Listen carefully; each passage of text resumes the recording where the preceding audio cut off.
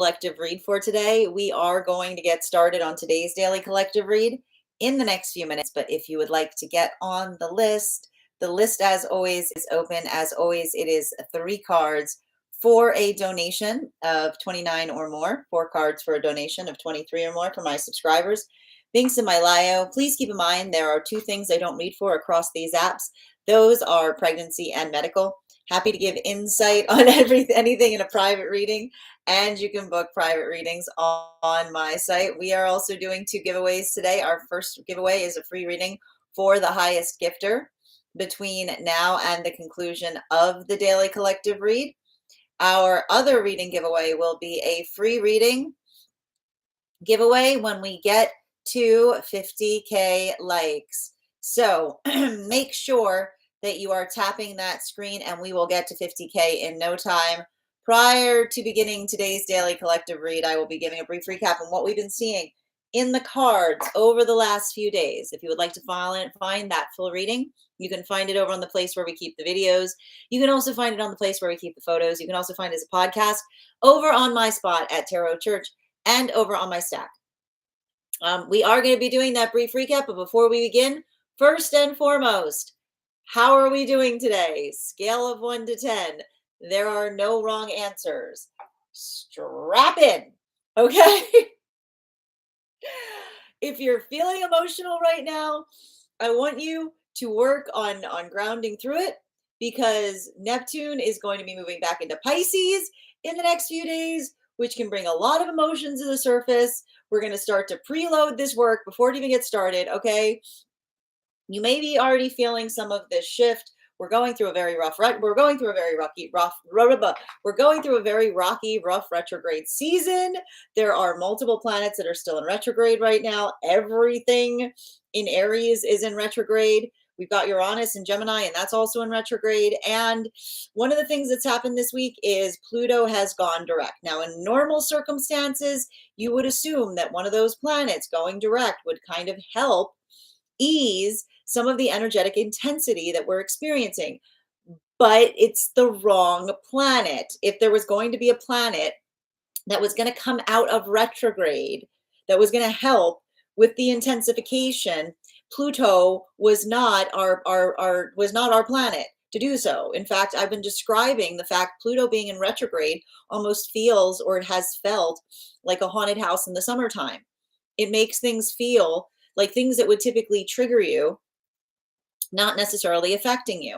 I'm also going to stress right now that we got Chiron right on top of Eris, and they're both retrograding, which is often, and I got to stress this, it can sometimes create moments that are coincidental that feel very directed towards the self. I'm going to say that again. It can create situations that are completely coincidental, that feel very directed and focused on the self. So make sure that you're navigating that. And that doesn't mean that you can't be communicating upon patterns right now. Right? But the difference, and I got to stress this, the difference between working through, because all of this work that we're doing right now, the difference between working on something that we're working to do better outside of self, being able to recognize and identify what that work is versus the work that we have to do inside of self, it is building into the proportionality, right? And it's not easy, because again, one of the things we've been talking about is the ego really likes to project, and the higher self has a tendency of over internalizing. But when we're doing that in a proportional fashion, we're recognizing what it is that we're trying to do better, while at the same time strengthening in what it is that we're working to resolve and heal within the self. Now, this is having a big impact depending on where one finds oneself on the frequency cycles. And I got to tell you right now, the energy in separation is all across the map. Now, the one unifying factor, and I'm not surprised to see it too, because we see that a lot of the energy doing that work right now going through moon lessons. So it's not surprising that we're seeing that the energy in separation has different phases. All of those phases are being calibrated on the context of transformation, right? We've got Scorpio, we've got Mars and Mercury in Scorpio right now. I do see pockets of healing that are occurring right now. And what's happening in those modalities of healing are potentially conversations related to how much one has changed. the context of another person changing. And what's beautiful about that is even in the space by which there may be some apologies coming through or some healing, I keep on saying these are not apologies that are coming through with the space of trying to restore something, but rather these are the apologies that are coming through in relationality to another person, speaking upon how much they have changed in the context of relationship. And there's something about that. I keep on hearing like some profound catharsis that's occurring in some of those experiences. And that catharsis is effectively paving the way. And it's interesting too. It doesn't even feel like it's paving the way back into partnership. It almost feels like it's paving the way back into restorative deep friendship, because I keep on seeing it's like the conversation about that force of change, and potentially even another person articulating and understanding the space by which they left another, with the context of having recognized how much they themselves have transformed. Now, at the same time that that's happening, I'm also seeing some very sealed separations. Why?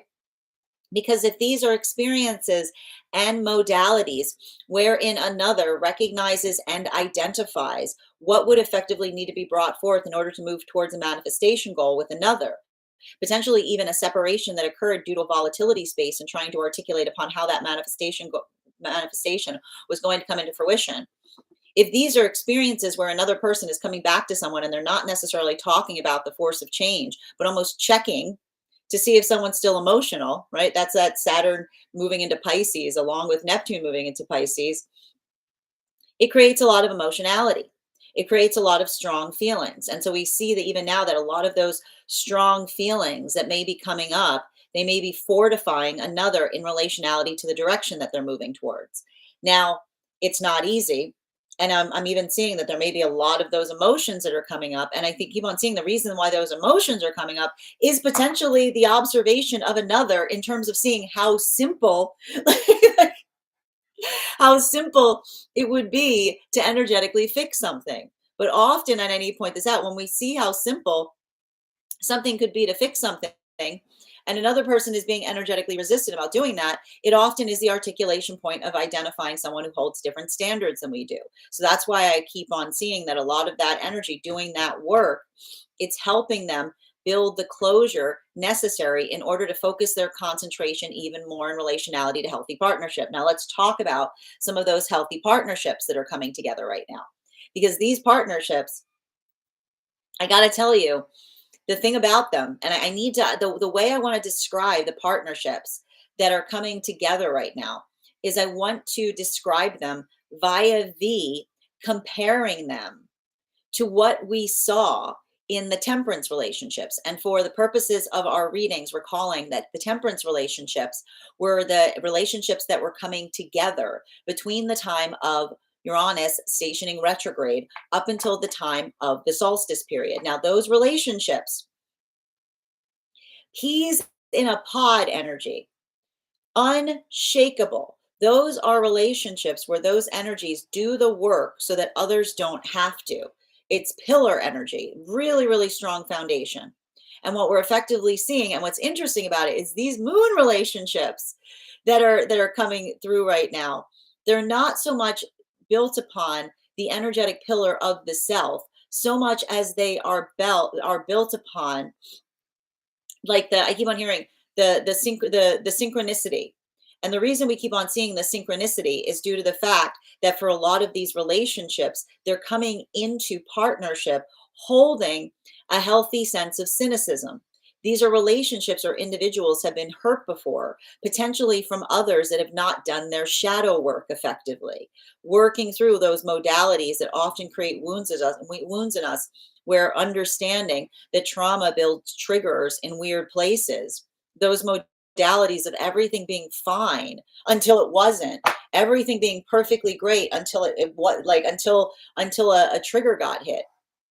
For a lot of those relationships or circumstances, that ability, they're coming into partnership with a sense of awareness or wariness. And so that's why we keep on seeing that for a lot of those relationships, there's a little bit of I keep on seeing, and I got to stress this. And it was interesting too, because we saw that it was having a different impact on masculine and feminine energy, bearing in mind this is not based on gender, but what one feels most aligned to. For feminine energy, we're effectively seeing it is creating the space of desiring to move into partnership unfiltered. This is a lot of the feminine energy that is healing from the illusion of rejection, understanding that if we're in, I keep wondering, as if we are in our authenticity and we like who we see, the most important thing being if we like who we see in our authenticity.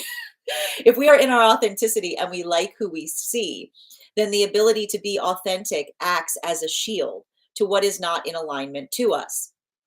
So we see that there may be a little, I'm going to say, like some of these relationships, they're coming towards each other in a very testy fashion.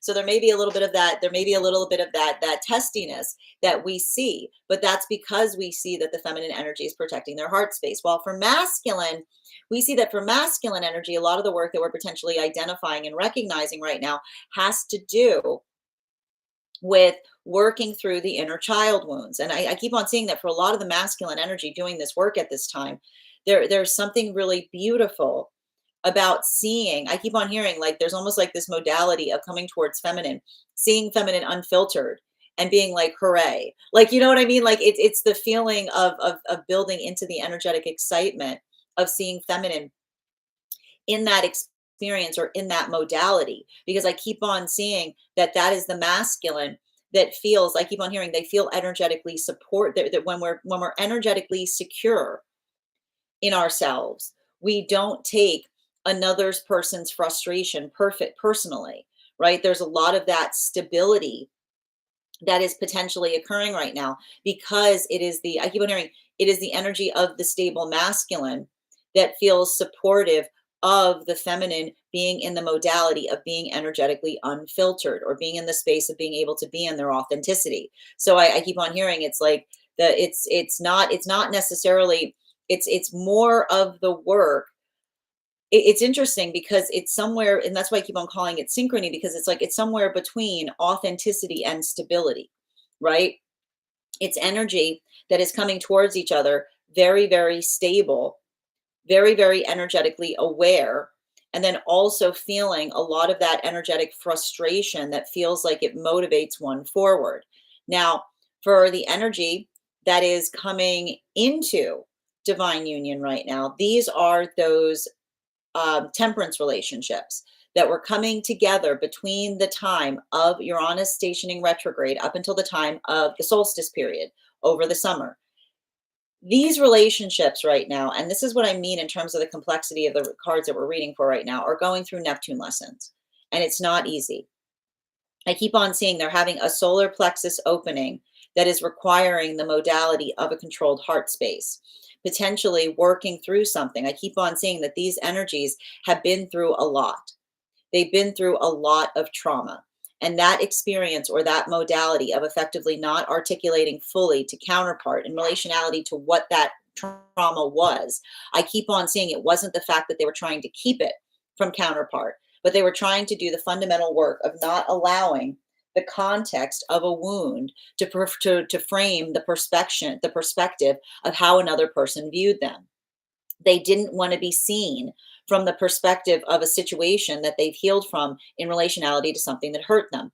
And this is why, if they're expounding upon something more now, the ability of kind of sharing that energetic burden, I keep on seeing it's not the fact that they're sharing it because they need to, they're sharing it because they feel that it's time to do so. And I keep on seeing that that is potentially creating trauma in counterpart in real time. It's not the fact that it's trauma, because it's the understanding of what the trauma was that occurred, but it's a lot to carry.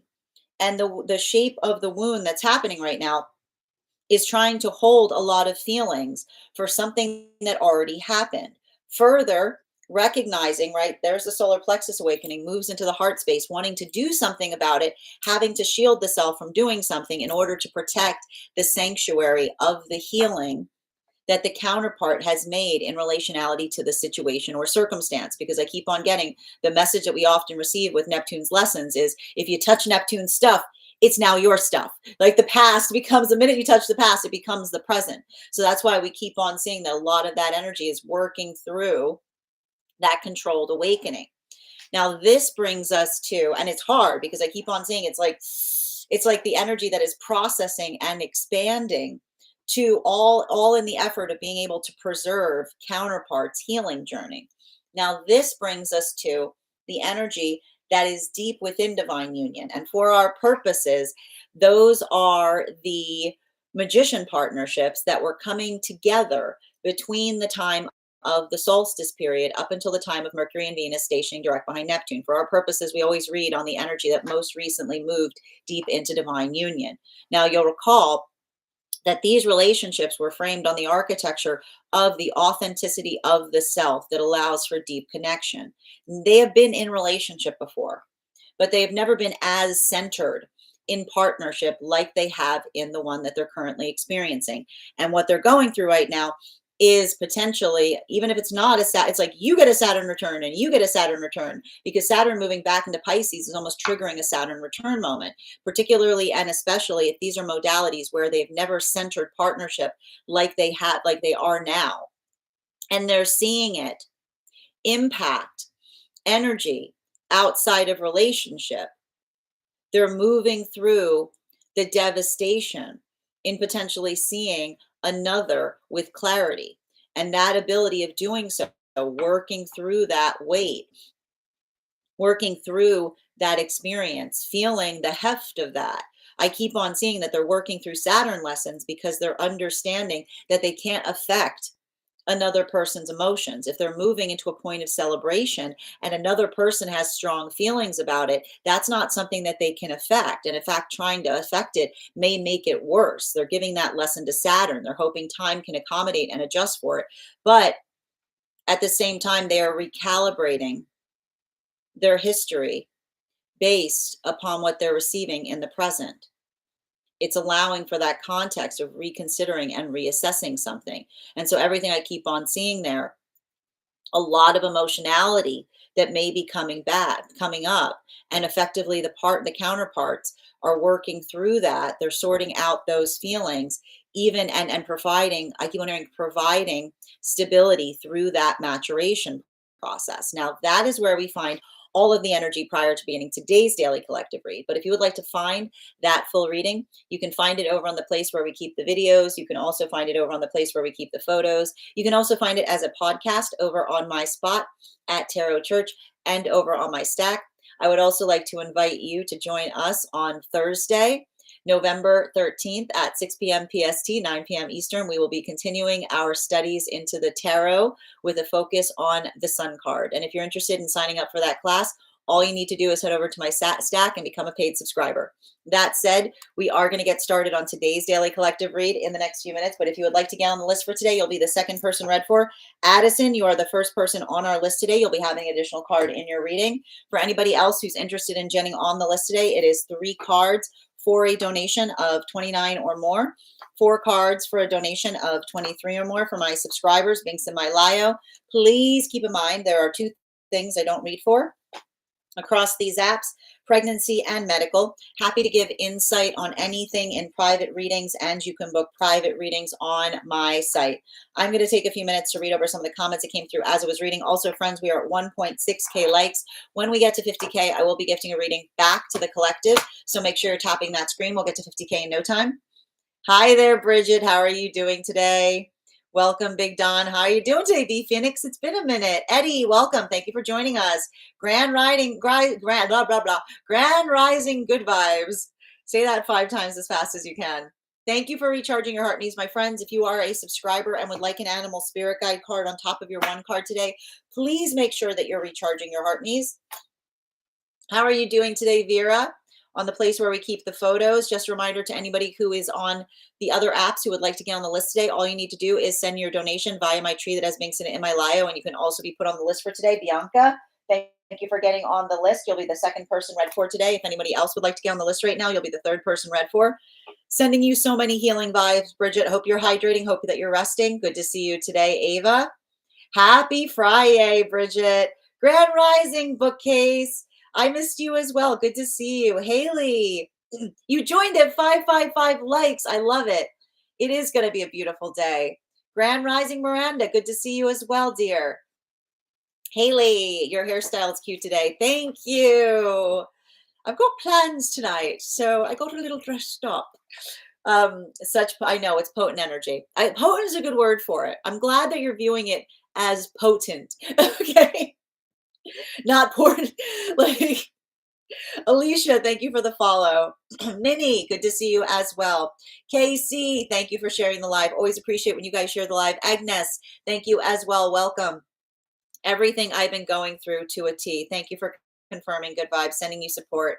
Oh, thank you for the compliment, Alicia. As I mentioned, friends, we're going to get started on today's daily collective read, but a couple of updates before we do so. First and foremost, thank you to everybody who attended our recent class this week on the moon class, on the moon card. If you missed that moon class, all you need to do, and you're a paid subscriber, it is now available for anyone who is a paid subscriber over on my stack. So you can find it there along with the other classes. And if you'd like to have access to that class, all you need to do is become a paid subscriber to my stack. Your monthly subscription to my stack will give you access to over 9 hours worth of material in the Tarot Church Library class archive.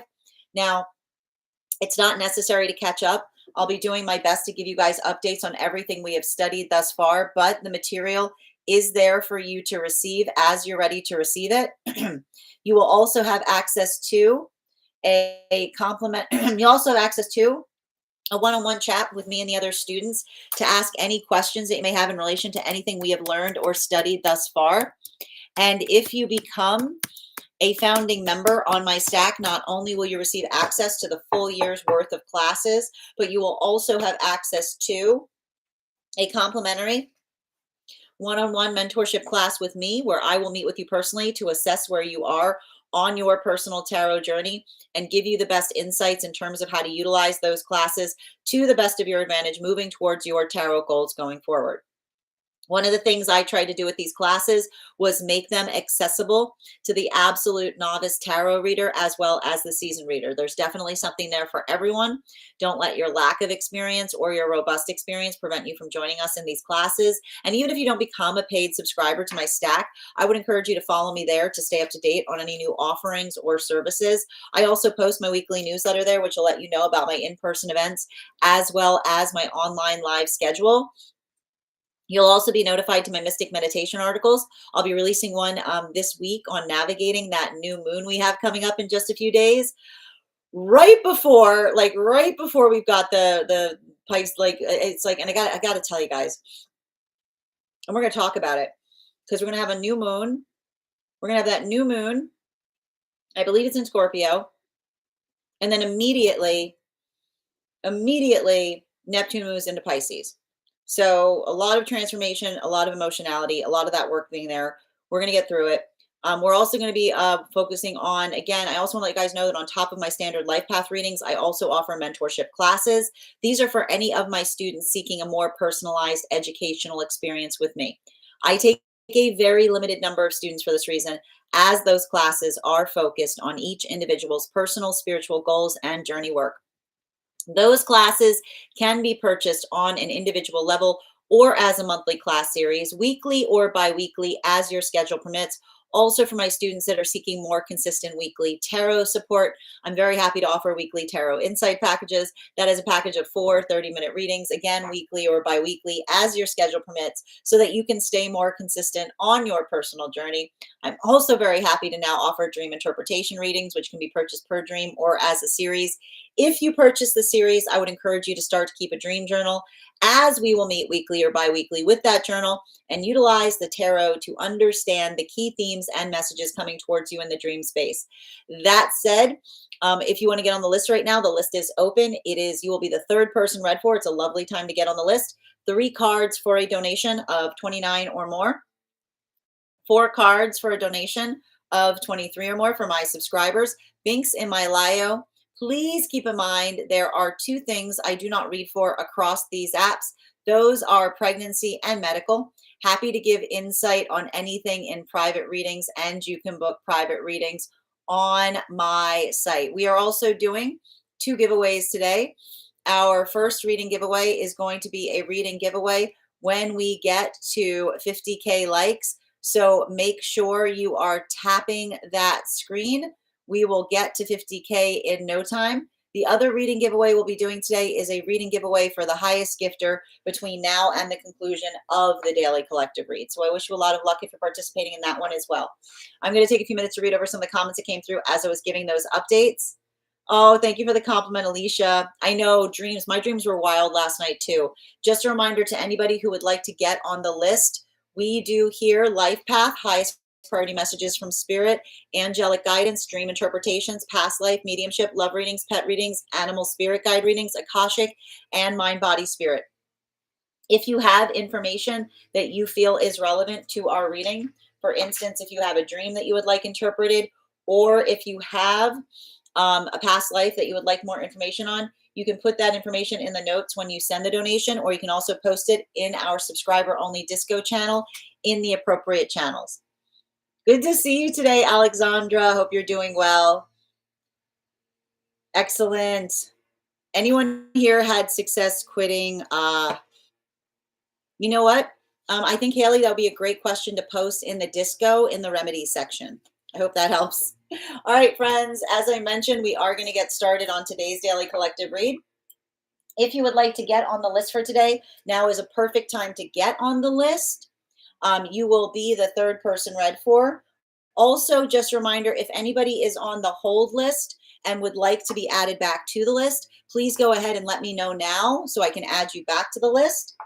That said, before we get started, why don't we warm up our intuition muscles with an intuition check? I've got our animal spirit guide card here. We're going to count back from 10. And when we get to 1, I'm going to reveal the card. 10, 9, 8, 7, 6, 5, 4, 3, 2, 1. The otter. Thank you guys for participating. We'll do that again after the next reading. And if you guys could do me a favor and share this live, I would appreciate it. Make sure anybody who would like to catch this reading live is here to receive it. Grand Rising, Julia. So good to see you. Close enough. You're starting to sound like Nikki, Alexandra. I thought of a small animal. Okay, that's good. That's a good first impression to have, Rue. All right, my friends, as I mentioned, we're doing 2 giveaways right now. Our first reading giveaway, my friends, we're already at 4.5K likes. So make sure you're tapping that screen. We'll get to 50K in no time. Also, when you tap the screen, it encourages this live to be pushed out to those who have not received it before. But thank you for doing your part in helping to share these messages. The other giveaway we are doing right now is a reading giveaway for the highest gifter between now and the conclusion of the daily collective read. Currently, the person in the lead for that gift is Bridget. Congratulations, Bridget. It's helping you, sending you support, and holding that lead. That said, no better time than the present. Why don't we get started?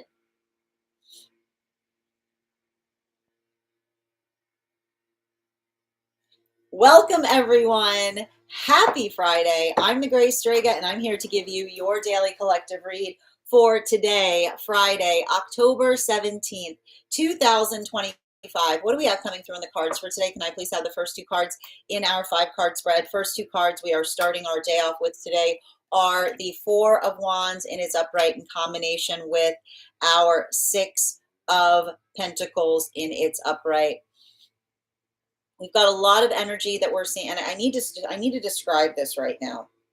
And I think that these are 2 very good cards to see in combination, because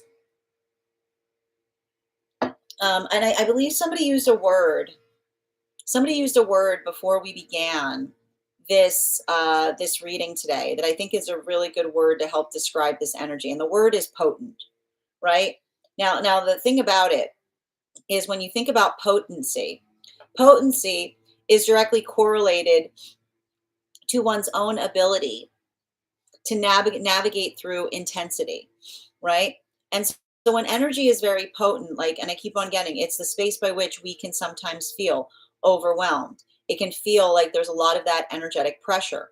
But one of the things, and this is why I kept on articulating that the type of energy that we're experiencing or working through right now is all about building proportionality as it relates to navigating potency, which is the space by which we articulate and understand what it is that we're putting our force of intention towards, and allowing that to effectively help us move things in a space of proportionality. And so I keep on seeing, with a lot of the energy that we're experiencing in this way, it's having a big impact on the frequencies. But most especially, one of the things that we're effectively identifying or working through has to do with the experience or with the conversation of what the manifestation goals are, is all I keep on seeing. And this is what and I like this, to see this for the energy and separation, because I just keep on getting the same messages coming through, right? When we are clear, when we are clear on our purpose, when we have that clarity of intention, then it helps us navigate through situations that lack direction. Because when things lack direction, right? Instead of perseverating or worrying about why, just effectively understanding and recognizing what one needs to do to be able to move something forward effectively, it allows that space of being able to do something in such a way that helps one feel energetically safe, seen, and supported in the context of doing it. And so everything I keep on seeing in relationality to this right now is, um, I keep on getting this experience or working through something in such a way that it feels like I keep on hearing it almost, and I want to do more investigation as to this, but it's the space by which we feel energetically like clarified in terms of not, I keep on hearing, oh, not overly internalizing upon things that are not ours to over internalize upon.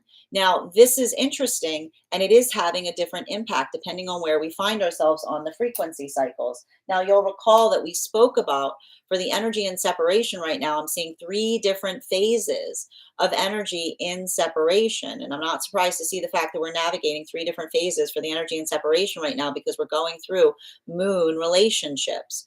Now, the energy that is working towards something that feels like it is stabilizing, working towards something that feels like it's energetically healthy. Everything I keep on seeing in those modalities or in those experiences are, I keep on getting the space of identifying and recognizing, having those restorative conversations that allow one to articulate upon the force of change, being able to speak upon something and feeling energetically reaffirmed in it. Now, what's beautiful about some of those relationships right now is I keep on getting the sense of something that feels like, I keep on getting like the gift that they're giving each other is energetic liberation. And the reason I keep on getting the fact that they're having or feeling that sense of liberation is, remember how I said that these were honest apologies. These were spaces or places where they were articulating to one another how much something energetically meant to them.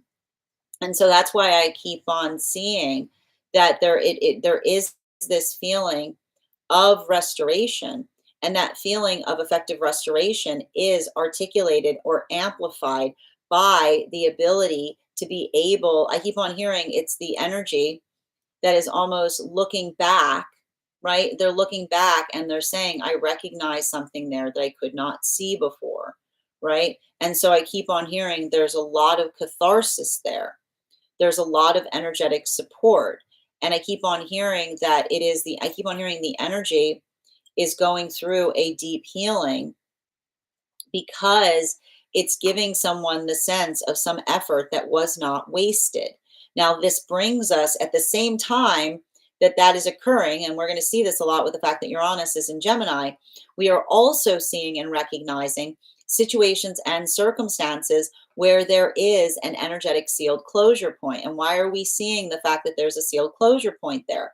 Because for a lot of those relationships where we're identifying that sealed closure, if these were experiences wherein, I keep on hearing, the energy wasn't waiting for someone to come back, but they understand and recognize why the energy was in separation, potentially even the space. I keep on hearing these are relationships where there was some kind of argumentation point as it relates to a manifestation goal.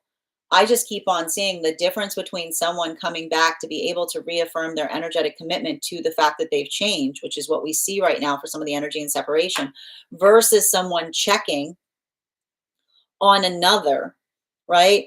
Like the difference, I keep on hearing the difference between I'm ready or are you done yet? Right? Like this, like that's literally, that is the dividing line right now. That is the dividing line right now between what feels like it is moving forward in a positive, productive way versus what another person is energetically healing from.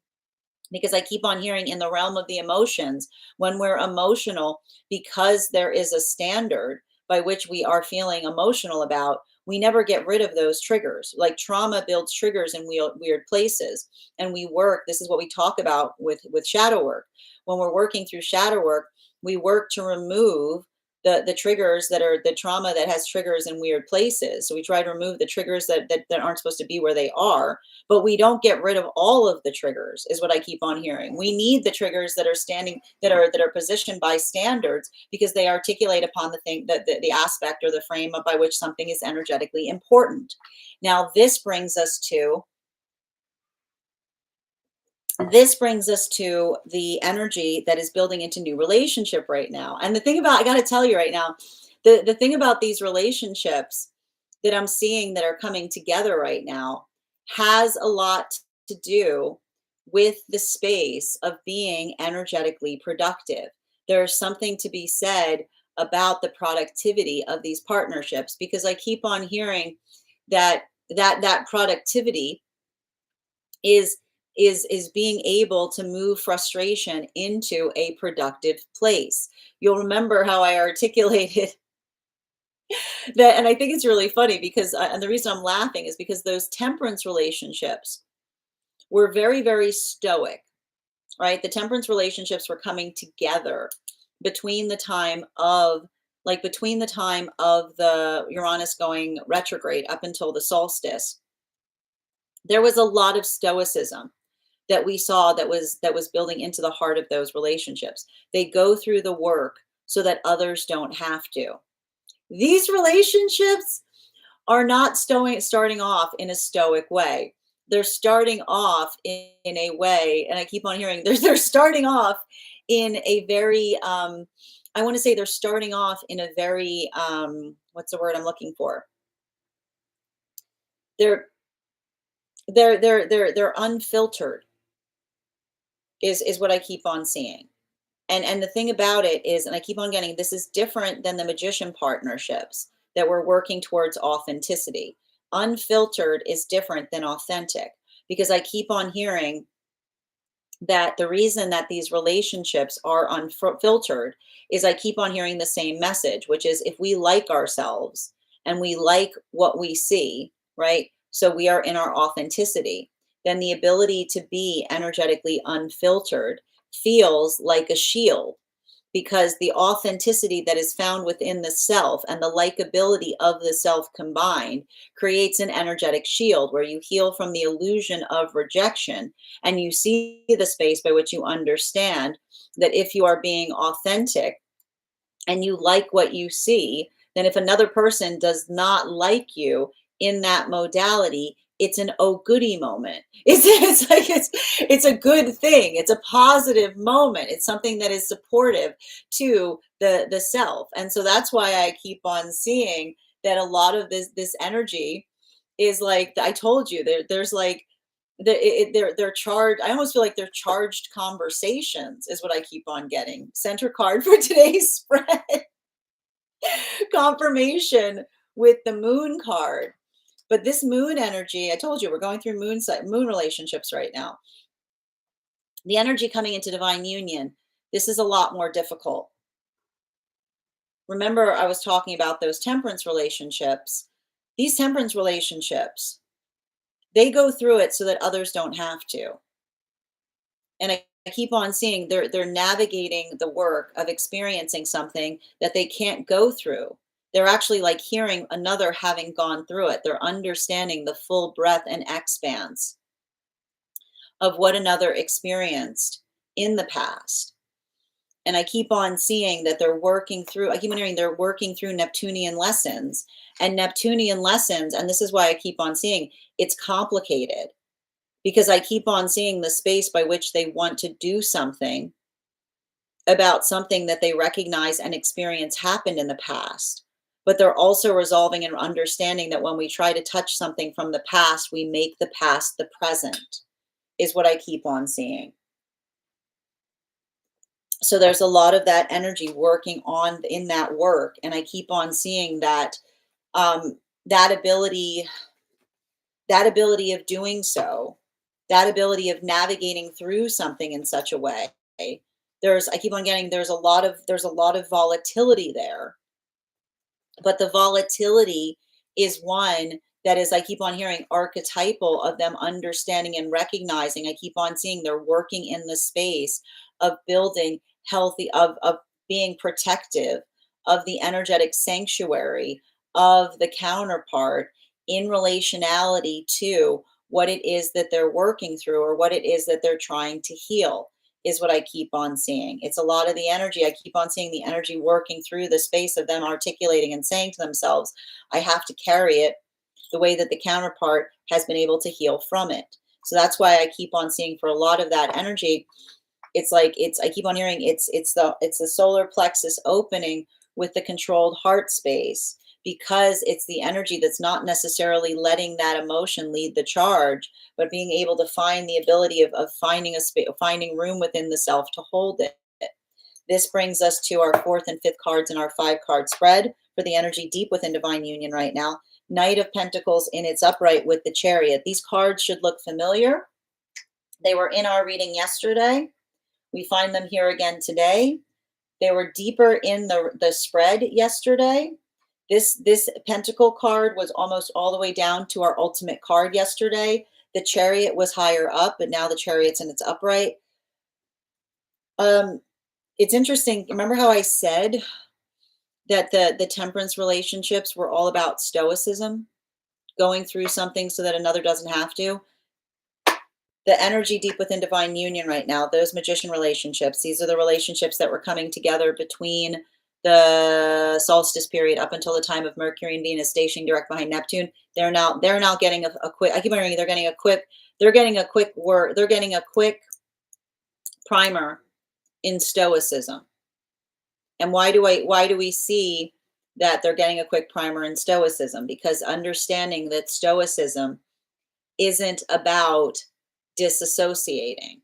It's not about a lack of feeling. It's about feeling, I keep wondering, it's like working through the intensity of emotions, but still doing what one has to do or moving in accordance to that energetic direction. So I keep on seeing, like, that's why I keep on hearing the energy deep within divine union going through that maturation process, and they're moving through complicated situations, and they keep on saying to themselves, healthy energy wants to see us steadfast, which is the space by which another works. I keep on hearing works to do something in such a way, does not, and I keep on hearing if these are relationships where they've never felt more centered, and it's having a deleterious impact on another to see someone centered.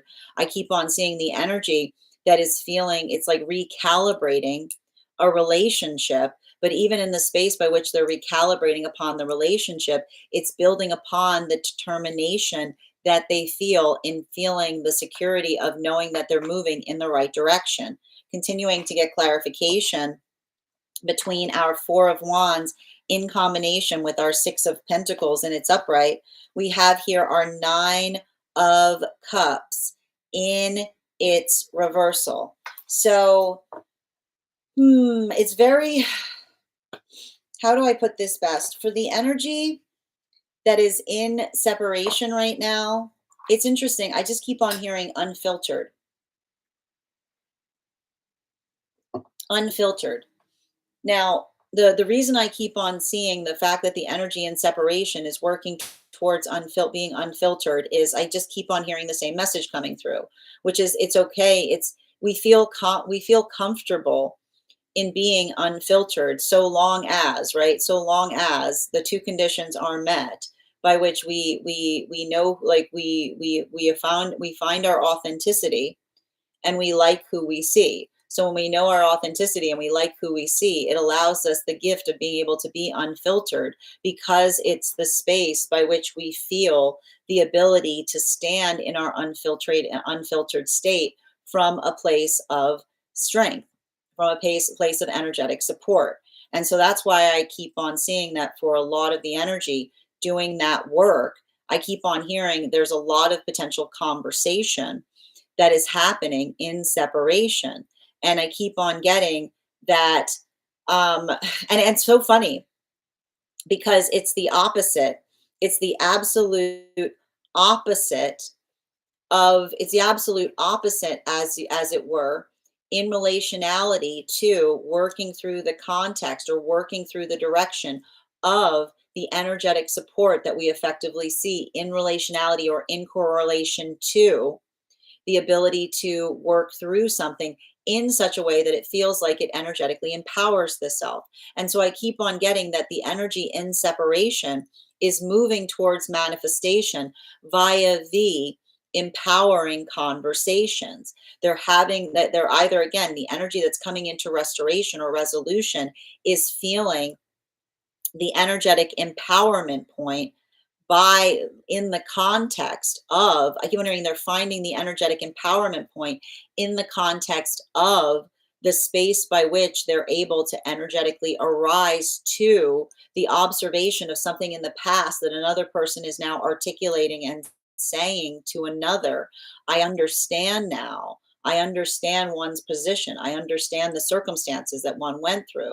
So there's a lot of, I keep on hearing energetic harmony in those moments. For the energy that is coming into like sealed closure of circumstances or situations, I just keep on seeing that something about building into that point of restoration or resolution has to do with the modality or the experience of, again, building into the context of feeling energetically supportive in the space by which they carried emotions on something, right? The emotions that feel validated via the energetic reason of such, being able to feel energetically validated in those modalities or in those experiences, wherein the energy that is building into new relationship, they're feeling that point of being unfiltered that acts as a source of protection, because it's the energy that works to be okay with the self. And when they're feeling okay with the self and authentic in the self, then being unfiltered helps us to identify and recognize what's in alignment to us versus what something is that we're moving away from. This brings us to the energy that is moving deeper into divine union right now. Clarification between our Six of Pentacles in its upright in combination with our Moon card in its upright. We've got here the Nine of Pentacles in its reversal. Now, the thing with the Nine of Pentacles in its reversal, the thing with the Nine of Pentacles in its reversal has a lot to do, I keep on saying it has a lot to do with working through the context of frustration. It's working, I keep on hearing it's working through I keep on hearing it's and I keep on getting this right now. And this is what we keep on seeing in relationality to, I keep on hearing in relationality to healthy partnership.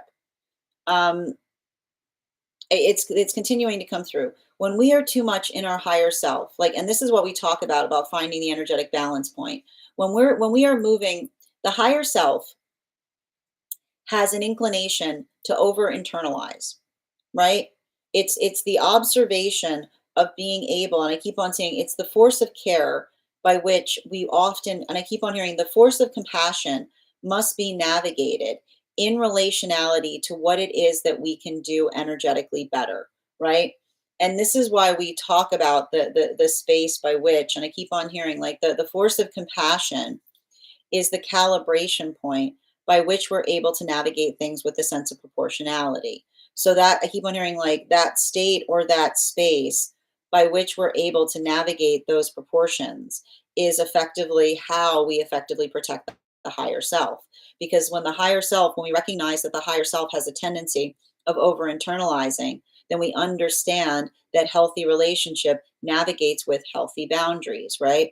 Now, this is important because we understand that the egoic self has a tendency of projecting, right? And so when we're doing that work effectively, right, and I keep on seeing the space by which we energetically project is not the space by which we're projecting something that we can't, that we're not willing to internally work on within the self. It's the space by which we're energetically balanced in terms of something that we're working on within versus something that we're identifying and seeing without, right? It's I keep on hearing, like, and it's not surprising that we're having these messages because it talks about the balance point in proportionality, right? And I keep on hearing the way we move towards our higher self is navigating situations proportionally. Now, this is also important because, and this is what I mean, because when we're talking towards counterpart right now, and this is what I keep on seeing that's happening right now with the energetic complication of some of the energy that is navigating right now in union, coming into divine union. They're working through a circumstance or situation where they're experiencing or they're building into the breath of what another person experienced, right? They're feeling the full scope or they're experiencing the full scope of what another person went through, or they're articulating upon it, or they're sharing it, right? They're sharing more with each other. And the space by which they're sharing more immediately creates the space by which they want to do something about it. They want to be energetically reactive. There's something about the desire to have a heart opening, which is the space of saying, why I oughta, right? It's the space by which another person identifies or recognizes what it is that they would like to do about a situation, but they're also working through the neptonic lesson of understanding that when we have a lot of feelings for something that already happened and we go ahead and touch something from the past becomes the present. So this is the energy that sees a situation or circumstance where counterpart potentially brought something forth to them and articulated the fact that it's no longer centered in their experience. It's something that they're trying to move beyond or past. But the desire or the feeling of wanting to center it in the counterpart is what's creating a lot of that. I keep on hearing it's creating a lot of that frisson, if you will. And so I keep on seeing that that is the energy that's working upon the pathwork of energetic expanding. And I keep on hearing the space by which they're articulating to the self that they're honoring the sanctuary that effectively the counterpart has created for the self, because I keep on seeing that that is the energy that says when we recognize someone having gone through a healing journey and they articulate the fact that the past is the past, the ability to reawaken the past because we have feelings about it will often have to create the space by which an energy has to, like, go through it all over again. It's like the space by which they're discovering a trauma, and now and they're equally trying not to center that trauma is what I keep on seeing. Continuing to get clarification between our moon card and our Knight of Pentacles in its upright. Two cards to clarify. We have here the Queen of Cups in its upright in combination with the Page of Swords in its upright. So for a lot of the energy right now, that is moving deep within divine union, and it's really fascinating the fact that we've got the Queen of Cups with the Page of Swords here. What we're effectively identifying or recognizing in these modalities has a lot to do. I keep on seeing with the observation and recognition of, and I keep on hearing the energy deep within divine union is going through an awakening process. And what's hard about it is they're going through an awakening process based upon and built upon the maturation of the energy outside of partnership. That is what's effectively happening to those magician relationships. And that's what's so difficult or devastating. They're going through they're going through an awakening process upon the maturation of the energy outside of partnership. Because this is often what happens when we're going through Saturn returns. When we're going through Saturn returns, it is often the observation that is articulated by the space by which we know we're moving in a direction that we know is best for us, but energy that has not matured in the same timing as we ourselves do will often articulate upon the fact that they feel that we're moving in the wrong direction. This is quintessential that happens during Saturn returns. So that is why I keep on seeing that this is something that is happening that's very energetically emotional. Because if this is the energy that feels stabilized within partnership, they recognize and are identify that they've never felt better.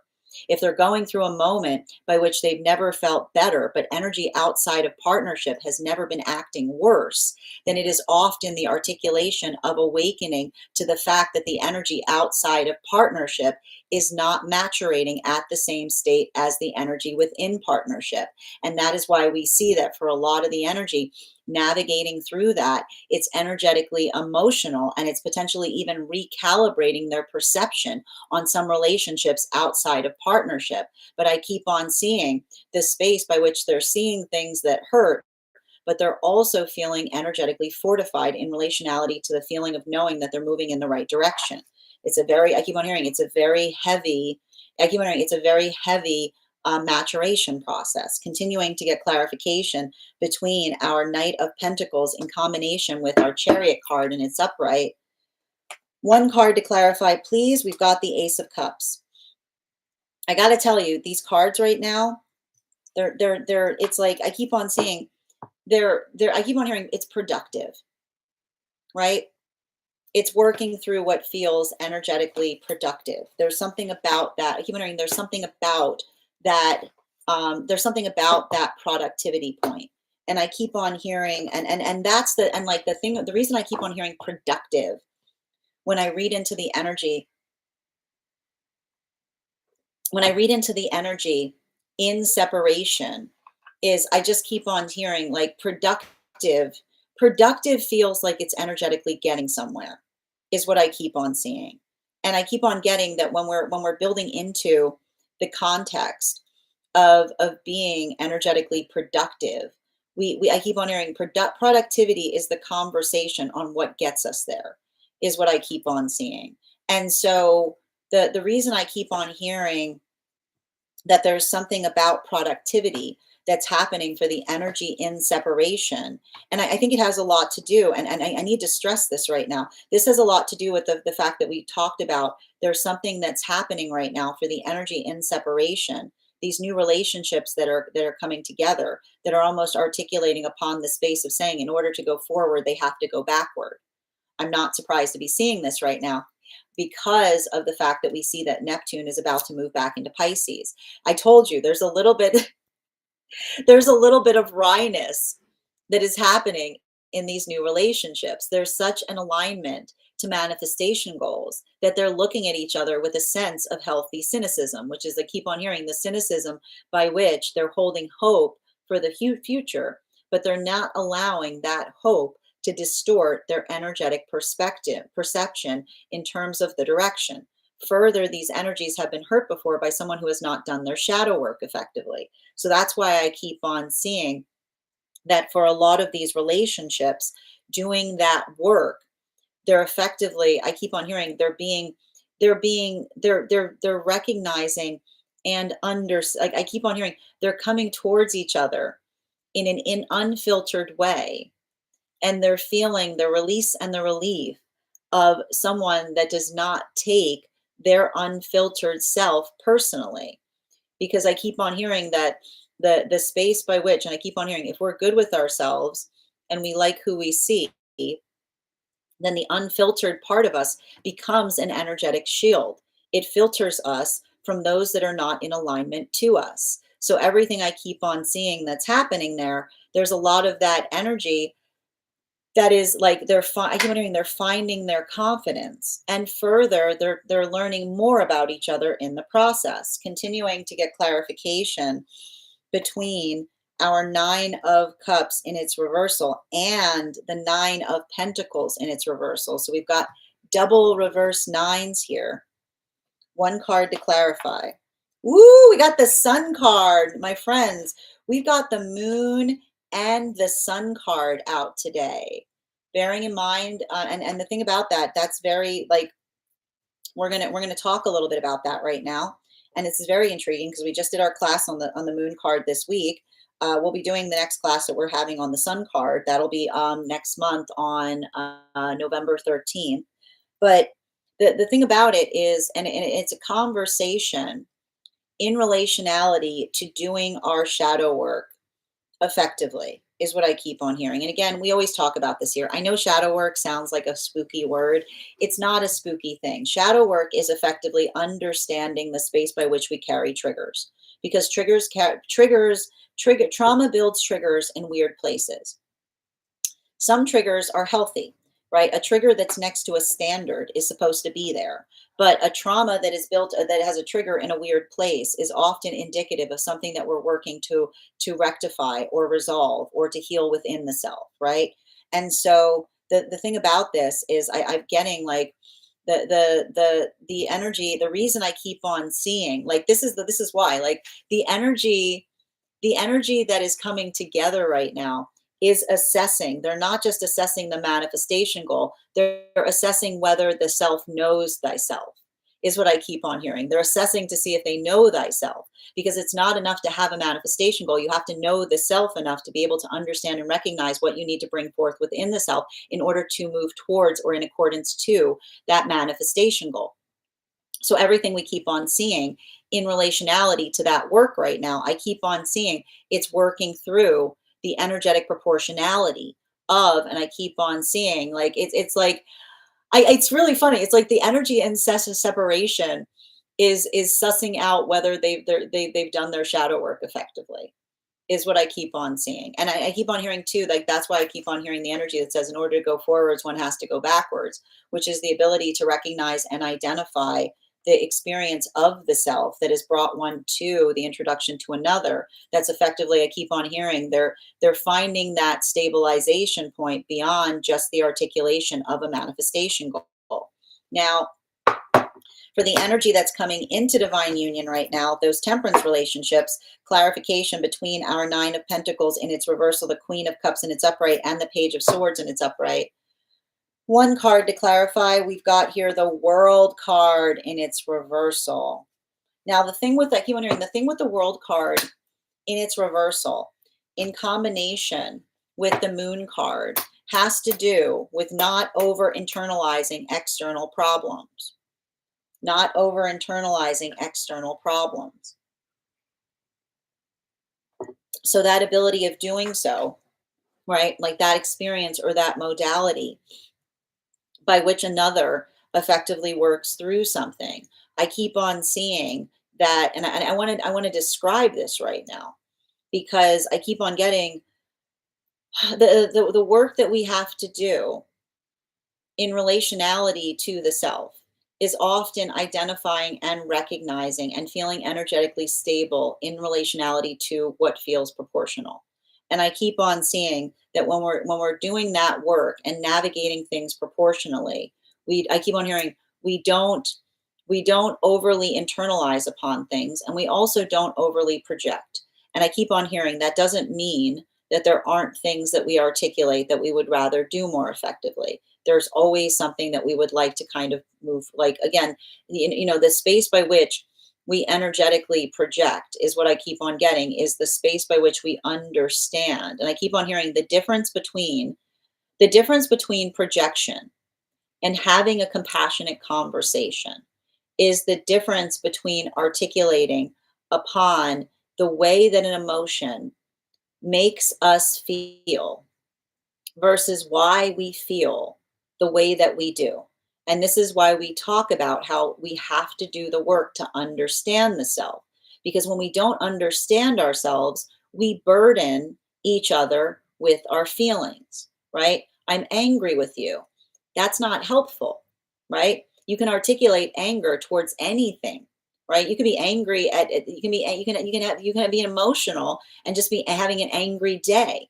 But when we understand the difference between why we feel the way we do, we are able to articulate upon that emotionality in order to bring about better energetic results or better energetic breakthroughs. And so everything I keep on seeing there is, and I feel like that's what's interesting. And the reason I feel like this is coming through right now is the energy, the way that the energy is navigating the emotionality the emotionality that they potentially feel in relationality to something that has happened in the past is they're hashing it out with each other. And I keep on hearing the space by which they're hashing it out, not to articulate upon the energetic frustration with one another, but almost I keep on hearing to siphon off the emotionality that they feel about a past experience that they cannot touch, is what I keep on seeing. So they're almost, again, they're allowing the space of the relationship to act as sanctuary in relationality to articulating upon their strong feelings for something that energetically occurred and what they would like to do, but what they will not do, is what I keep on seeing. It's, again, it's a continuation of another person saying to another, I have strong feelings about something, but I'm going to honor your healing journey, is what I keep on seeing. Continuing to get clarification between our Queen of Cups, our Page of Swords, and our Ace of Cups in its upright. One card to clarify, we have here our Eight of Cups in its reversal. And the thing with the Eight of Cups, in its reversal speaks to us.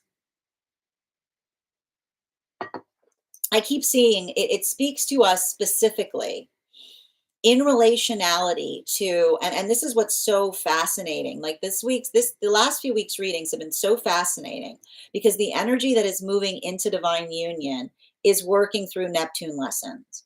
And Neptune lessons basically say to us, you can't touch Neptune's stuff, right? Why are they Neptune lessons? Because when you touch Neptune's stuff, it becomes your stuff. Okay. It's a lot of that, like it's a lot of like the like it's like the response, it's a lot of that space is what I keep on seeing, like the observation of allowing the past to be the past.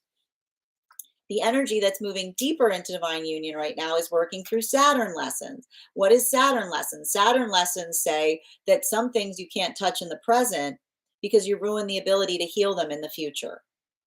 That the ability not to touch something in the present, sometimes touching something too much in the present ruins the ability to energetically heal something in the future. And that's why I keep on seeing that for some of that energy or some of those situations, working through, I keep on hearing working through those rough feelings, seeing something outside of partnership that's potentially devastating the self. I keep on hearing the energy that is effectively kind of working through something in such a way that's like I keep on seeing the energy that's saying like better not bitter, like trying to work through something and letting it go with the hope that something can energetically resolve when another person comes into a deeper state of maturation. Because I keep on hearing like that's the thing with the maturation cycle is I keep on hearing you can't force someone to become more energetically mature, right? You just have to recognize whether they are, is what I keep on getting. Continuing to get clarification between our Sun card in its upright and the World card in its reversal. We've got here the Lovers card in its reversal. Now, let's get back into the energy that we're seeing in separation right now. So for the energy in separation, I got to tell you, and this is what I mean about like, there's something really important about, there's something really important coming through in relationality to, I keep on hearing there's healthy relationship requires hard work, and healthy manifestation requires hard work as well, is what I keep on seeing. And this is why I feel like this is what's so difficult for some of these new relationships that are coming together right now, these moon partnerships, is because I keep on seeing that there's something about the articulation of the manifestation goal that isn't cutting it in terms of their ability to feel then another person has what it takes to get there, because I keep on seeing that this energy has been hurt before by others that have not done their shadow work effectively. And how can we usually tell when we're being wounded by another person's lack of shadow work? Someone being like, I would love to be like, oh, you'll see it often when someone being is like, I want to be in partnership. Okay, tell me about your past relationships. There was a bunch of energy obsessed with me. Can you define what you mean by obsessed? They would call me all the time. They always wanted to know what I was doing, right? And you get into the space of talking to someone, you go, oh, wait, you don't want a relationship. You're articulating that you haven't found the perfect relationship, but you're identifying all of the qualities and characteristics that one would aspire for in a healthy partnership, but you're articulating them as a negative, as a positive. It's very easy to state that one wants something, but not embody the qualities and circumstances that one needs in order to energetically maintain it. So that's why I keep on seeing that for some of the energy, this is why these relationships, I told you, they're coming towards each other with a healthy sense of cynicism, because they hear the manifestation goal, it feels right, but they're attuning as to whether another person has the energetic conviction in order to be able to carry upon what it is that they articulate that they want to say. So that's why I keep on hearing, and again, we've got Neptune going back into Pisces. In order to go forward, they're going backward. They're saying, tell me a little bit about your past relationships. Tell me a little bit about what you energetically experienced, because they're utilizing that as a pathwork of discernment to recognize and identify the space by which we see whether there is an energetic accordance point between what it is that they articulate that they're looking for versus how they are energetically moving to get there. Because I keep on hearing like this is the incongruity. We have to know ourselves, and this is why we talk about the fact that the only way you have healthy partnership is if you know yourself. Because when you know yourself, you understand and you recognize what it is you have to embody in order to maintain that type of energetic connection. You cannot state that you want healthy relationship and then get upset when someone starts to become obsessed with you. That is a mutual obsession is the name of healthy partnership. You can't be articulating that you want something that is energetically consistent and then not arrive to counterpart in a consistent fashion. That the space by which often another articulates that they want a manifestation, it's not the fact that they're looking for a manifestation, but they're looking for a one-sided manifestation. This is effectively why the energy is approaching each other with a sense of trepidation. They're saying, I know what you want, but are you looking for something that is energetically proportional to the energy that will also be in the manifestation with you? Libra energy. Continuing, because if not, this is often why we sometimes lose or move away from one-sided partnerships, which is the space by which you articulate the fact that you want something, but then you're never in the modality by which you yourself are also delivering it. Continuing to get clarification between our world card in its reversal in combination with the 8 of cups in its reversal. Can I please get one card to clarify? Clarification coming through right now with our 8 of wands in its reversal. We've got a lot of similarity right now in the cards. I got to tell you, I just want to show you some of all of the similarities that we're seeing, some of the parodies that we're seeing right now in these cards. We've got double nines out. Okay, so we've got double nines out here with the 9 of cups in its reversal in combination with the 9 of pentacles in its reversal. We've also got the 8 of cups in its reversal in combination with the 8 of wands in its reversal. Now, what does that speak to us about?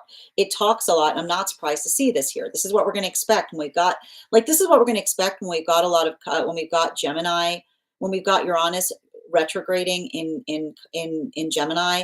It can create a lot of chirality. It can create a lot of chirality. And what is chirality? It's the understanding that things can sometimes look the same, but be very, very different.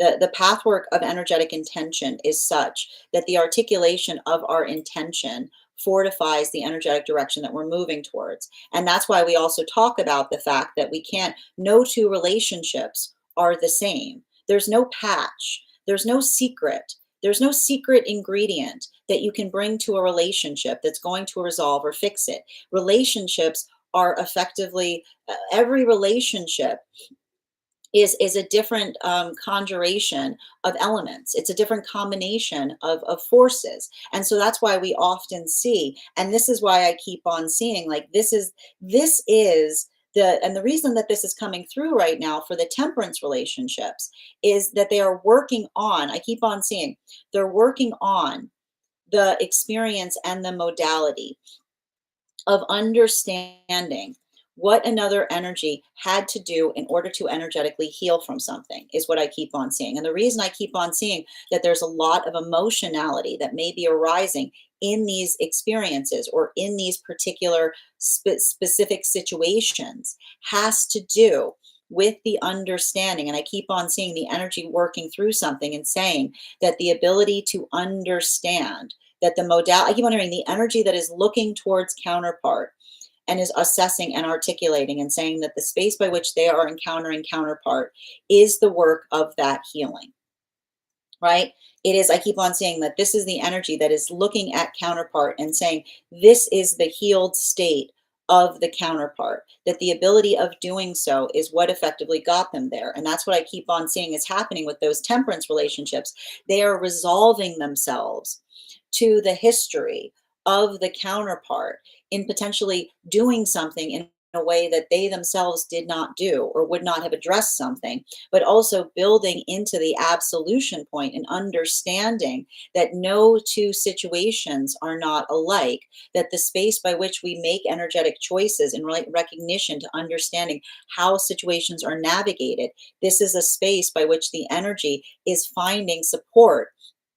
They're finding support by trusting one another's energetic judgment. And so that's why I keep on seeing that for a lot of the energy doing that work, I keep on hearing this is how they're navigating through a lot of those feelings, particularly and especially as it relates to circumstances in situations in the past that they may be having a lot of emotionality on. I keep on seeing they're not activating upon it. They're not doing something about it. They're finding a way to expand around it, right? So they're going through an expansion process. Now, continuing for the energy that is deep within divine union right now, clarification between our Lover's card in its reversal and our Eight of Wands in its reversal. Final card for today's spread, Strength card.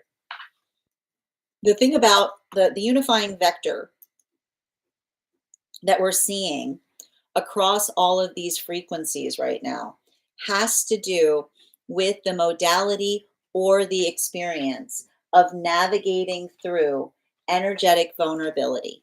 Because what we're effectively identifying, and here's the thing about it, I gotta kind of point this out. When we are working through both Mars and Mercury in Scorpio, it can often be the understanding. Often there are conversations that come up in relationality to transformation. And here's the thing with transformation. Whenever you need to move towards manifestation, you have to be ready to energetically transform. You cannot, there is not a single, do not look at me and say, I would like something to manifest in my reality, but I'm not willing to effectively transform around it. Like, that is rude. That is demanding. That is energetically demanding of the space by which we understand and recognize the journey. I keep on, a healthy manifestation goal changes us in relationality to what it is what it is that we're moving in accordance with, right? It is the journey of becoming the self. It's the ability to effectively embody the energetic manifestation goal.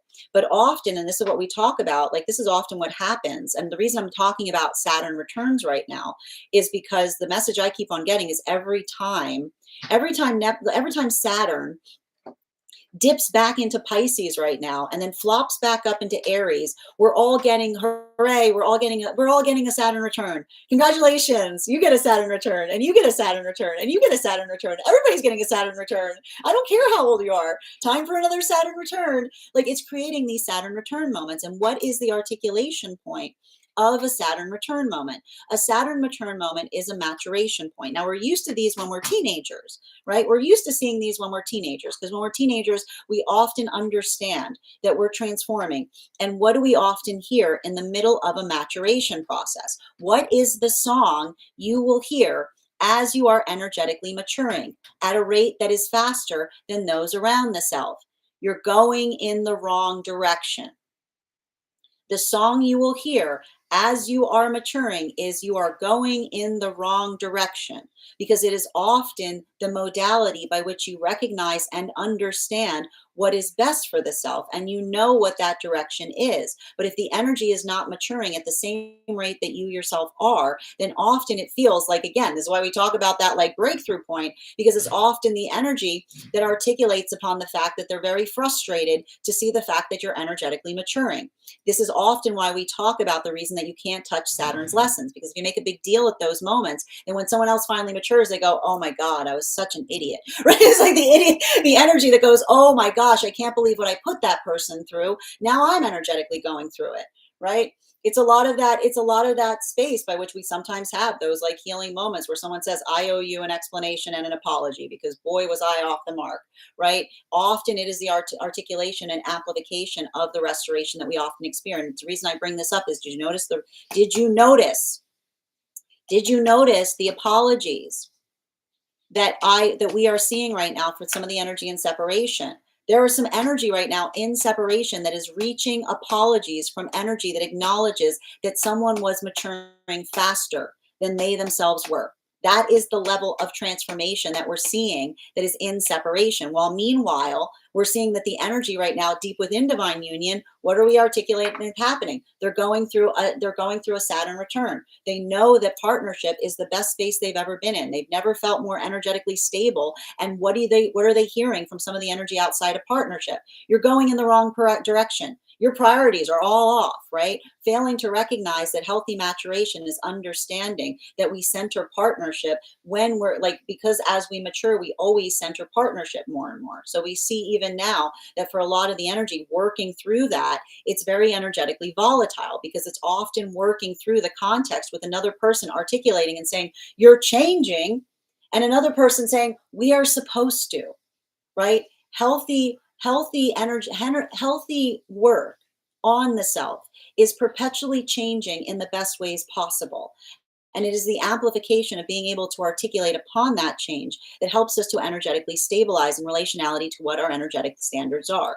So again, and I will also say that there's something really important to notate there in relationality to, and I know that you guys are not going to like to hear this, change for change's sake is not a manifestation goal. Okay? I'm going to say this again. Change for change's sake is not a manifestation goal, but often those that are feeling too energetically fickle will articulate upon the fact that they're doing something because they want to change, failing to recognize, and this is why we talk about healthy manifestation is understanding your purpose, because if you're constantly changing because you don't like things, then it doesn't matter what you change.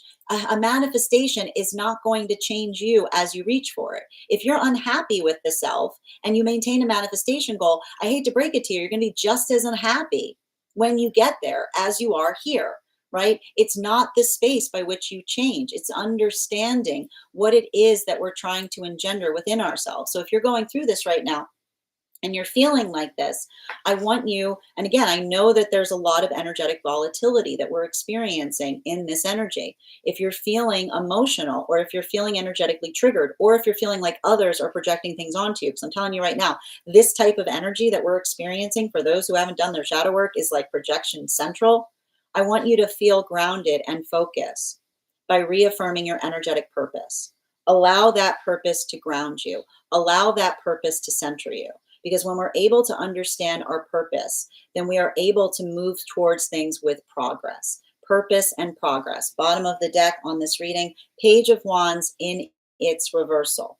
So specifically and particularly, the one thing I want to articulate that's potentially also happening right now there's a lot of inner child wounds that are potentially coming up. The thing about this energy, and I'm going to just tell you right now, with Saturn and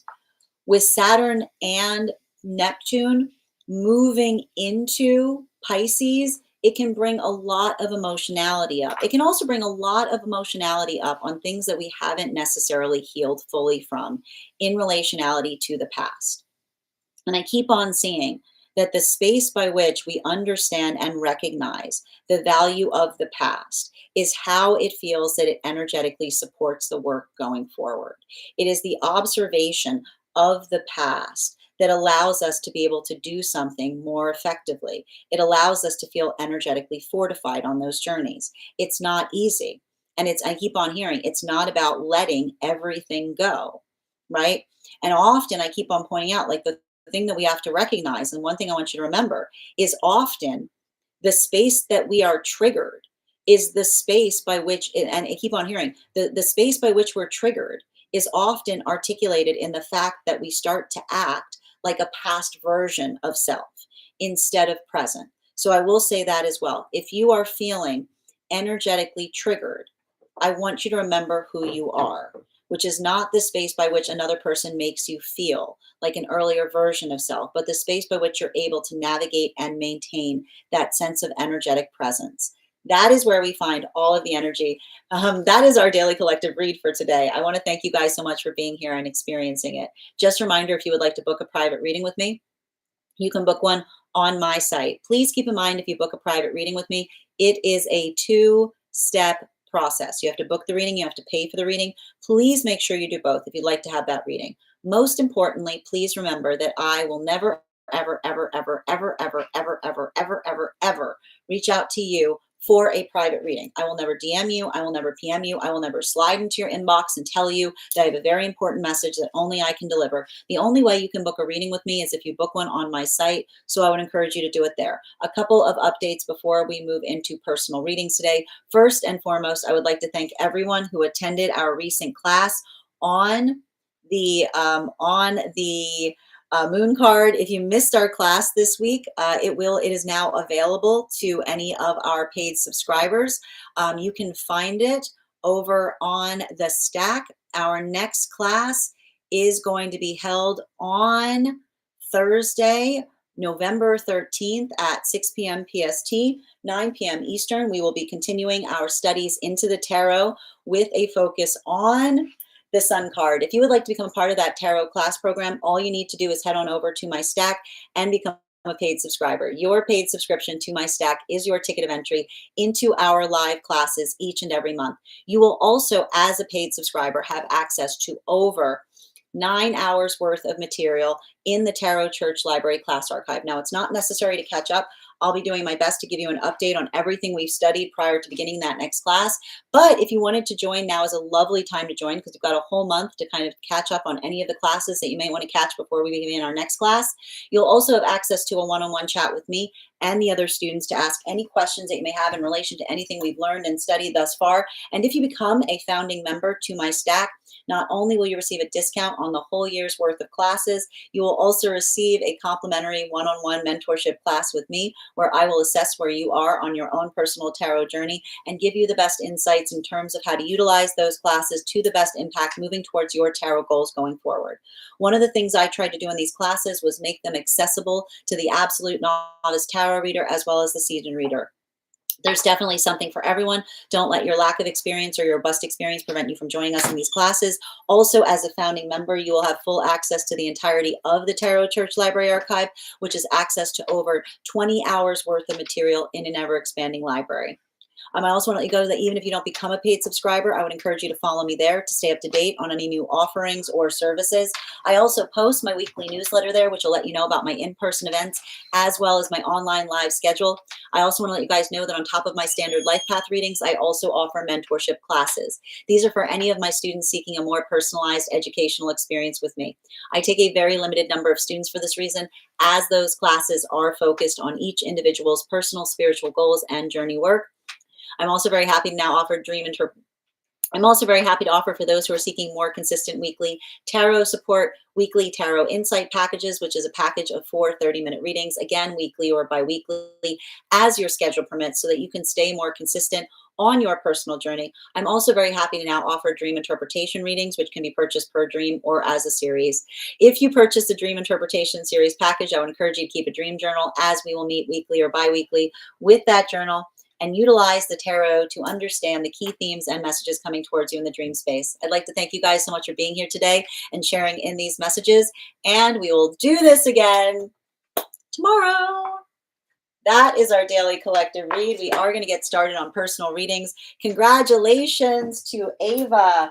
You got our highest gifter today. You will be getting that free reading. And Doreen, you came in second, so you will have an additional card in our one card readings for subscribers. If anybody else would like to get on the list for today, you will be the fifth person read for. It is 3 cards for a donation of $29 or more. 4 cards for a donation of $23 or more for my subscribers. Links in my bio.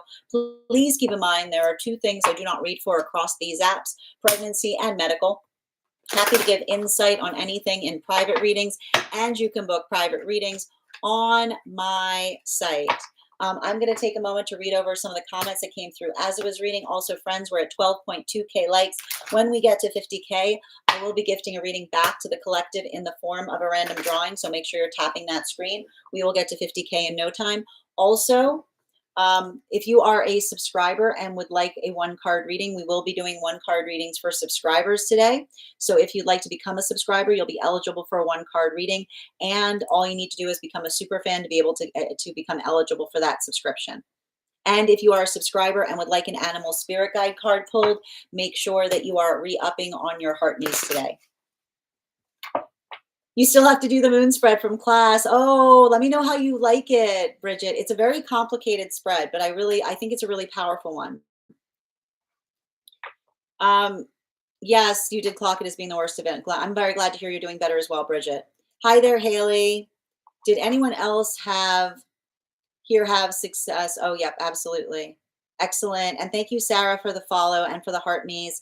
Thank you for becoming a fan of the club. And thank you as well. All right. Grand Rising, Julia. Good to see you. Excellent. Rue, I believe you asked how many are on the list right now. If you get on the list right now, you'll be the 5th person read for. It's a great time to get on the list. It's nice and short. Grand Rising, Grace. Good to see you today. Collective time. Raise his hand really high. How are you doing today, Kelly? Welcome, Shush. Grace, my message this morning. What would they say? Ooh, that's intense. That is intense. Melinda, thank you for the follow. You just passed a car with a license plate that said true self. That's wild. Excellent. And just a reminder to anybody who's joining us across the other apps, you can get on the list today as well via my tree that has links in it in my bio. All right. I also passed one that said pinch, but that's neither here nor there. I like that. Grand Rising, how are you doing today, Heather? Welcome, Celestial. Thank you as well, user 63. Grand Rising, Adina. Guys, make sure to, I'm going to pin up Adina here. Had a lovely conversation with them last year. You can find it over on their site and over on my stack if you'd like to catch that podcast. Welcome as well. Good to see you today, Phoenix. Ooh, under the weather. Make sure that you're taking care of yourself. Make sure that you're resting, hydrating. Good to see you today. Hoping you're feeling better.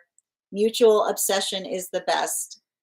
Absolutely. Happy Friday, Pisces. This is how we do it. I like it. Thank you for the compliment on my hair clips, Pisces. And thank you, Ava, for the gifts. Soup, thank you for the heart knees. Ooh, I thought the song was Move. Get out the way. I like that. Grand Rising, Estevan. Jet Set, thank you for the heart knees. I'm not feeling anything in this retrograde. Now I'm out of alignment with this collective. I don't think it's a negative thing. You know, I got to tell you right now, I would not be surprised if you have a lot of Aries placements or you have a lot of Scorpio placements and you're looking at me right now and being like, I don't know what's gotten into everybody. I would say like they're because you go through this every day, right? Like there's something about this. I'm going to say, especially with like the Scorpio placements right now, if you have a lot of Scorpio placements, this energy is going to be easier right now. You're so welcome, Celestial. You're so welcome, Ava. Looking forward to our reading. It's a beautiful moon spread. I can't wait to do it. Oh, thank you, Bridget. I'm looking forward to it. Post mentorship last night, finding the clearer message, the better the energy. Oh, I love that, Grace. So good to see you today, dear. How are you doing today, Cool Beans, Grand Rising? And thank you for recharging your heart knees. Oh, I like it. 1, 2, 3, 4. Julia, thank you for sharing the live. How Spiral? It's been a minute. How are you? Heavy on Scorpio. Yeah, heavy on Scorpio, and it's been a breeze. Yeah, it's gonna be like again, if you don't carry a lot of Scorpio placements right now, it's gonna feel a little bit rougher. I feel like it's gonna be hard for those with Aquarius placements. Might be a little bit difficult for those with Virgo placements right now, you know. But again, it's also like recognizing like this is, we're just moving through this right now, you know. It's like I keep on hearing, and I keep on getting, making sure you're not doing something in a moment that feels indulgent to the feelings rather than the sense of purpose is what I keep on hearing, you know. Pisces, the thing is, I think it might be a little rough for those with Pisces placements too, during, because the thing we keep on recognizing, and I was picking up on this during Pisces season, is every time Neptune and Saturn dip back into Pisces and then leave again, it's triggering abandonment wounds for those with Pisces placements. So, and the one thing I'll say is this has been happening throughout this year. So I keep on hearing like being present for it, but not being overreactive to it is going to potentially help with it. Aries with a bunch of Scorpio, but not sure where. Okay, thank you as well, Ella. Yeah, feeling that. Yeah, that's the thing. And I'd say, like, Doreen, the one thing to be conscientious about if you've got Pisces placements is in a few days, Neptune's moving back into Pisces. So that can create a lot of like nostalgia or sentimentality. So just be mindful of that as well. All right, we're going to continue, friends. We're going to get started on one card readings for, no, not going to get started yet. I'm getting ahead of myself. We're going to get started on personal readings, but if you'd like to get on the list right now, it's a great time to get on the list. You'll be the 5th person read for 3 cards for a donation of 29 or more, 4 cards for a donation of 23 or more for my subscribers. Links in my bio. Please keep in mind there are 2 things I don't read for across these apps: pregnancy and medical. Happy to give insight on anything in private readings, and you can book private readings on my site. First person we are reading for today is going to be Addison. Addison, if you're here, can you respond in all caps? Let me know if you would like a general reading or if you have a specific question you'd like me to answer. And if anybody else would like to get on the list right now, you'll be the 5th person read for. And while we wait for Addie's question to come through, let's do an intuition check. I've got the, only one, please. Let's do that again. All right, I've got the animal spirit guide cards here. We're going to count back from 10.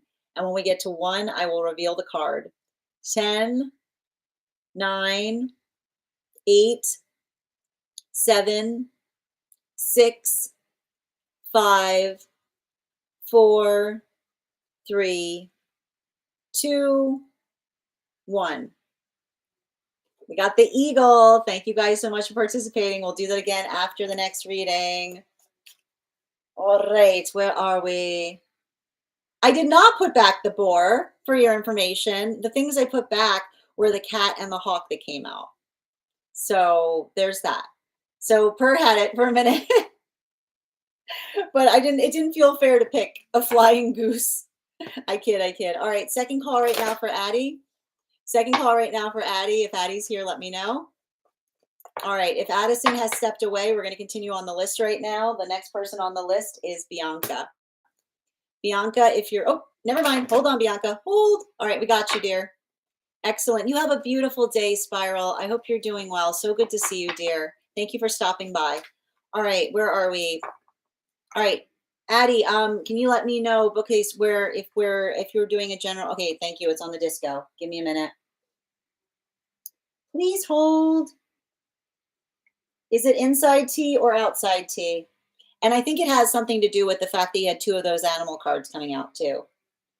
All right, where are we?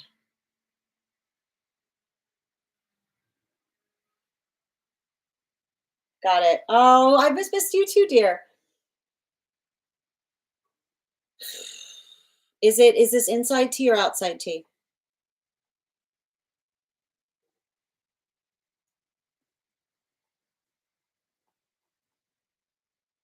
I'm just waiting for confirmation. Okay.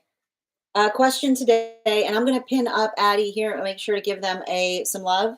So, question is, what do I need to know in regards with family repair process, particularly with regards to my sibling? I just found out they're pregnant, and we have been no contact with the exception of my grandmother's funeral. Sending you support on that. I don't know if you remember my reading for the grandmother's energy after her death, but this was a big old confirmation on that. Can I get 5 cards, please? Thank you for being the first one on the list. You'll get 5 cards.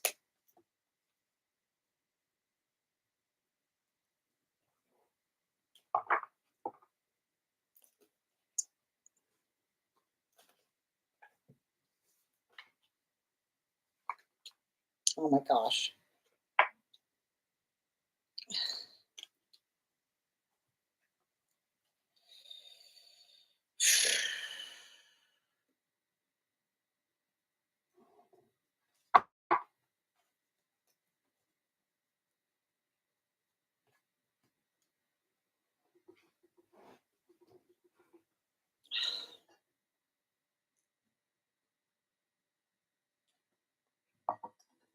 I mean, I just want to bring up because I've got somebody in spirit saying this has been like an ancestral thing. You know, I keep on hearing we're all like, we are all positive influences on each other unless someone is not doing their shadow work effectively, is what I keep on seeing. And I feel like this is, you know, the, and I feel like it's like, it's giving me like,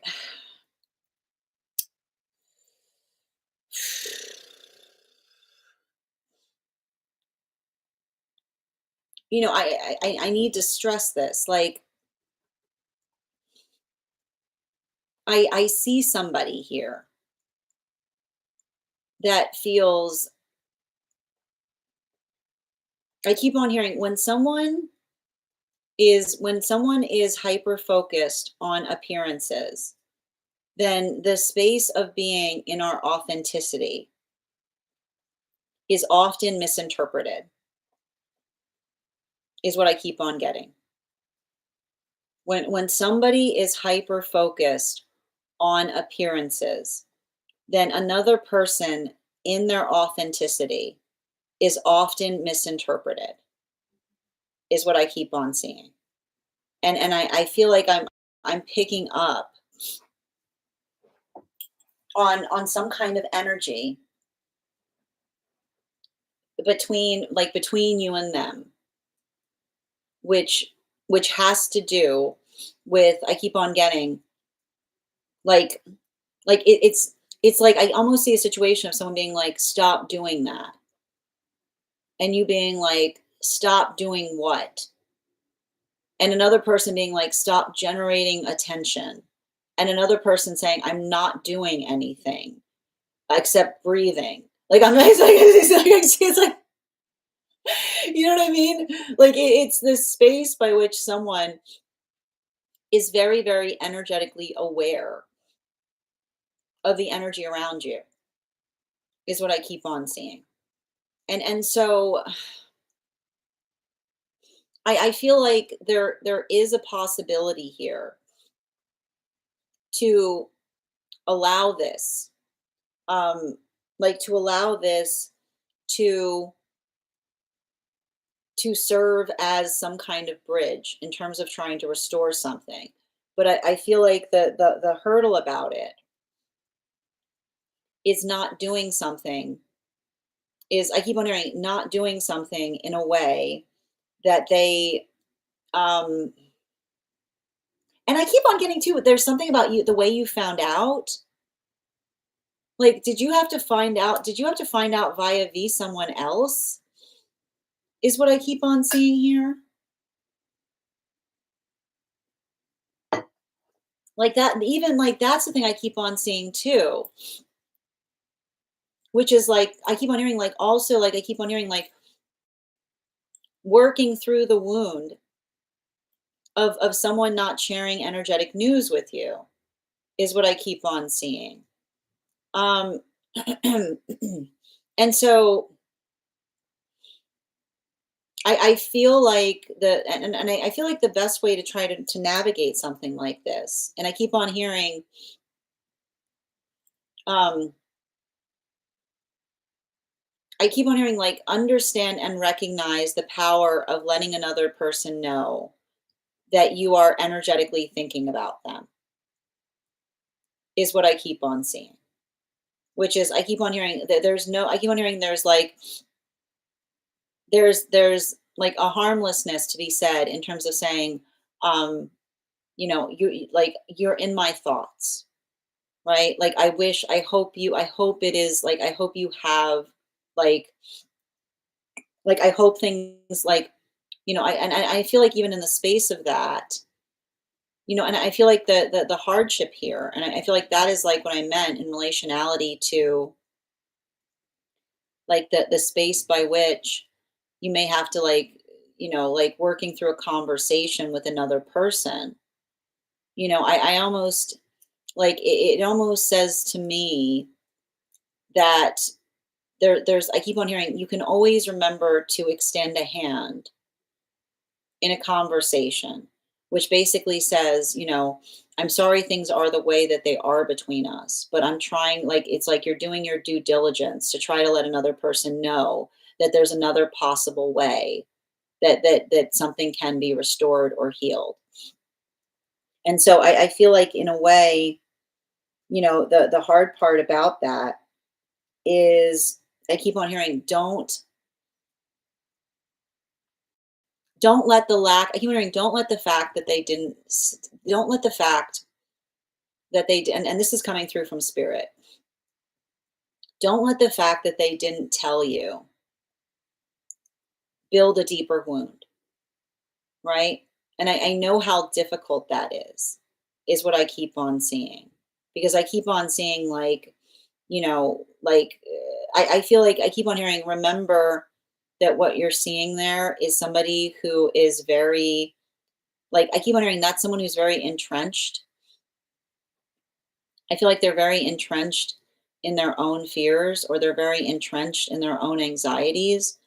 And so I keep on seeing, like, the thing I keep on hearing from somebody on the other side is say, like, remember that what you're seeing are the actions of a perpetually frightened person, is what I keep on getting. Like, I just keep on hearing someone say, remember what you're seeing is not something that is intentionally focused towards you. I keep on hearing, remember, those are the actions of a perpetually terrified person who's constantly fearing being, I keep on hearing, who constantly fears being judged by their choices, is what I keep on getting. And I know that that doesn't make it okay. Like, I'm not saying in any way, shape, or form that should make the fact that it feels um like that they're like, I keep on hearing, like, that there's an estrangement between you, to resolve it. But I keep on just hearing, like, and this is coming through specifically from spirit. They keep on saying that is not an angry person. That is a terrified person. And I feel like in the framework by which we recognize that what we're experiencing from another is fear, not anger, then, I feel like we understand. Like, I feel like it's almost the modality by which we can give somebody. I keep on hearing, we can give someone the gift of our proximity if they're energetically afraid, while also articulating to them that it doesn't have to be that way, is what I keep on hearing. Bottom of the deck, they project a lot on you, is what I keep on seeing. I feel like it's hard. Like, remember when I said, like, this feels like someone who isn't doing their shadow work effectively. So I feel like it's almost like, I feel like this is the space by which another person, wow, like, and I need to point this out, the space by which another person, like, projects something onto you is, and I feel like that's the space by which I said, like, often I keep on hearing the thing with with fear is that fear often resolves over time. right? Like the observation. And that's a hard part, right? Because if someone is projecting something onto you, right?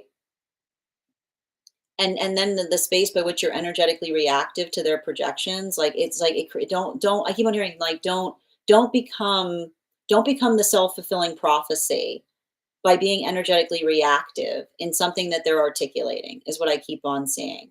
Which is I like it's like I keep on seeing, like I keep on hearing, it's weird too because I keep on hearing that like your guides are firm on this. You being your authentic self is not spectacle, right? And I keep on hearing that energy that articulates that we're making a spectacle of ourselves is usually articulating when someone says that we're making a spectacle of ourselves, what they're really saying is that they themselves lack the courage to be in their authenticity, right? Because I keep on hearing like there's, and I don't know why I keep on hearing the word spectacle, but the space by which, and I like to point this out, never do we know that someone is fixated on us than when they are more attentive of the attention around us than we ourselves are. I got to say that again. Never do we recognize the shape of a wound more than when others are more attentive to the energy around us than we ourselves are. And I feel like there's some kind of wound between you and them in relationality to you not doing something, but garnering attention, right? Like not even trying to. I don't know if you've got Leo placements. This often is a Leo wound, right? Like the space by which you're trying not to do anything and you can't help it. Like, like, where it's like, and that's what can be painful when someone's like, stop doing that. And you being like, I'm not doing anything. And then another person goes, no, but you are. And being like, what am I doing? And being like, stop gathering all of the attention. And this is often a Leo wound because Leos are like, I am literally just existing, literally like not doing anything.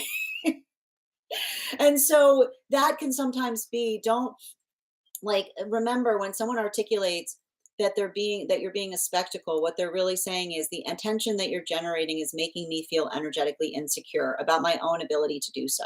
So I keep on feeling like the ability to kind of recognize that and not overly internalize it, like I feel like this is a lot of inner child wounds that are still kind of happening between you and them. I keep on hearing like continue to extend the hand and be patient because I keep on hearing every time you do so, you're saying you're giving someone an opportunity to say it doesn't have to be this way. Thank you so much for having that reading with me. And if this message connected to you as well, it's very common for those who need these messages to be here to experience them. We are doing personal readings right now. If you would like to get on the list is open. It's 3 cards for a donation of 29 or more. 4 cards for a donation of 23 or more for my subscribers. Links in my bio. Please keep in mind there are 2 things I do not read for across these apps: pregnancy and medical. Happy to give insight on anything in private readings, and you can book private readings on my site. I'm going to take a moment to read over some of the comments that came through as I was reading. Oh, thank you for the compliment, Cole.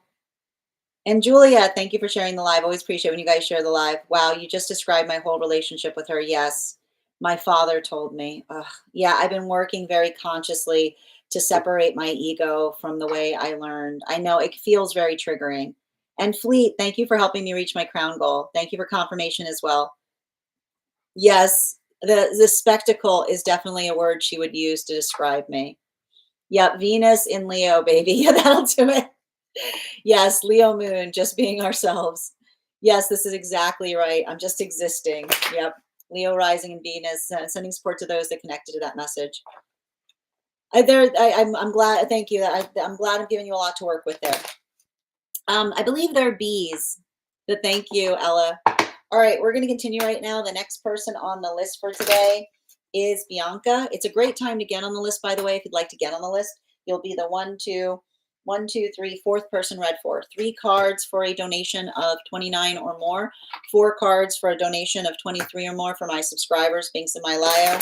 Please keep in mind there are 2 things I don't read for across these apps: pregnancy and medical. Happy to give insight on anything in private readings, and you can book private readings on my site. We do here life path, highest priority messages from spirit, angelic guidance, dream interpretations, past life, mediumship, love reading, pet readings, animal spirit guide readings, Akashic, and mind, body, spirit. If you have information that is relevant to our readings, for instance, you have a dream that you would like interpreted, or if you would have, if you have a past life you'd like more information on, you can include those notes, use those notes in the donation when you send the donation, or you can post them in our subscriber only disco channel in the appropriate channels.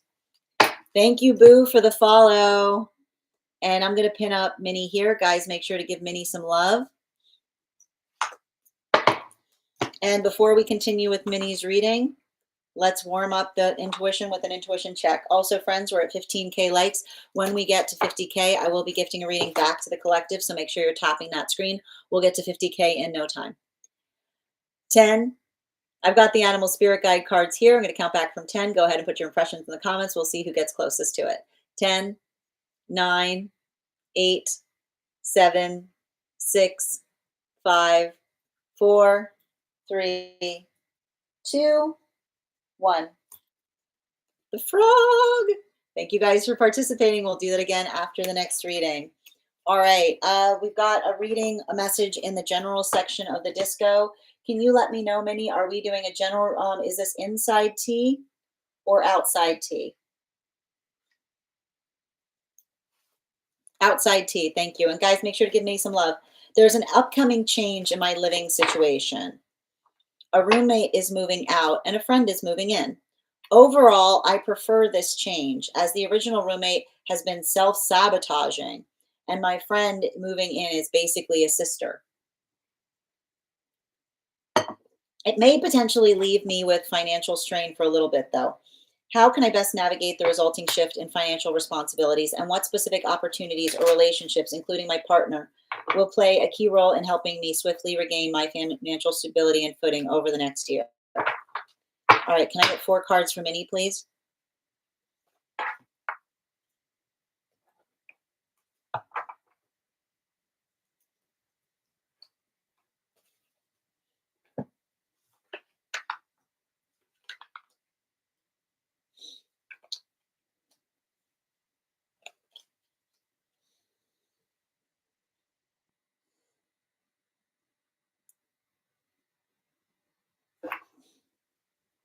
I mean, I feel like you have to have a realistic conversation with someone, is what I keep on seeing. I keep on hearing like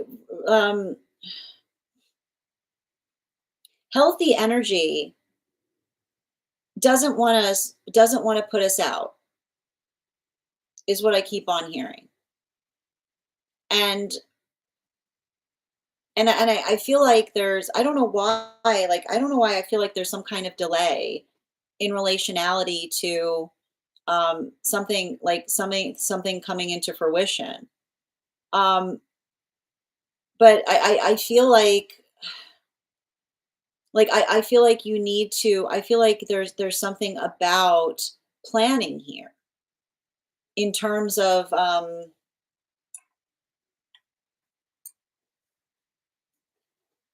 and I need to like hold on a minute. Yeah, like that's the thing about it. Like I keep on hearing like there's something about this that feels feels a little bit like navigating a gap is what I keep on getting. And so I keep on seeing if you're not, if I keep on hearing if this is not, if this is not solely your problem, then I keep on saying if it's working towards a collective, then you have to keep on hearing you have to have a collective conversation about it. Which is to say, like I keep on seeing you saying to another, I don't know how I'm going to energetically afford this, right? Because I keep on seeing another person saying the minute we say, I don't know how I'm going to energetically afford this, is the space by which another person can step forward and try to effectively assist with something. So I feel like the solution upon, I keep on hearing, it's not, I keep on hearing it's not about holding your breath. And I feel like that's that, like, I don't know why I feel like I see you kind of trying to take some, like, I feel like I see some kind of situation that you're like preparing to white knuckle through, right? I keep on hearing there's no reason, um, and I feel like I keep on hearing you don't want to knuckle through at the beginning because you want to begin something on sure footing, which is the space by which another person recognizes and identifies the fact that I keep hearing the fact that you're in some kind of energetic constraint point. So I feel like there's something really important to be stated there. I also keep on hearing, I don't know why I keep on hearing this too. Um, this is what security is for, right? Like I keep on hearing that there's something about this that, I keep like it's like you have to have a collective conversation with someone in order to navigate how to manage a gap is what I keep on seeing, which is I keep on seeing, not just kind of holding out through it, but saying, there's something that we need to address because I don't know how I'm going to energetically afford it. Um, I do feel like I think that there's something I'm seeing here. And I don't know why I'm getting this. Is somebody in the midst of like switching careers? Is somebody like moving somewhere to look for some kind of opportunity?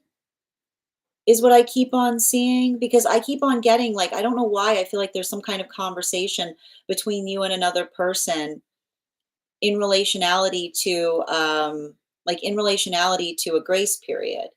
And I keep on hearing that there's something to be said, like um there there's something I keep on hearing, there's something to be said about something being supportive in relationality to being able to articulate upon um I keep on seeing keeping some kind of record is what I'm getting between you and another person, because I keep on seeing like if this is, I don't know why I'm getting some kind of, I don't know why I keep on getting some kind of energy that's moving somewhere, hopefully with the expectation of finding a windfall is what I keep on seeing, right? And I keep on seeing like the thing about a windfall is like when somebody's moving somewhere to because they know that there's going to be a windfall, then it's okay to say to them like, okay, it's cool. I know you'll get me back someday, right? Like the space by which you say to another person like, it doesn't have to be today, but there will be a point tomorrow by which we become energetically even is what I keep on seeing, because I keep on, the thing I see that you may need to potentially avoid between you and another person is I keep on hearing like, make sure, like, I just keep on saying, make sure that you're breaking down all of the energetic expenses, right? And so I keep on seeing, like, even in the space by which you break something down, you can say, like, look, like this is what it's going to be, and this is how much it's usually going to like. I don't know why, like, I think you almost like I feel like you have to sit down and have kind of like I keep wondering you have to have like a board meeting is what I keep on seeing. Like sitting down with a group of people and saying, like, look, this is this is how much the expenses are. This is what they all break down to. And this is a good amount. This is a good number in terms of like proportionally what we can expect. And I can almost see you saying to another, like, look, I can carry this for now, but I do need to be I feel like you almost have to say to someone like, look, I can carry something for now, but it would be nice to be energetically recompensated for it someday, is what I keep on seeing, right? And that's what I said, like preparing for the energetic windfall in relationality to what another person foresees that is coming in the future. And so I keep on hearing it's okay to prepare for a windfall. And I keep on hearing like a windfall isn't the space by which you say, like, I'll just hold my breath until it happens. But it's a space by which you say to another, like, we're paying it forward until the day comes that you can effectively pay it backward. Bottom of the deck on this reading. Yeah, because what I see that you like, I keep on hearing healthy energy doesn't want to put you out, right? Like healthy, and I don't know why this, I don't know if this was some kind of situation that you were having with the past person in relationality to something like that, because I'm not sure why, I'm not sure what I'm seeing in relationality to like a past situation, in relationality to like, I don't know why, like I almost feel like I keep on hearing you don't want to repeat, you don't want to repeat the cycle that you just moved away from in the space of the present. And I feel like, and I keep on hearing like the way you're going to be able to facilitate that conversation is, and I feel like that's kind of the gift of the this situation that you're moving away from, which is not the space by which you're saying to another that you expect that to happen, but saying, I've learned my energetic lesson, right? Like almost looking at situations and saying, like, look, this is what I saw that happened in a past relationship that made something energetically sour. And so I keep on hearing like we do the work, we do the work going forward to like allow the past to serve as a lesson, not the repetition of an energetic cycle, is what I keep on seeing. So being able to say like, look, you know, this is what I've come up with to prevent like a disaster or to avert disaster. Because I feel like it has something to do.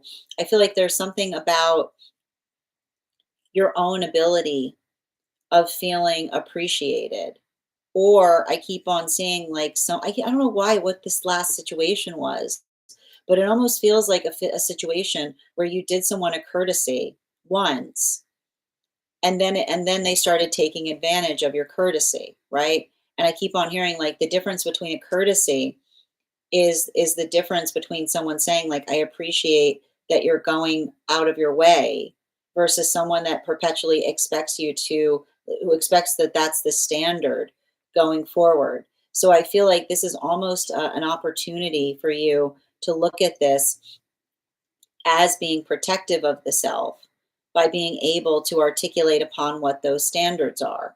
So I feel like there's something about that. Like I keep on seeing you, like I keep on hearing you don't have to be overly compassionate, because healthy energy respects our standards, right? They're not going to take offense to it. They're going to say, no, I totally get that, and I appreciate that you're making it so easy to be able to identify like what is needed to be brought to a situation. I do feel, like I said, like I definitely feel like this is going to be a better situation, but I feel like this is you kind of letting the past situation serve as an opportunity to create the healthy ground by which this new situation can evolve, right?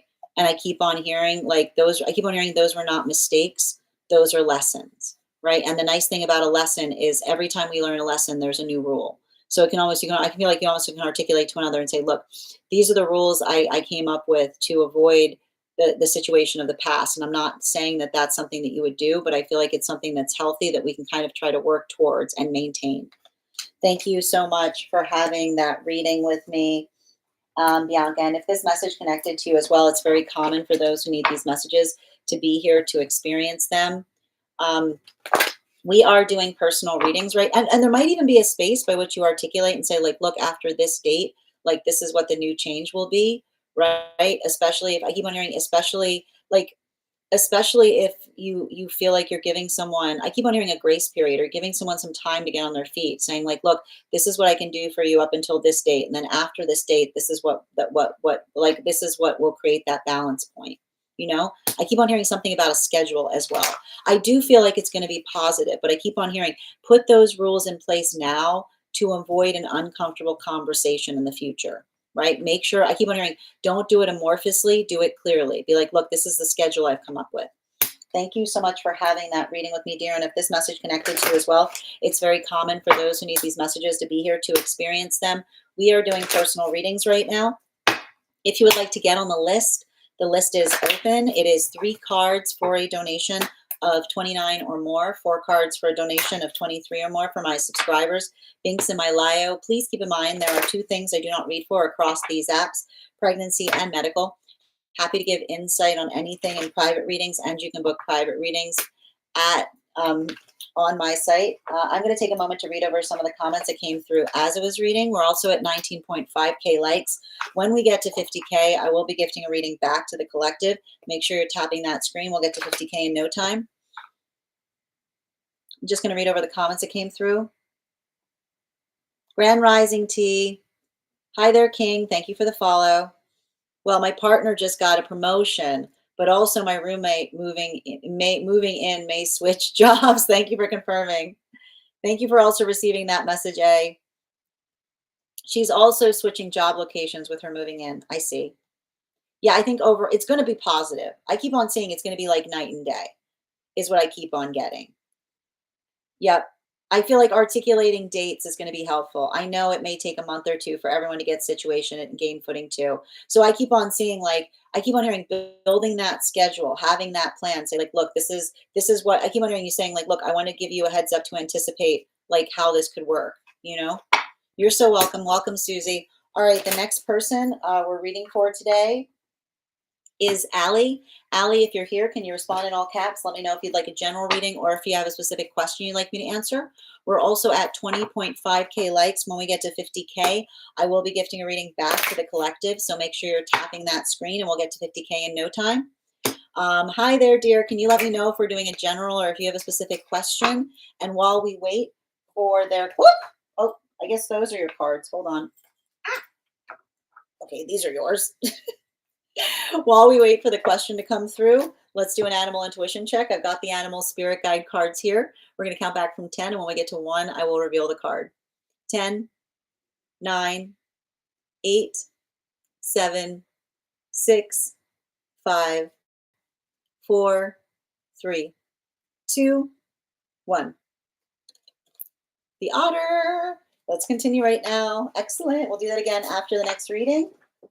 All right, and I'm going to pin up Bean here. Make sure to give Bean some love. Okay, I found a rental. I like, ooh, the location is questionable. Seeking guidance surrounding the decision. Okay, I've got you, dear. All right, can I get 4 cards, please?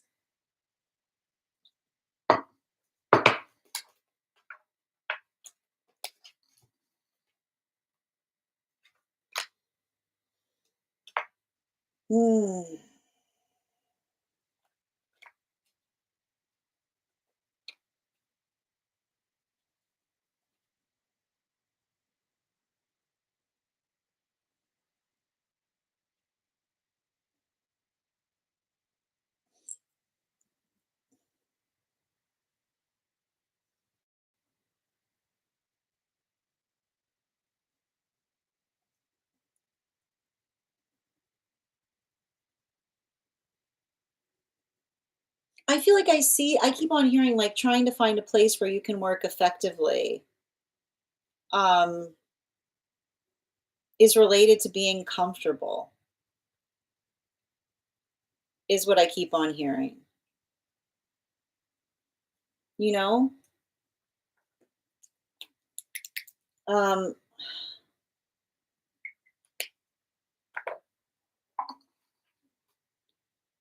and I keep on like your guides are articulating that your comfortability, like comfortability is the highest priority that we can find in relationality to um like the space by which we're trying to do something. And I feel like that there's something about that as well in relationality to like some kind of like I feel like I see you trying to find a place to channel your creativity. And I keep on hearing creativity and comfortability. Um, they are hand in hand. I keep on hearing you can't be creative if you're not feeling energetically comfortable. And it's interesting too, because I'm getting some kind of perspective. It's funny, I'm getting like, I'm getting like the vision of trying to like turn straw into gold is what I keep on seeing, like the creative process by which we take something and we make it energetically better. And I keep on hearing like we have to be in a good headspace in order to be able to do something creatively. Um, and so I feel like there's something important there because they're saying that if you're not energetically comfortable, it may impact whatever you're trying to create. It's like almost saying to me, it's like expect the fact that it's going to like expect the fact that it's going to find I keep on hearing it's gonna find its way into your work is what I keep on getting, if that makes sense. And I feel like that and what's interesting about that message is that it's not necessarily saying that that's a negative, is what I get.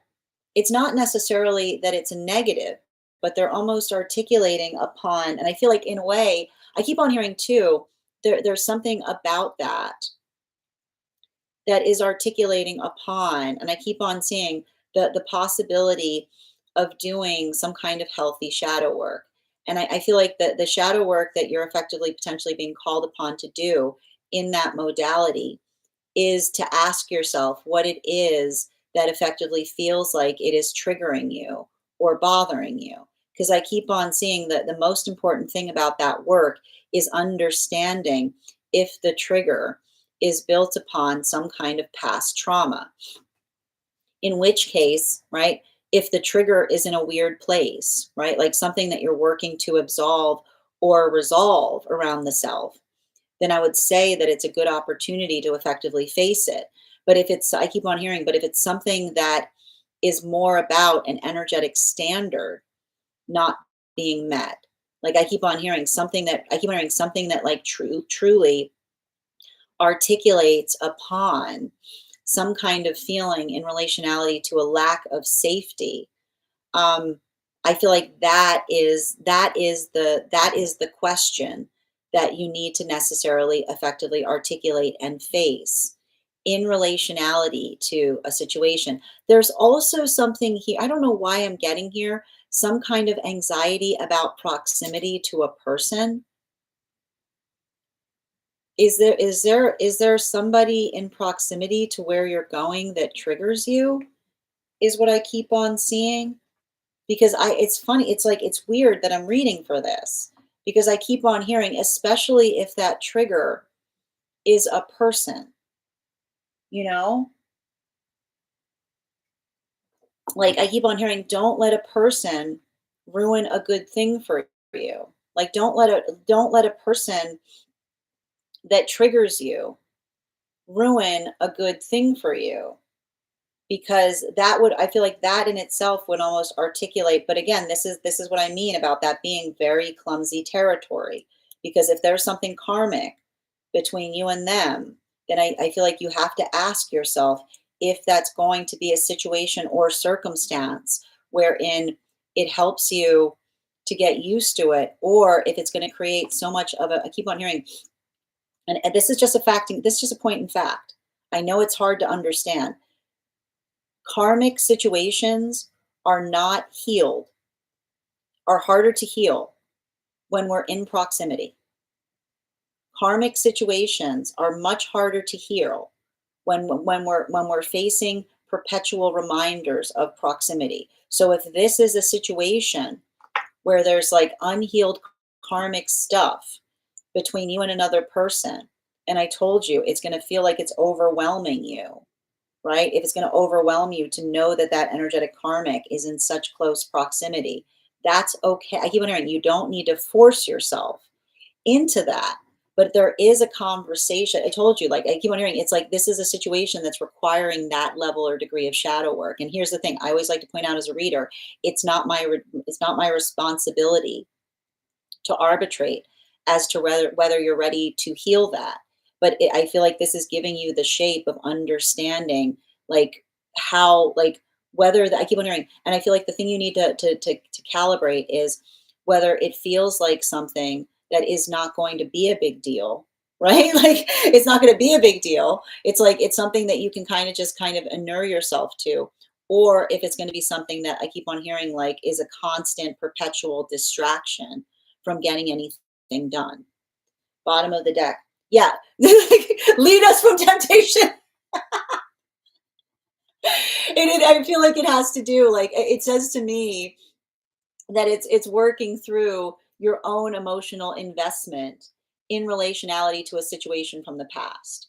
If this is effectively articulating around a person, and this is the thing about it, right? If you, it's like it's a question about whether you trust yourself enough. So again, and this is what we often sometimes recognize when we heal from situations or circumstances, especially in relation to karmic situations. Like if it's something that you're just like, you know what I mean? Like it's not a big deal. Like it's like you just kind of, it's like it's something that you've effectively moved through, then it's fine. But again, if it's karmic, you have to recognize if they are in the same modality, right? If that's gonna potentially trigger them, is what I keep on seeing. Um, so there's something I keep on hearing.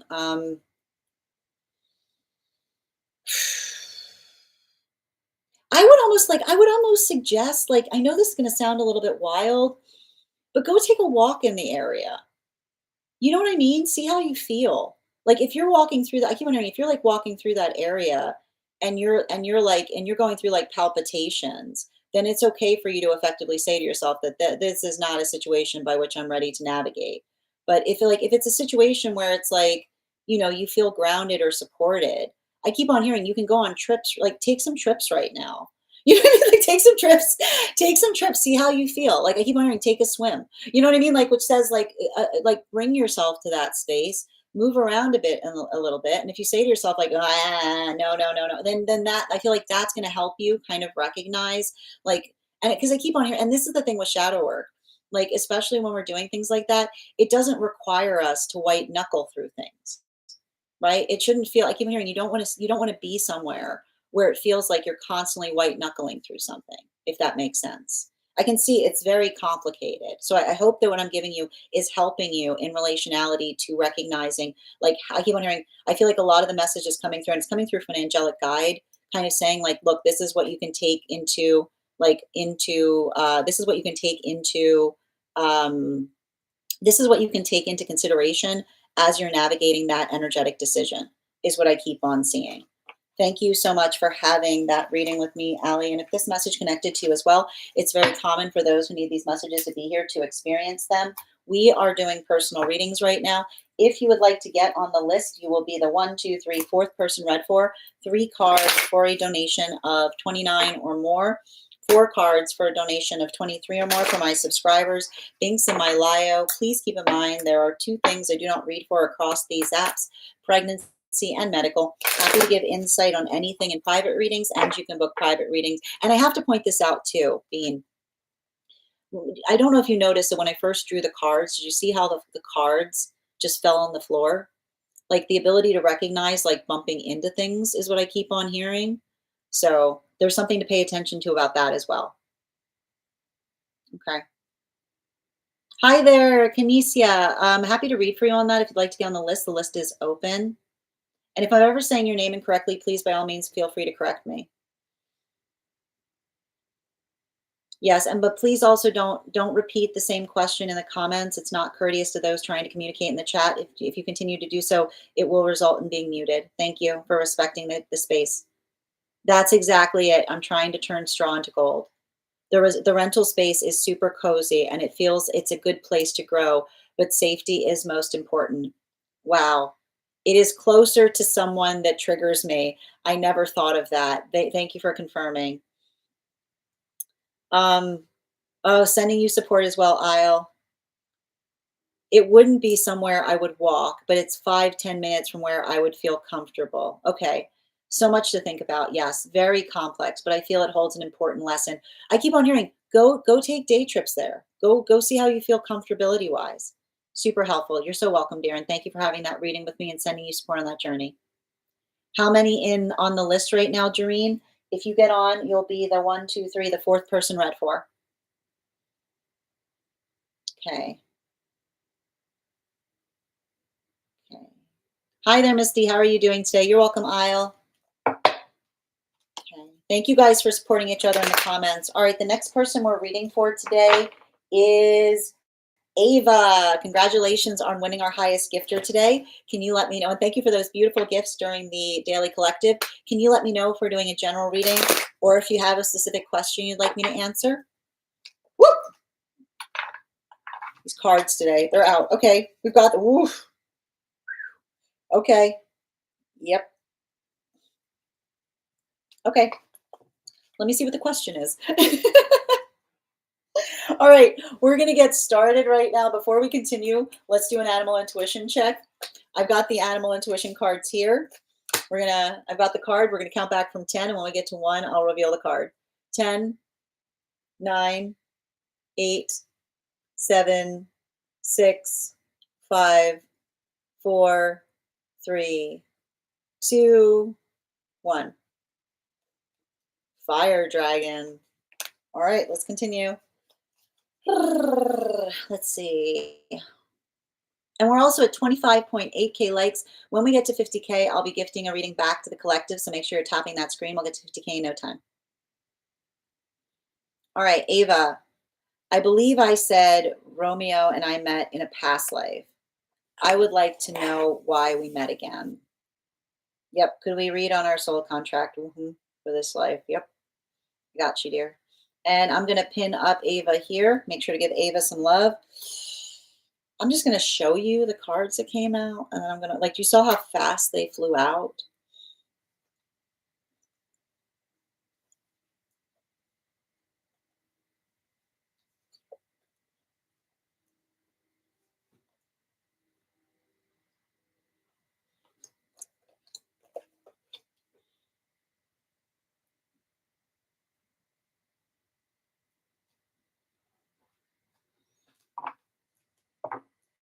I mean, I feel like I know this is like, I see you and another person coming from a very similar past.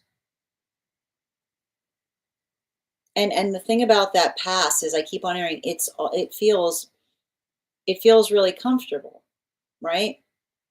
It's all too easy to slip back into those old habits.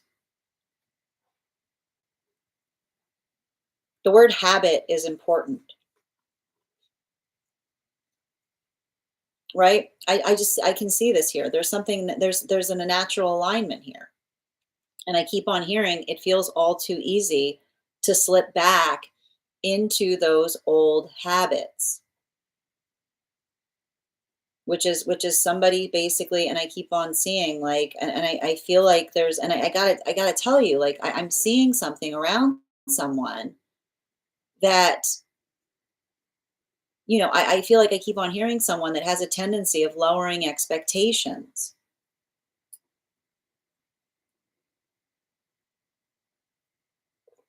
You know, I keep on hearing the comfortability of lowered expectations, which is the space by which another person says, like, you can't fool me with those dreams. I know who you are. Right? Like there's something I keep on hearing, there's something very seductive.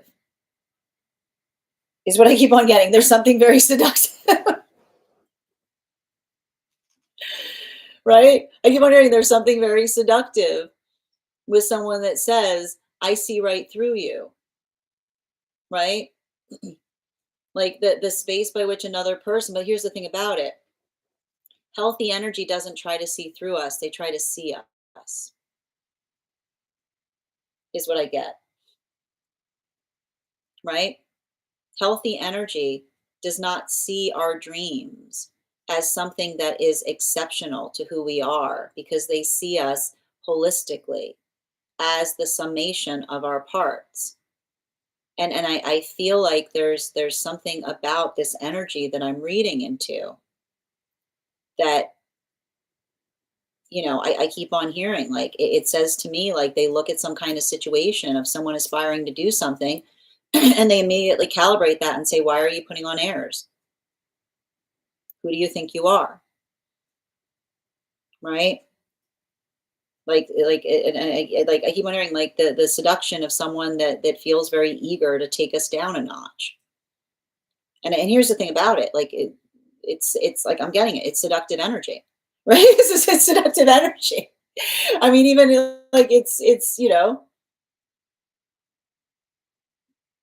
but I need to point this out, and this is why I keep on reading for another energy around you, which is the difference between the seduction of someone that wants to take you down a notch versus someone that aspires for you to climb higher,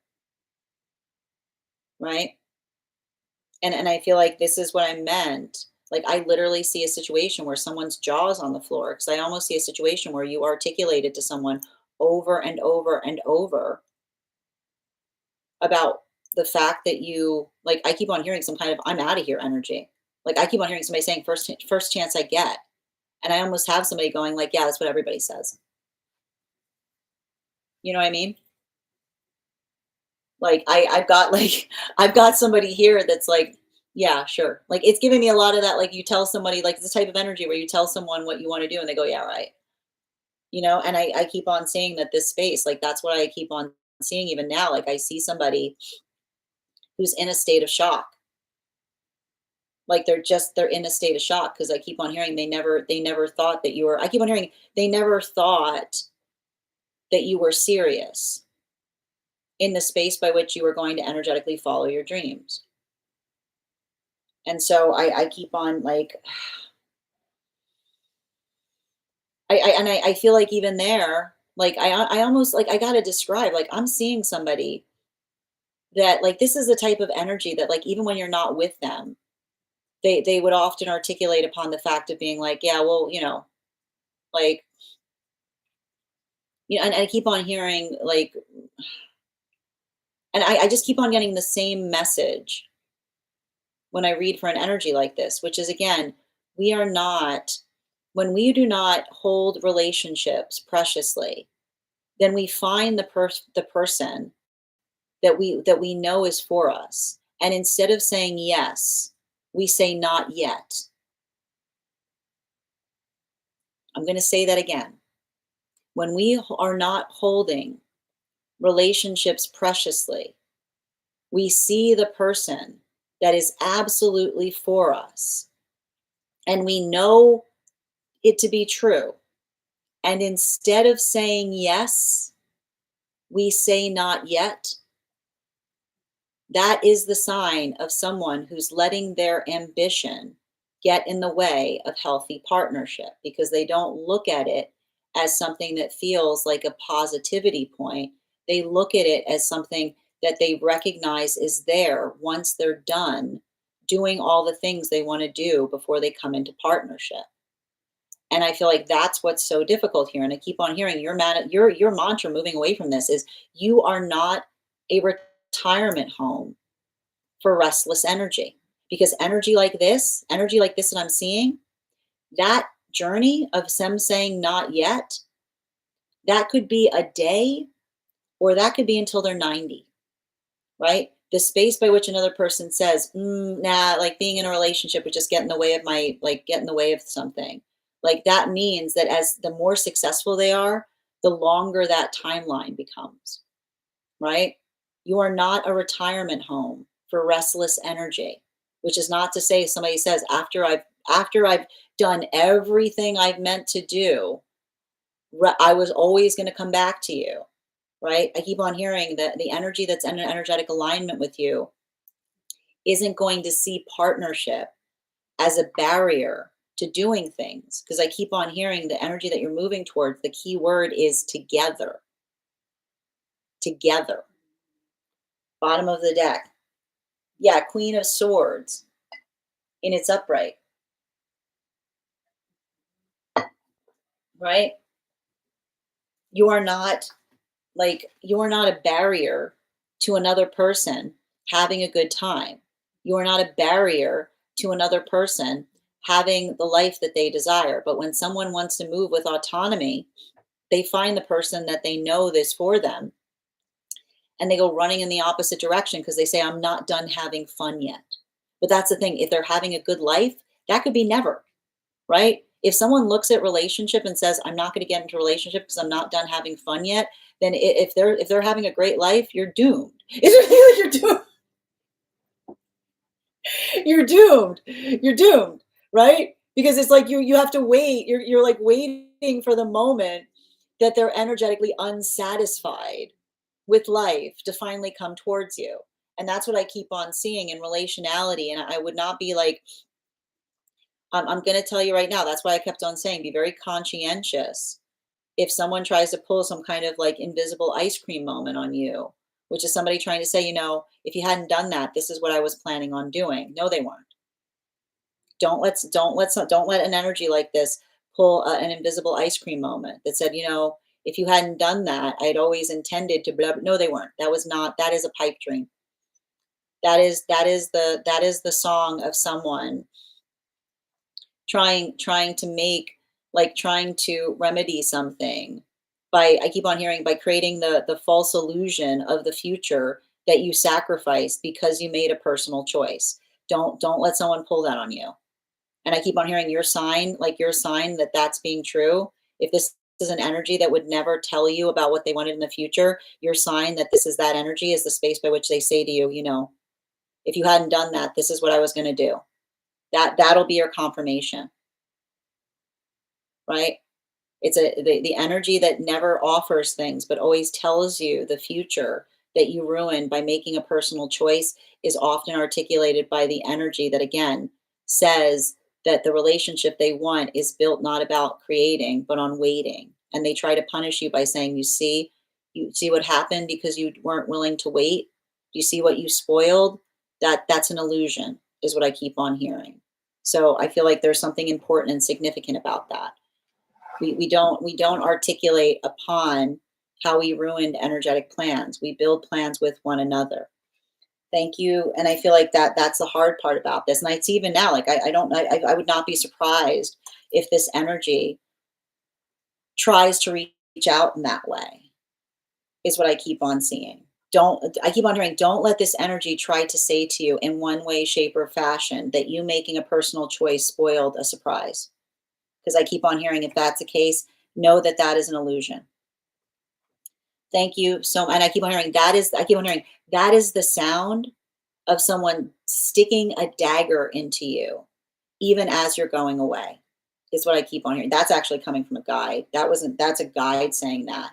They said not only that, recognize that that is someone that is trying to hurt you as you move towards what is for you. Thank you so much for having that reading with me, Ava. And if this message, and I keep on hearing, if they do that, like, I keep on hearing, recognize it. Like, I keep on hearing, recognize it as something that is purely done to hurt you. Thank you so much for having that reading with me, Ava. And if this, I keep on hearing, it's not tragic. It's like, this is a guide. Like, it's not tragic. It is cruel. I keep on hearing, don't look at it as tragic. Look at it as the cruelty of what it is, right? Like, I keep on hearing, like, don't let them say, like, look at the future you ruined by making a personal choice. Right? Because I don't know why I'm keep on hearing this. And it's interesting too, because it's actually coming through with the other, like, the energy beyond it. I feel like I'm getting a lot of, like, there's something karmic here in terms of somebody that used to do that to you a lot, is what I keep on seeing.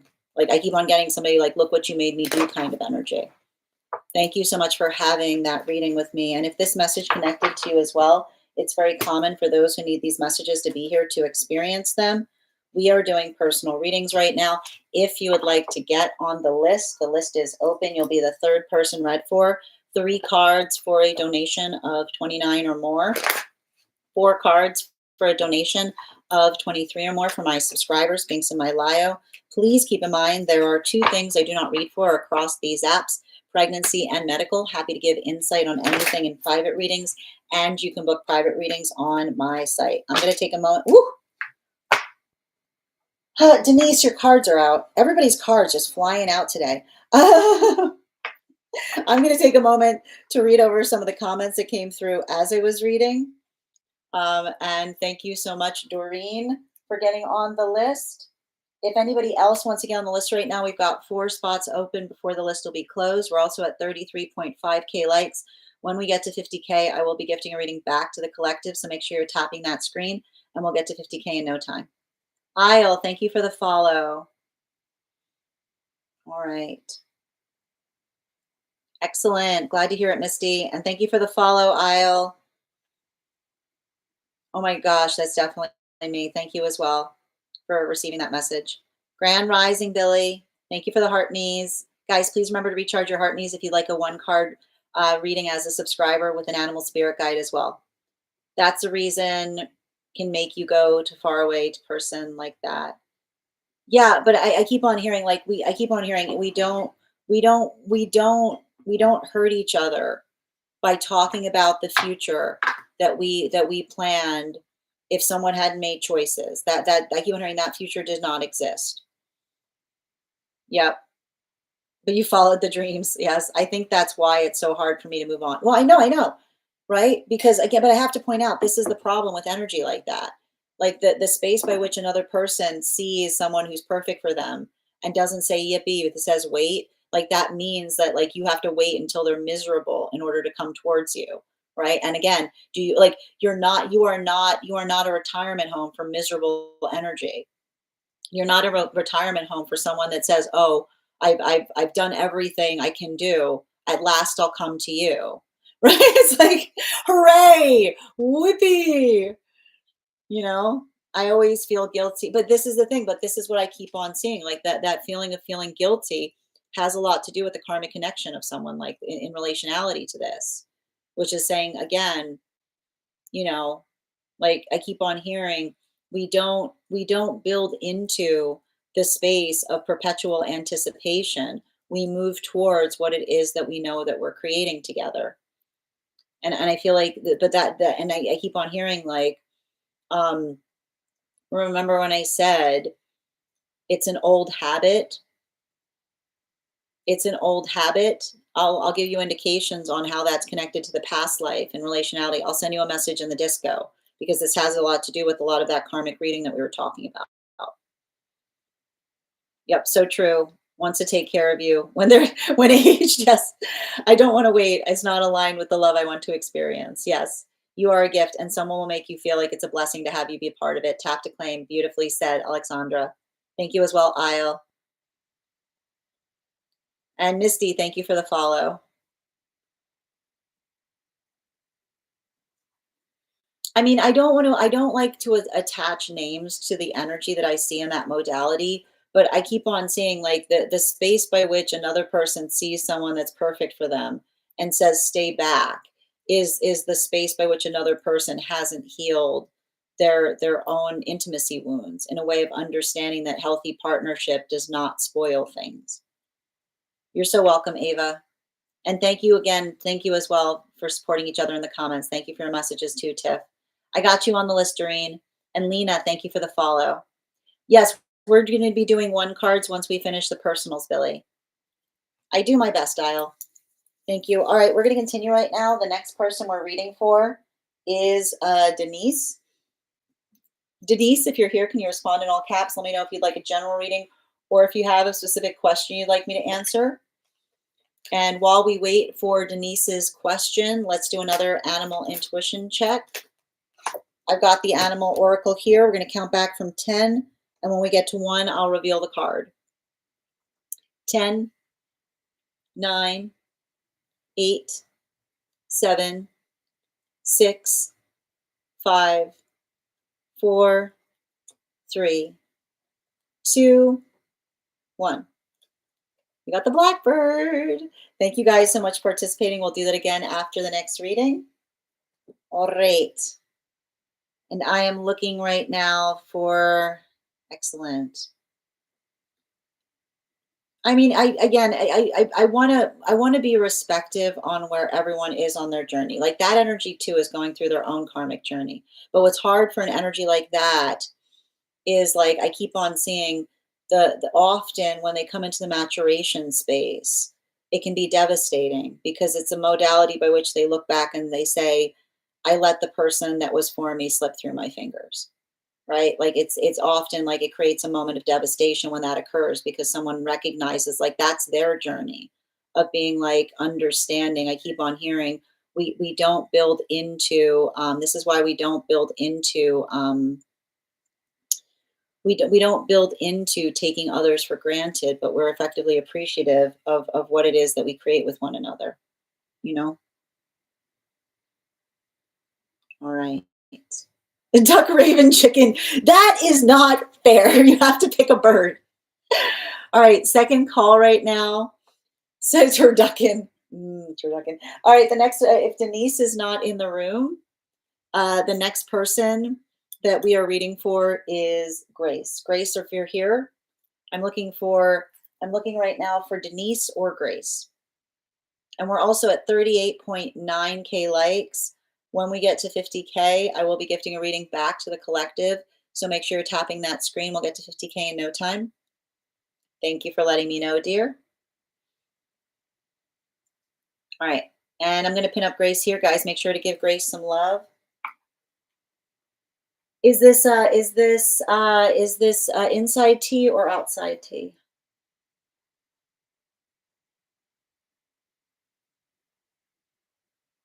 I got it. You know, it's really interesting. It's really interesting that these cards came out and they were supposed to be for another person, but then they ended up being yours. Um, and I feel like, and I know that you gave an Akashic reading, like you asked for an Akashic reading on someone, and I feel like this is the situation that they feel that they're resolving or healing from, is what I keep on seeing. Um, and I feel like I keep on seeing, like I almost see a situation where someone is trying to get their life back, is what I keep on identifying. You know, like it feels to me like I don't know why I see some kind of path work of someone working through not wanting to let someone down. Or like even there being like I feel like I keep on hearing some kind of tradition is what I keep on hearing, like not wanting to be the one to break some kind of tradition is what I keep on hearing. Um and that's the thing about it. I feel like somebody feels like I keep on hearing like I keep on hearing them say like they paid their dues,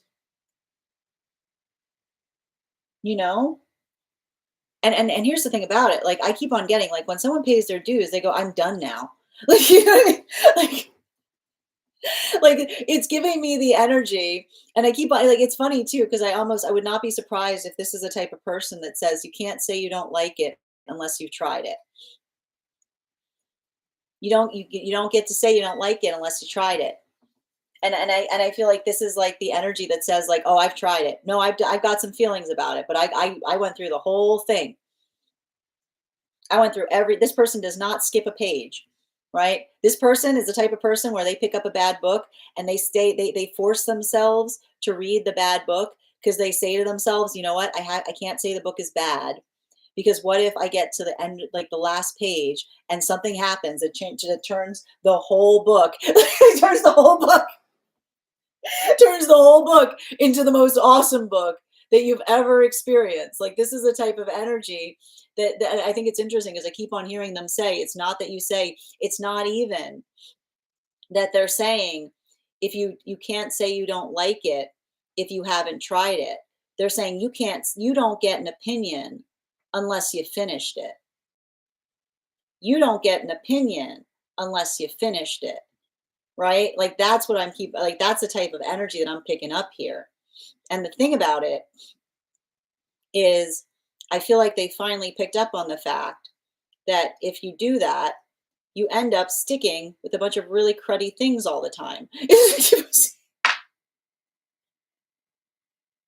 I feel like the work that they're just trying to navigate is sometimes things just stink. Sometimes, sometimes, like sometimes, sometimes things are just like if something's awful to begin with, and I feel like this is the hard thing that they're starting to learn, which is like if things and I keep on hearing like the journey that they need to understand, which I think that they're finally getting, is that when you first meet something or someone, that's the best impression. So I keep on we put our best foot forward is what I keep on seeing. They're learning that when we put our best foot forward, then typically things just get down degrade, right? That usually I keep on hearing that the space by which something gets better is more times than not the space where something gets worse. And I feel like that is hard for them to recognize, right? Because I keep on seeing they're learning how to walk away from things unfinished by saying, I don't have time for this. I don't have time for this. And I feel like that is the hard part about it. I'd be curious about their Aries placements because that's sometimes hard for Aries because the space by which we understand and recognize that our time is precious. I keep hearing the minute that we start recognizing that our time is precious, then we get much more discerning in relationality to where we put it and what we spend it upon. And so I feel like the hard part is I almost see somebody that's coming into the recognition that their time is precious. And that I keep on hearing the fact that there are those like and I keep on hearing the validation point on the fact that others want some of it is requiring them to I keep on hearing is almost requiring them to like it's almost like some inner child healing. And I feel like it's hard too, because I told you, um, like the space by which another, like it's like there's a father wound there, you know? Like I've got here, like it's like the argumentation point. Like I feel like there's an argument, there's an energetic conflict that they're experiencing. They're going through a Saturn lesson, which is the difference between something from the past that said finish what you start versus energy that says my time is precious is what I keep on seeing. So I feel like that is like, and I keep on hearing they're trying to resolve that. They're trying to resolve that knot is what I keep on seeing. Right? Like the difference between being energetically reliable, but also recognizing, and I keep on hearing the solution to that is understanding the space by which things become viable is when they don't let us down either. Right? Which is again, I keep on hearing it's not what they need to recognize is it's not about walking away. It's recognizing when something else is not meeting the expectations that they effectively articulated in the space by which we effectively decided to do something. Right? Like the solution, the panacea for that is this is not what you articulated that it would be. Right? Like it's like the minute like the minute the energy goes, this is not what you articulated this is not what it was cracked up to be, is the space by which we're effectively able to relieve from the obligation of doing something, right? Bottom of the deck is like the temperance is what I keep on seeing. I would not be surprised. I feel like this is someone that's healing from the ability of being energetically short tempered. Like I almost feel like there's a little bit of that activation that's happening there. And I keep on seeing and I keep on getting like, and it's interesting too, because remember when I dropped these cards and said, these aren't my cards, right? I keep on hearing that I feel like there's something, I don't know why, it's like they're recognizing the convenience. I keep on hearing the message that says, um, it's okay to be reliable like the due diligence in reliable systems is what I keep on hearing. due diligence in reliable systems, which is to say that when a system is energetically reliable, we put our due diligence towards it because we understand that what we put into it returns back to us. But what I keep on seeing is I see somebody who recognizes the space of a system that is energetically degraded, which is the space by which you don't put something into something without having that reliability matrix, is what I keep on seeing.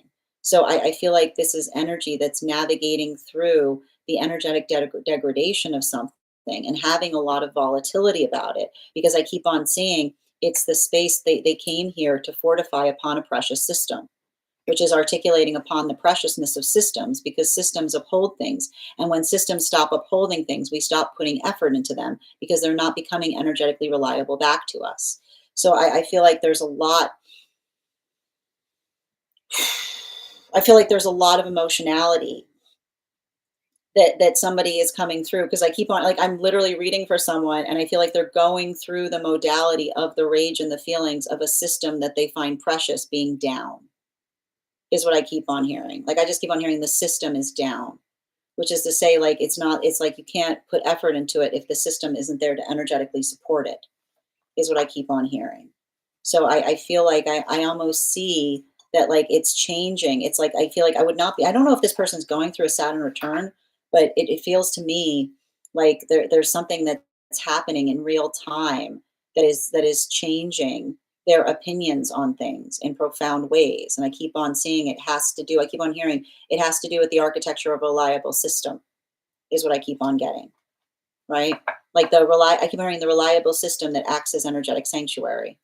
Thank you so much for having that reading with me, Grace. And if this message connected to you as well, and that's why I keep on hearing they're healing from the past because they're saying these are different cards. These are not my cards. It's not the same system by which one I'm dedicating myself. Thank you so much for having that reading with me. And if this message connected to you as well, it's very common for those who need these messages to be here to experience them. That is a like architect energy. That if that message connected to you as well, it's very common for those who need these messages to be here to experience them.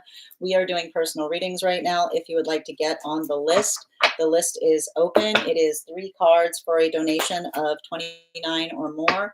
4 cards for a donation of 23 or more for my subscribers. Links in my bio. Please keep in mind there are 2 things I don't read for across these apps: pregnancy and medical. Happy to give insight on anything in private readings, and you can book private readings on my site. Next person we are reading for, I'm still looking for Denise, and I'm going to take a moment to read over some of the comments that came through as I was reading. All right.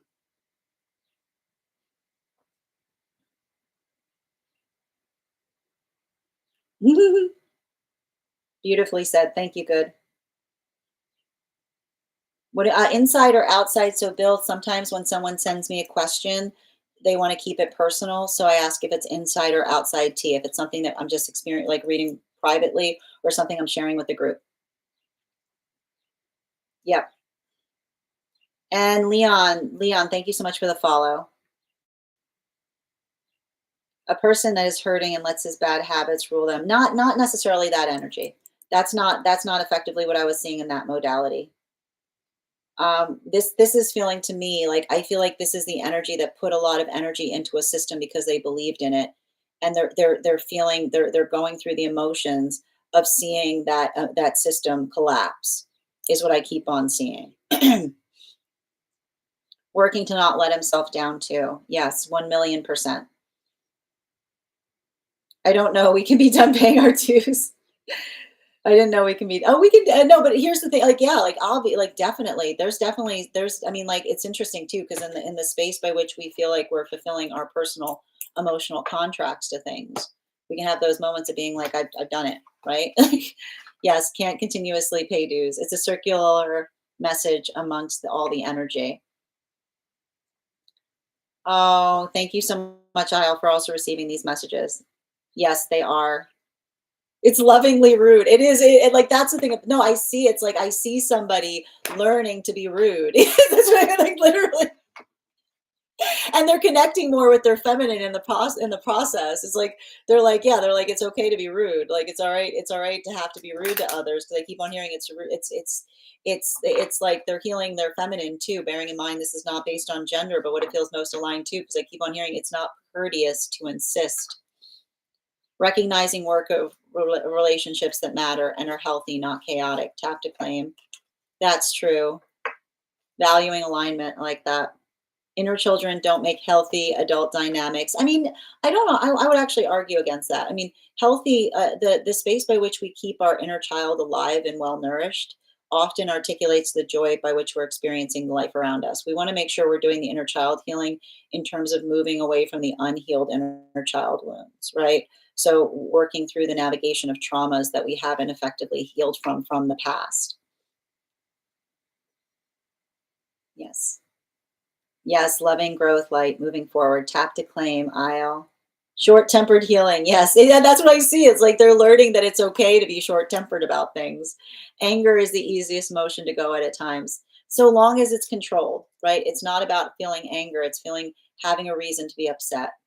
Grand Rising, Hannah. We're doing readings right now, Coco. If you'd like to get on the list, you'll be the third person read for. The systems need changing. Tap to claim. Career earlier on, like father, yes. Growth within yourself. Oh, thank you, dear. That's what we strive for. Likely Saturn does have no, there's a lot like no, I keep on hearing the whole thing they're going through right now. This is them, like I keep on hearing it's not that they're going through Saturn lessons, they're reclaiming. They're reclaiming Saturn for themselves. Like I keep on hearing they're reclaiming Saturn for themselves by being like, this is ridiculous. Like, this is ridiculous. Yes, and yep, much love. Oh, it's okay, Be Jazzy. You know where it is. We post it over on the place where we keep the videos and photos if you missed it. It'll also be up as a podcast later today. Oh, thank you as well for confirmation, Grace. Hi there, Kinesia. Again, these are donation-based readings. So if you'd like a question answered, then you either need to become a subscriber where you can have a one card. You can purchase a Superfan, which will get you that one card reading, or you can send a donation. But please don't spam the comments with asking a question because that's not how we read here. Speaking of which, you're welcome, Grace. The next person we are reading for today is Denise. Second call for Denise. If Denise is not here, Doreen is the next person on the list. Denise or Doreen, if you're here, can you please respond in all caps and let me know if we're doing a general reading or if you have a specific question you'd like me to answer. Also, friends, we are at 48K likes, and when we get to 50K, I will be gifting a reading back to the collective, so make sure you're tapping that screen and we'll get to 50K in no time. You're so welcome, Be Jazzy. All right, second call right now for Denise or Doreen. If Denise and Doreen are not here, oh, hi, dear. Too many questions to choose. Okay, so would you like a life path reading? We do here life path, highest priority messages from spirit, angelic guidance, past life, pet readings, dream interpretations, Akashic, animal spirit guide, and mind, body, spirit. So if you're having a hard time in relationality to a question, I would often articulate that I feel like a life path reading is a good one to start with to kind of just orient in terms of like what you're experiencing or working through right now.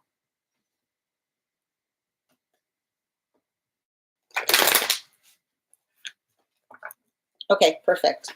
All right, and before we continue, let's do an animal intuition check. I've got the animal spirit guide cards here. We're going to count back from 10, and when we get to 1, I will reveal the card. 10, 9, 8, 7, 6, 5, 4, 3, 2, 1. Summon. Thank you guys for participating. We'll do that again after the next reading. And if you'd like to get on the list right now, it's a beautiful time to get on the list. You will be the second person read for. 3 cards for a donation of 29 or more. 4 cards for a donation of 23 or more for my subscribers. Links in my bio. Please keep in mind there are 2 things I do not read for across these apps: pregnancy and medical. Thank you for getting on the list, Sonia. You'll be read for after Doreen. We've got 3 spots left today before the list will be closed.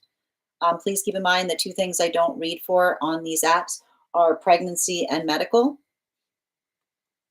And if you have information that you feel is relevant to our reading, you can post it in the notes when you send the donation, or you can post it in our subscriber only disco channel in the appropriate channels. Okay, perfect. Almost all the guesses were land animals. We had a fire dragon. Yep. Salmon doesn't need training wheels. All right, can I please get, and again, I'm going to pin up here. Hold on a moment. I'm going to pin up, I'm pinning up Doreen here. Please make sure to give Doreen some love.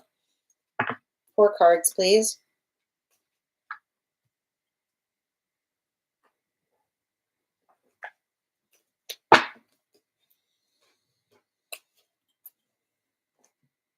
Why is my head nodding? What are you going along with that you don't want to go along with right now? Okay, fine. Whatever you say. It's giving me levels. Whatever you say. And meanwhile, she was conducting a plan. Like, that's what I'm going. Like, this is apparently the sound of you coming up with your own darn plan, is what I keep on saying. My head is just like bobbing back and forth, which is like, okay. And this is like, this is the this never even more danger when somebody's head's going like this, which is like, this is the shape of someone saying, just keep your mouth shut, and come up with a plan. Keep your mouth shut and come up with a plan. Listen, I mean, the thing about it is, like, the blessing of circumnavigation is what you bring to things, right? And I think that I think the thing that you recognize is, you know, I keep on hearing, like, your insight is a gift for those that appreciate it. And I'll tell you right now, energy like this, man, you know what? I feel like you give really good advice, which is the space by which your advice is not something that is subjective to the self. And I can see situations where someone leaves you out of it and they blow it for themselves. It's like somebody leaves you out of a decision and it's like they built a blind spot into something they did. You know? Like, it's like I can't even describe this. You should have talked to me about it. Like, you should have talked to me about it in, like, the most authentic way possible, which is the space by which you say to another, I would have given you an unbiased opinion. But you recognize this, right? A lot of energy doesn't want an unbiased opinion. They want energy that validates what they want to do, even if it walks them straight in the wrong direction. It's seductive, right? It's seductive. Someone empowering bad choices. It's like, and here's the thing about it, like, that's not where healing is, and I feel like there's something about that I feel like you've had to navigate. I feel like I see that having to, like, frame the architecture of a lot of energetic decisions by which you say to somebody, like, I just see a lot of wounds in terms of having to say to another person, I'm really sorry you made that decision. And I almost see you having to say, oh, I'm not sorry about myself. You kept me out of it. Thank you. You know what I mean? Like, I feel like it's the energy, you know, like you would have gone to war. You would have gone to war for somebody, you know, like this is saying to me, like, and that's the thing about it. Like, that's the thing that's heartbreaking here, you know. Like, I literally see some kind of situation where you would have said you say to somebody, I would have gone to war for you, but instead you kept me out of it, you know? Um, and you know how it works, you know? Like, they're gonna recognize that, but by the time they recognize it, it's gonna be too late. And I keep on getting too, like, this is moving very much into a karmic reading, which is to say, like, again, especially if this has to do with relationships, the life of the party should never get advice from the party, right? And especially, like, I keep on pointing, it's like if you enter someone's life and they start making better choices, and then all the energy around them's up at arms, and then the energy's like, you've changed since that person entered your life, being like, yeah, you were the best thing that ever happened to them. And some energy, like, I keep on hearing, when we keep the wrong energy around us and we start making better choices, the energy around us says boo instead of yay. They say hiss instead of hooray. And I feel like that's something you have to kind of keep in mind here. Like, I feel like the hard part for you is recognizing you can't save someone from their naivete. And often, when you try to save someone from their naivete, you fall right into, right? You fall right into the characterization of what another person is potentially trying to paint you as. You know, you can't. You can't save someone. You can't. I know it's hard. You can't save someone from their naivete. And the space by and I keep on hearing and I feel like the space by which you can be compassionate for it. I keep on hearing you don't have to be angry. You can't be angry. I mean, sometimes this is what I mean. Like, others' naivete sometimes hurts us the most because it's often the space by which we can recognize and say, I know, like, I know that you didn't mean to hurt me, but you still did. And I feel like, and I keep on hearing, when we are hurt by another person's naivete, we give them the gift of proximity, is what I keep on hearing. When we are hurt by another person's naivete, we give them the gift of proximity because it's the space by which we can say, and I can almost see the energy like coming back to you, apologizing, and almost like trying to say, like, I made a mistake, and you being like, yes, and now my job is to make sure that you don't make that mistake again. And I feel like I know that that's hard, but I keep on hearing the guides see it. It's sometimes the hardest thing to do because I keep on seeing it's the energy. Often when someone is naive and we have to give them the gift of proximity, they'll say, why are you holding me at a distance? Why won't you accept my apology? And I keep on hearing, you can accept someone's apology from far away. You can say, I completely forgive you, but you cannot come a step closer. And the reason that you say that is, especially, the hardest part is when you realize it's because of an injury of naivete. Because if someone is that susceptible to it, you know, like, it's not if, it's just when. So I want you to recognize that, like, I feel like the lesson to come out of that is just recognizing that your boundaries are your boundaries for a reason. And healthy energy is not going to everything you need to know is articulated in the way another person respects and appreciates those boundaries and doesn't, I keep wondering, doesn't try to take advantage of them, is what I keep on seeing. Because um, something about that work that I keep on identifying here, like, and I keep on hearing this. I don't know where this is coming from, but you can't rely upon energy that is always working to try to impress someone, is what I keep on hearing.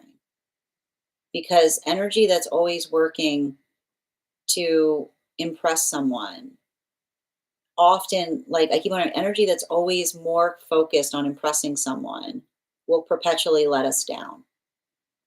And I keep on hearing that is not something that you found in a person. That is not something that you created in a person. That speaks more towards them than towards you. Um, Bottom of the deck, yeah, especially, and I feel like it's interesting because I almost see like I've got a lot of energy around you that's like wanting you to give them another chance, right? And this is why I keep on hearing, like, I keep on getting apologies don't come with conditions, which is the space by which I say, like, we can be good and respect each other's distance. Apologies don't close distance, right? It's not like you apologize for something and then suddenly everything is back the way it is. Apologies are respected, but then there's also the acknowledgement of the fact that an apology was needed in the first place. And and so I feel like there's something really significant and important there in relationality to another person taking your kindness for granted is what I keep on seeing, right? Which is the space by which it's like I keep on hearing, and I keep on hearing we're not demanding on each other's kindness, which is the space by which another person like had our kindness and then they took advantage of it and they go, well, why aren't you being, and I keep wondering the difference between someone like like the difference between someone apologizing versus another person saying, oh, I can start asking for things from you again. You know what I mean? Like there's something significant and important there is what I keep on seeing. Specifically and in relationality to, and at the same time, like I do feel like this is you. I feel like this is almost like a time where I see you like building healthy relationships. You know, I'm not sure if you've just moved or there's been some kind of shift, but I keep on seeing that um, like healthy energy will celebrate the changes that you've made. They're not going to hold you to the standard of the past self. And so I keep on seeing like be very conscientious about that. Um, especially, especially in relationality to and I keep on hearing this. This is important. We don't um like we don't like, oh man, like when I see something like this, the hardest thing ever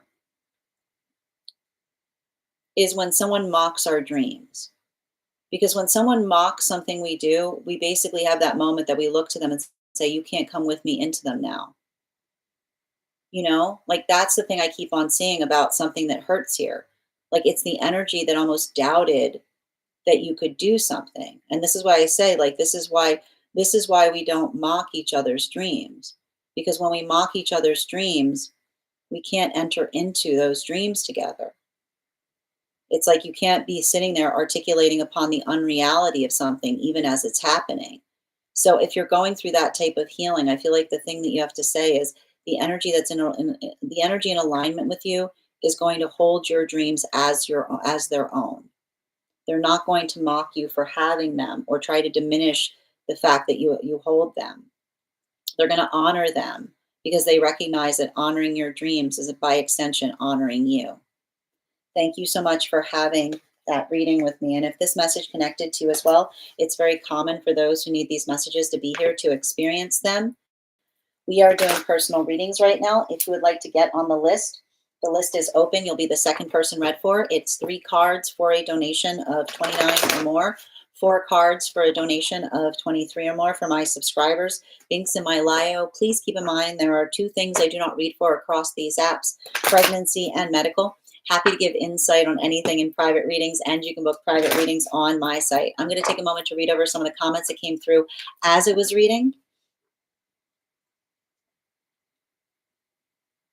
All right, one moment, please.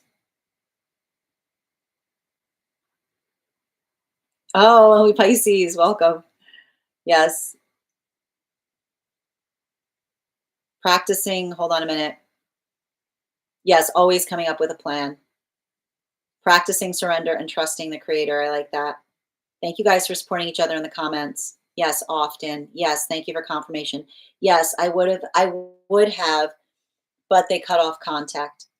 That's an interesting insight. Oh, sending you support as well, Isle. That makes sense. I can't save him or anyone. I can't save them. I realize I can't save them. I just hold space. And I feel like, again, like, I feel like that is, it's hard though, is what I keep on seeing, you know? I had to learn that the hard way. Yes, I walk away and feel their energy around me when I break a connection.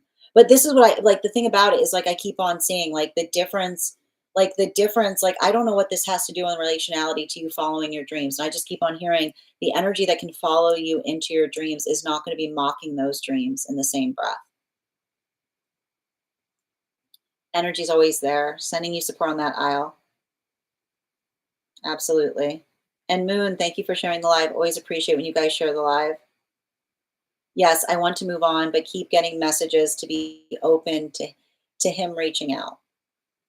I was told to be kind, but and I keep on hearing you can be kind, but don't let that kindness disrupt the direction that you're going into. I feel like the thing I would focus on right now, if you're feeling that, is recognizing and identifying. Like, I want you writing down those manifestation goals, because again, with the retrograde energy, it could feel like somebody coming back. But I keep on hearing making sure that they're coming back in a space that's productive, not checking to see if you're still emotional about something. Apologies are nothing without change. And thank you, Michelle, for the follow. Oop, hold on a minute. Angelic, thank you for reposting. I don't even care if I get an apology. I just want to know if he wants to see me again. But I feel like the thing about this that I'm getting in that reading is articulating upon why apologies are important. Because I keep on saying the apology is the articulation of something that they did that was not okay. Relationships shouldn't feel heavy. The part about dreams, he doesn't even know them. He just cut himself out. Sending you support on that journey, dear.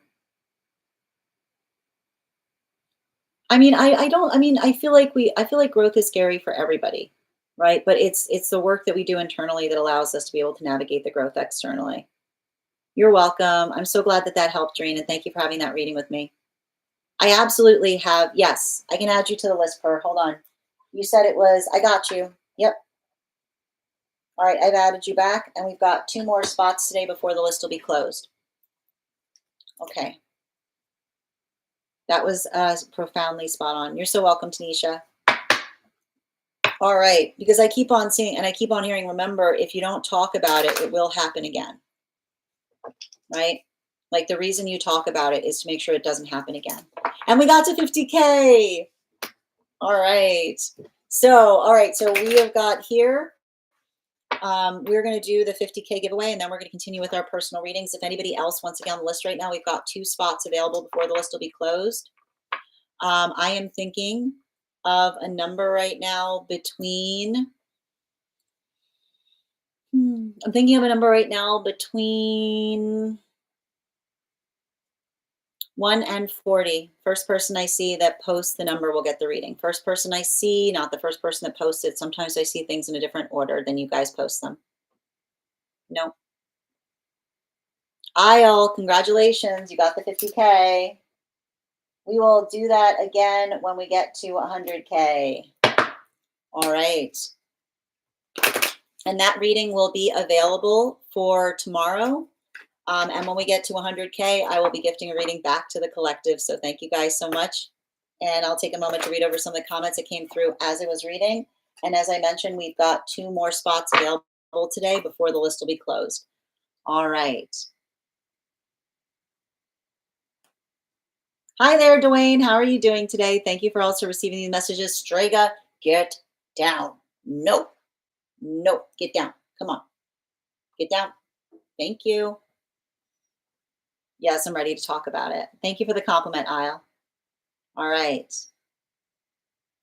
All right, let's continue. The next person, I'm still looking right now for Denise. Denise, if you're here, can you respond in all caps? I know.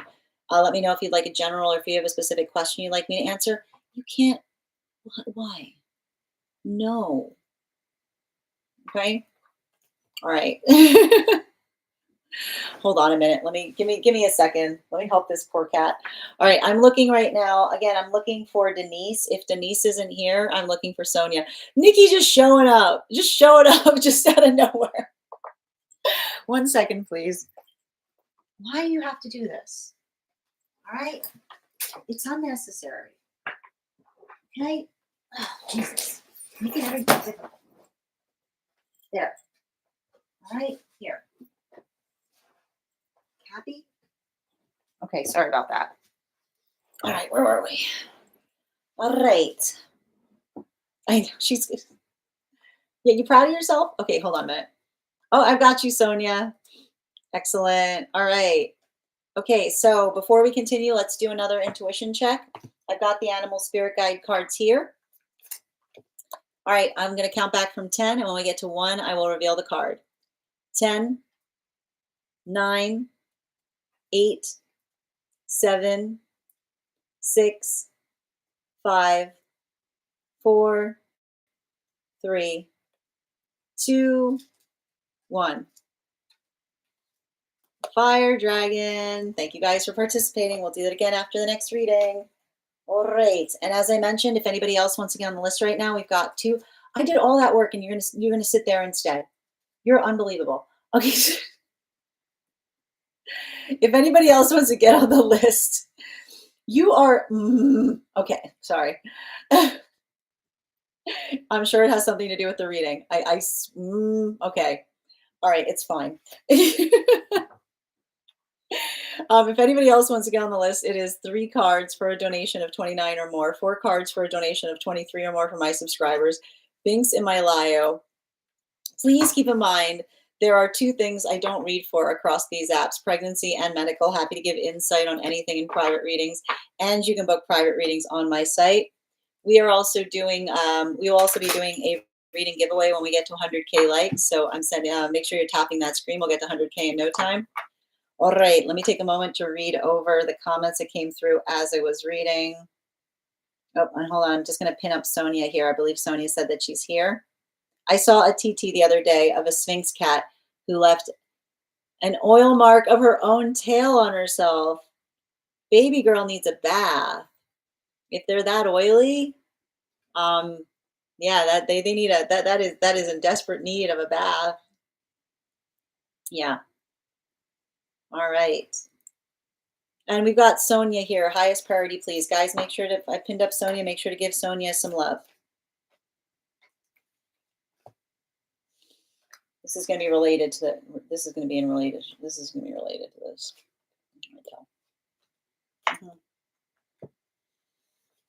Oh, yeah. Jesus, I knew it. You know what? You cannot get anywhere. Okay. This has been coming up like so much over the past few days, okay? The song of a mother wound is nobody tells me what to do. The song of a mother wound, the song you will hear when you're navigating a mother wound is nobody tells me what to do. We tell each other what to do all the time. Healthy, like the best thing we can possibly do. Help me help you, right? The way we help each other. The world is an amazing place because we're perpetually telling each other what we can do. And in that space, we hold each other up.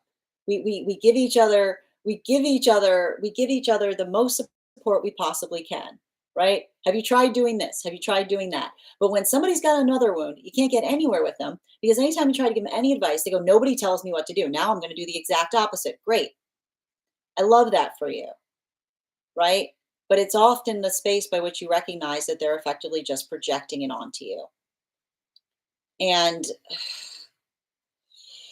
I feel like there's something really important about that because I feel like it's the space by which you have to have a conversation with someone in terms of the understanding that when we like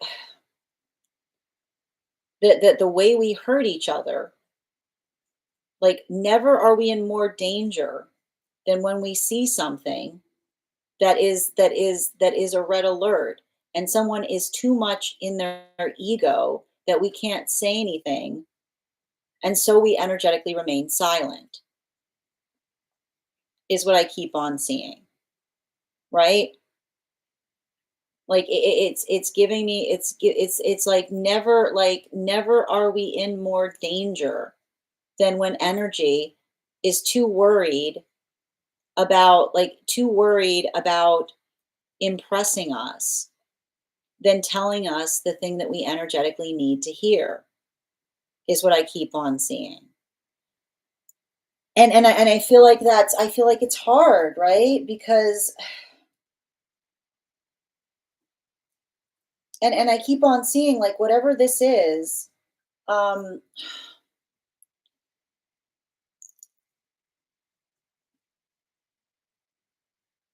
and it has a lot, and it's funny too, because even what I was seeing what Strega was doing, like I literally had a situation where like Strega wanted to sit somewhere. I did everything I could to find a place for them to sit, and then they intentionally chose somewhere different, which is this like the space by which another person hasn't resolved their trauma so much that when they see someone being kind to them, they only assume that it's an energetic trap. And this is what happens, and this is what we talk about in relationality to why it's so hard to heal, right? To heal from the past. Because I keep on seeing that the real wounds that we experience from the past are not the space by which the past keeps repeating, but that we're hurt once and then we never allow ourselves to trust again, right? Like, and this is why I keep on seeing you have to leave room for exceptional energy, right? You got to leave room for the space that somebody can surprise you and how kind they are. Because when we're not ready to navigate that, and we're feeling that sense of frustration, but instead working towards elation, I feel like I feel like it's interesting because I actually feel like it's what I'm seeing that's happening here is, you know, it's almost like I keep on seeing like you're having to have a conversation with someone in terms of saying to them like, is what you're thinking is something you're thinking sound anywhere in the vicinity of something that is energetically reasonable, is what I keep on seeing. And I feel like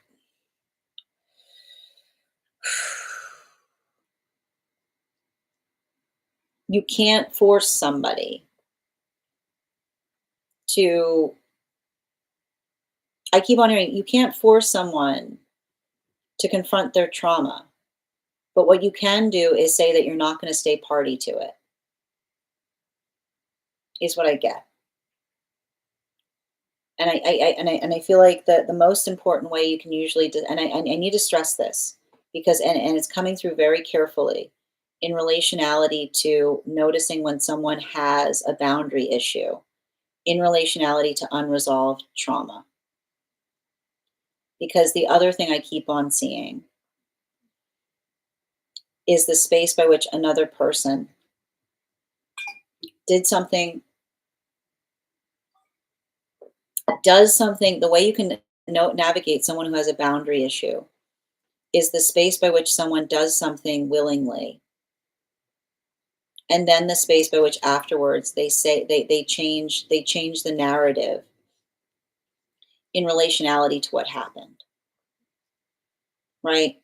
Like the difference between someone saying I'd love to at one breath, and then when they recount it say I was forced to. That is, I keep wondering, never are we in more danger than when someone starts changing the narrative on us.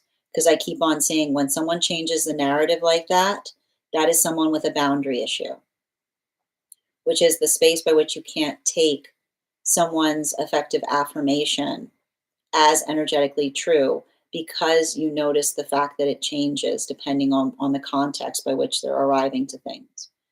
So I want you to be very energetically mindful of that, because I keep on hearing that the changing of the narrative, I'm not sure why this is coming through so strongly. Like it's not, it's that is, I keep wondering, that's not something you have to heal in some other person. That's recognizing that you are in energetic danger. Like the space by which another person in one breath was like glad to do it, and then suddenly says, I was forced into it. The space by which another person says, oh yeah, that's not a problem, and then saying, I didn't actually tell you how I felt. That is literally a boundary, like a lack of boundaries in action. When we have healthy boundaries, we communicate upon how we feel, even if it's uncomfortable. We don't say yes when we really wanted to say no. We don't say it's fine, but then we hold an energetic resentment point in relationality to how we feel about things. So I keep on hearing, make sure someone is not changing. And I keep hearing, if someone's changing the narrative on you, don't be confused. Like don't let them articulate the fact that you're confused. Let that confusion be the closure.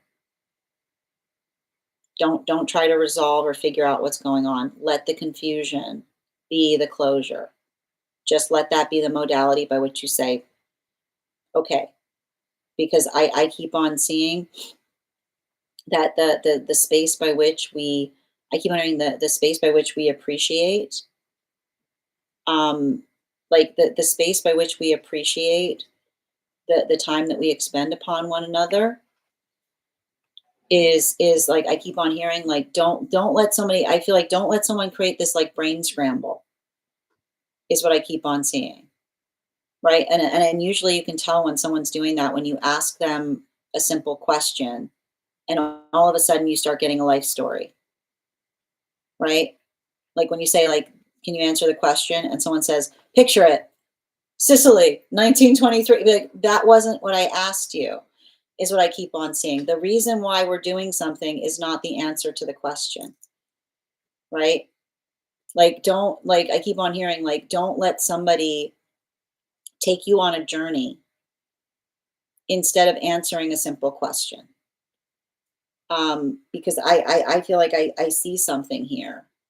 Like I see somebody and I keep on hearing their words need to match their action. It's not enough to, and I like to point out that often those with boundary issues will talk about their history, like a series of events that happened to them, as opposed to taking energetic accountability for relationality to what they could have been doing better. So I keep on seeing, just make sure, like I keep on hearing, like, make sure that somebody, I keep wondering, make sure someone is showing you signs of an ability to take accountability for things. And again, if you're having a lot of this modality by which another person is always talking about things that have happened to them or befell them, and then in the space by which you're navigating them and things that you're doing, they're changing the narrative. That is literally the sign of somebody with boundary issues happening in progress. I keep on hearing, you're not going crazy. That's closure. And if someone's making you feel crazy, trying to figure out that, let that be the closure, is what I keep on hearing. Bottom of the deck. Yeah, right? Things like I keep on hearing um a lie of I keep on hearing not telling someone something is also a lie, is what I keep on hearing. Right? I keep on hearing somebody saying, like, I don't, what, I have to, the energy of someone saying, I have to run everything by you is the energy of someone trying to keep something from you. It's good to be kept in the loop, especially in relationship. Like I keep on hearing, when we are in relationship, we constantly, it is literally being in relationship is a perpetual journey of keeping each other in the loop. It's the loop of the relationship. So when somebody says things like, what, I have to run everything by you, like that is literally the mother wound of being effective to you, because it's the energy that's not looking at you as counterpart. They're projecting a mother wound on you by saying, "Oh, I want you to take care of me, but I don't want to give you anything back." Right? There's only one person in this entire world. Okay, there's only one person that we ever experience in this entire world that has the obligation to give us things and not ask for much back. And that and if we do not heal from that, we ruin our relationships by assuming that that is the contract that everyone else is going to have with us going forward. It is reciprocal. It's not about asking for permission. The space by which we do things for one another, the word you have to ask yourself is whether someone is looking for something reciprocal. Because if they're having a situation where they want you to be there as their nurturing force, they want you to take care of them, they want you to lick their wounds, they want you to be all caring, but then they won't give you any information on where they are, what they're doing, where they're going, right? And then they start articulating that you're energetically smothering them in the context by which you're asking. They are literally replaying the mother wound where they're expecting someone to nurture them, but then saying, you don't get to tell me what to do because I'm my own person.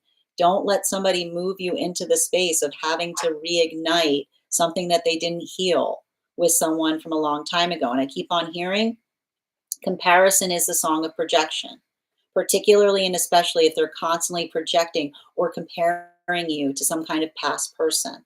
So just be effectively conscientious of that, is what I'm seeing. And I keep on hearing, don't let it, like, I keep on hearing, if you're going through that, don't let it make you feel like you're going nuts. Let the fact that someone's making you feel nuts be the closure. Like, you cannot go into trauma and find reason. There's no like you will go deeper and it will just create more confusion. Healthy energy, healthy energy wants to make sure that we're feeling energetically stable. They don't, I keep on hearing, they don't tell us, it's not like there's no need to know basis in healthy partnership. We build clarity because it's good to know. And I keep on hearing it's good to know because when we're trying to emotionally support one another, we understand that we want to make sure that we're on good emotional footing. We're not, I keep on hearing, we're not surprising each other constantly with things. Thank you so much for having that reading with me, Sonia. And if this message connected to you as well, it's very common for those who need these messages to be here to experience them. We are doing personal readings right now. If you would like to get on the list, I've got 2 spots available today before the list will be closed. 3 cards for a donation of $29 or more. 4 cards for a donation of $23 or more for my subscribers. Links in my bio. Please keep in mind there are 2 things I don't read for across these apps: pregnancy and medical. Happy to give insight on anything in private readings, and you can book private readings on my site. Okay, and I'm going to take a moment to read over some of the comments that came through as I was reading. We are also at 68.8K likes. When we get to 100K, I will be gifting a reading back to the collective, so make sure you're tapping that screen when we get to 100K in no time. All right, just reading over the comments that came through.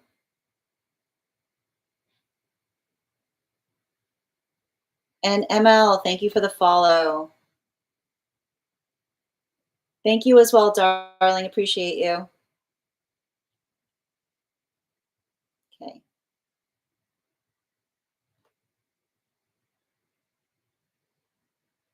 Yes, I need 10 naps. I like that.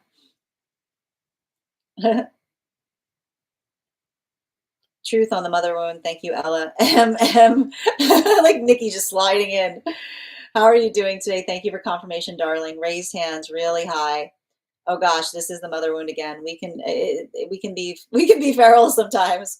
Find your humor. I mean, like, there's nothing. It has nothing to do. Like, and I feel like we were seeing that a little bit, Isle, in the energy and separation. Like, if we're good with ourselves and we like what we see, it's okay to be energetically unfiltered, so long as those 2 conditions are met. Sending you support as well. Definitely feeling that energy with current connection. Thank you for confirming as well, Isle. Oh, thank you again, darling. Right back at you. Thank you for confirmation as well. Good. Yes, he's opened up about past hurt and being afraid of being trapped again, has pulled back. But I keep on hearing a healthy connection is one that we feel vulnerable, but we don't pull away when we're feeling vulnerable. The core pains when hurting, yes. Always questioning with my kindness and telling me I should be angry with him. Again, that is somebody trying to project onto you, right? Like someone being like, you should be angry with me, is somebody saying like you're not fulfilling the energetic role, right? Like it's like I keep on seeing like be conscientious of someone saying like, why aren't you angry at me? Being like, why are you trying to get me angry at you? Right? Yep, it becomes a mess, lose track of our deaths. Yep, exactly. Not talked about enough. Words and actions are not matching. He did start off saying he was looking for a relationship and is now saying he's not sure what he wants. So again, the words that match the action, let the confusion be the closure. They've got boundary issues. I was with someone like this. Hi there, Denise. That makes sense. It's been very confusing. That was me, huge people pleaser, sending you support on that aisle. Inconsistent energy is I know it's the worst to walk away from because again, you're right, it's going to switch. Like, and I'm going to tell you right now, Sonia, they're going to come back and start telling you how much they miss you. It's not about it's not about someone trying to trigger you or like if they're addicted to the emotional roller coaster, right? Like some energy likes that roller coaster, right? I never want I want everything with you. I never want to see you again, right? Like there's a lot of that force of trauma there. Don't to be ready. I keep wondering, be ready for them to do an about face. He's always avoiding answering questions and dancing around them. 7 years ago. Again, let the confusion be the closure, especially if it's affecting your mental health. When we're in a healthy space, we don't create crazy in each other. Sending you support as well, Isle. Communication is priority. So true. I feel like I'm trying to jump back into the same issues as previous relationships. But here's the thing again, if they're triggering you into a past version of self, I want you focusing on the manifestation goals. I want you writing down right now what a good relationship feels like and ask yourself if that's what this feels like. Thank you as well, Ms. Dino. I like that. You're so welcome. Thank you as well.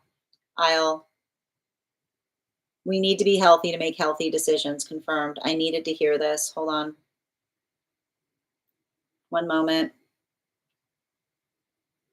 Yes. No, don't hold on to anger. It never helps. Let the let the anger fortify into active change. Okay. And you're so welcome, Sonia. Thank you. I needed to hear that. I'm not feeling quite so crazy. I'm glad to hear that, dear. I mean, again, but what I'm reading for, it feels crazy making, you know? Hi, Julie. Oh yeah, of course. Can you give me, I just need the date that you sent it in for, Julie. If you can give me, I've got you. It was on Monday, I believe. That's how I used to refer to a roller coaster ride. Yeah. And there's listen, this is why like some energy gets addicted to the trauma, right? Like it's like they want the they want that roller coaster. Yep. You're welcome, dear. Okay, perfect. All right. So Julie, I've added you back to the list. We've got one more spot today before the list will be closed. I'm still looking for Denise. And while we wait, the next person on the list for today is Per. If anybody else would like to secure a spot on the list today, it is 3 cards for a donation of 29 or more, 4 cards for a donation of 23 or more for my subscribers. Oh, Denise, you're back. Okay, perfect. Okay, Per, hold off. All right, perfect. And if anybody else wants to get on the list, as I mentioned, we've got one more spot today before the list will be closed. We're also at 73.5K likes. When we get to 50K, I'll be gifting a reading back to the collective. So make sure you're tapping that screen. We'll get to 50K in no time. All right. You're so welcome, Julie. And I'm going to pin up Denise here. Before we continue, though, let's do an animal intuition check. I've got the animal intuition cards here. Ready to count back from 10. When we get to 1, I'll reveal the card. 10, 9, 8, 7, 6, 5, 4, 3, 2, 1. Air Dragon. Thank you guys for participating. We'll do that again after the next reading. And let me just find you, Denise. Oh, thank you for the compliment, Julie. I appreciate that. All right. Can I get 4 cards, please? Highest priority for Denise. Guys, I've pinned Denise there. Please make sure to give Denise some love.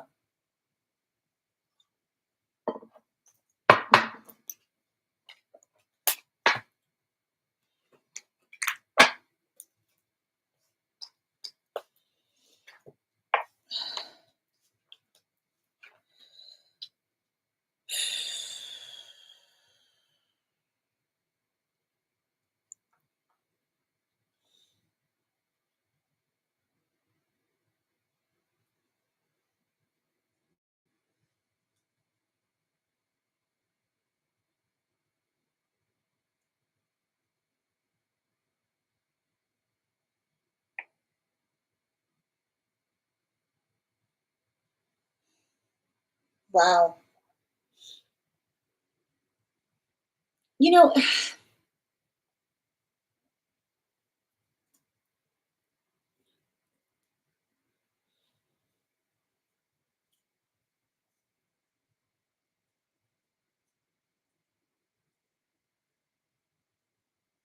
there's all I keep on getting like I keep on hearing recognize your limits and also recognize appreciate the fact that energy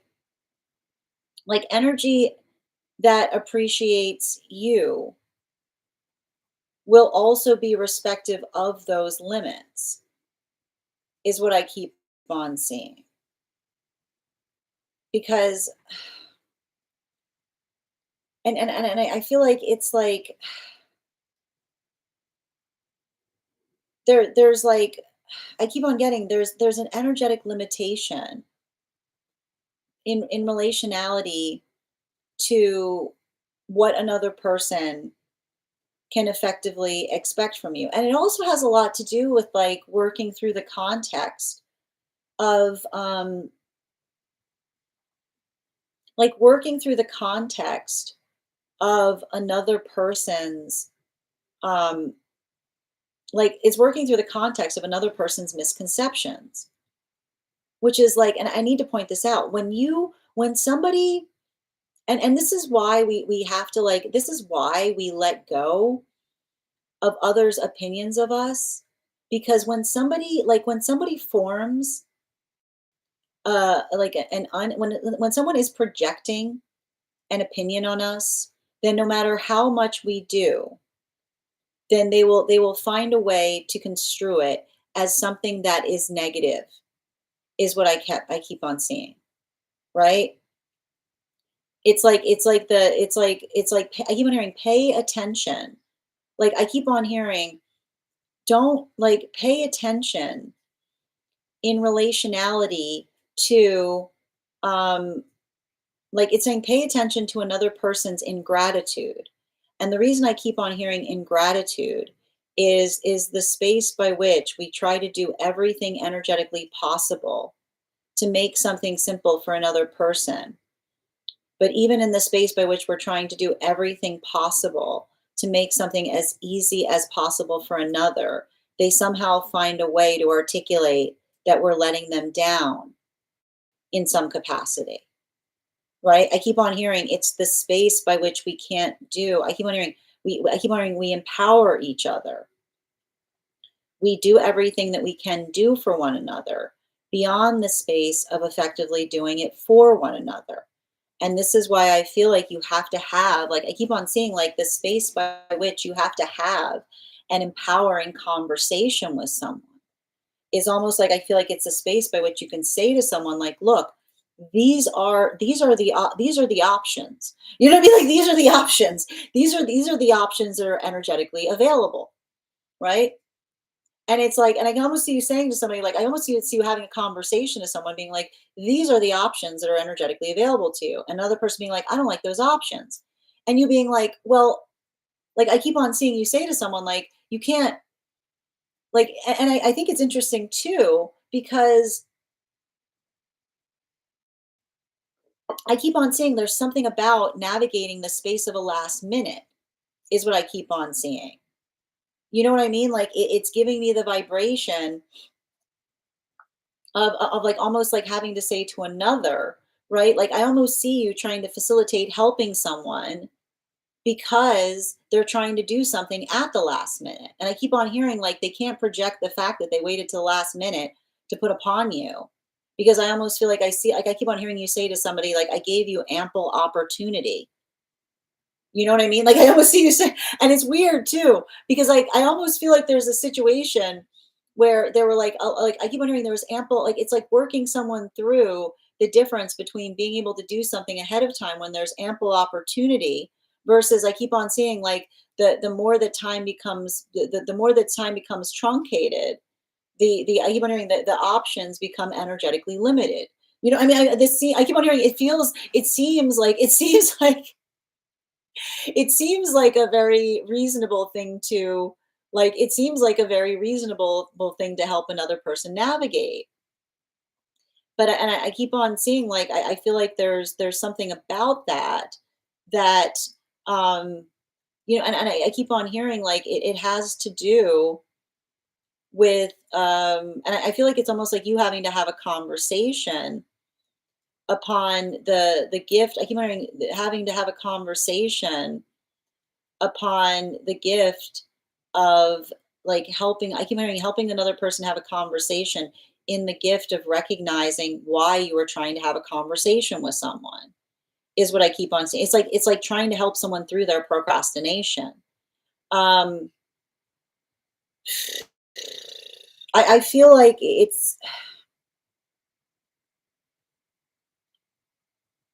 I feel like and I feel like if there's something about that that's happening, then I almost feel like the conversation that you need to have with someone is potentially articulating upon, I keep on seeing, trying to put some kind of system in place by which you might be able to coordinate more effectively, is what I keep on seeing.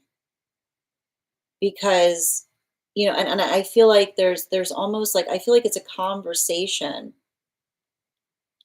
that you might need to have with those around you. Because I almost see this vibration of something that would be very easy to do if you had enough time. But because there's energy that's kind of focusing or forcing you to do something last minute, I keep on hearing, like, you can't wait for something to be done, like, at the last minute, and then be energy. I keep hearing, and then be energetically surprised when it doesn't have the energetic impact that you're expecting it to, is all I keep on seeing. So I feel like there needs to potentially be a better conversation in relationality to coordination, how to effectively get something done in a better way, what the effective, like, result of that work is, or what the effective shape of it is. Because something I keep on seeing there in relationality to that is almost speaking to me about the observation of effectively trying to do something that's going to result in the best energetic impact. I want to give you some bottom of the deck information, just something to keep in mind going forward. Especially with the sun card in its reversal. Um, the thing I keep on seeing in relationality to something is, I keep on hearing that the thing I keep on seeing is being able to have what feels like a productive conversation with another person, which is all I keep on seeing, like, the modality of, I keep on hearing, like, not feeling like one has to shake another person down for information. Like, I almost feel like it's a conversation that you need to have in terms, like, I keep on hearing, it's like the conversation that you need to have in terms of how we help one another. And so, like, I'm almost identifying that there's something there in relationality to having to, like, almost articulate to another and say, like, I keep on seeing, like, I feel like it's almost like the simultaneous conversation that you have to have in relationality to the expectations in terms of not arriving to things at the last minute, but almost, I keep on hearing, like letting something that did not necessarily result the way that you anticipate kind of articulate and change the framework in terms of how you could do something more effectively going forward. Because something I just keep on seeing in relationality to that right now, it's almost like saying to me that there's a bit of an articulation point in terms of you having a conversation with someone, in terms of, I keep on hearing, um I keep on hearing, like, you have to empower, like, we empower each other in terms of what it is that we're expecting or experiencing, is what I keep on seeing. I keep on getting, it's the space by which you have to say to another, like, not feeling like, I keep on seeing, like, the space by which another person doesn't make you feel like you have to track them down or chase them down for information. I keep on seeing like the space by which we keep others in the loop is not the space. I keep on hearing it's almost like the energy of someone saying like I didn't know and being like, well, why didn't you tell me?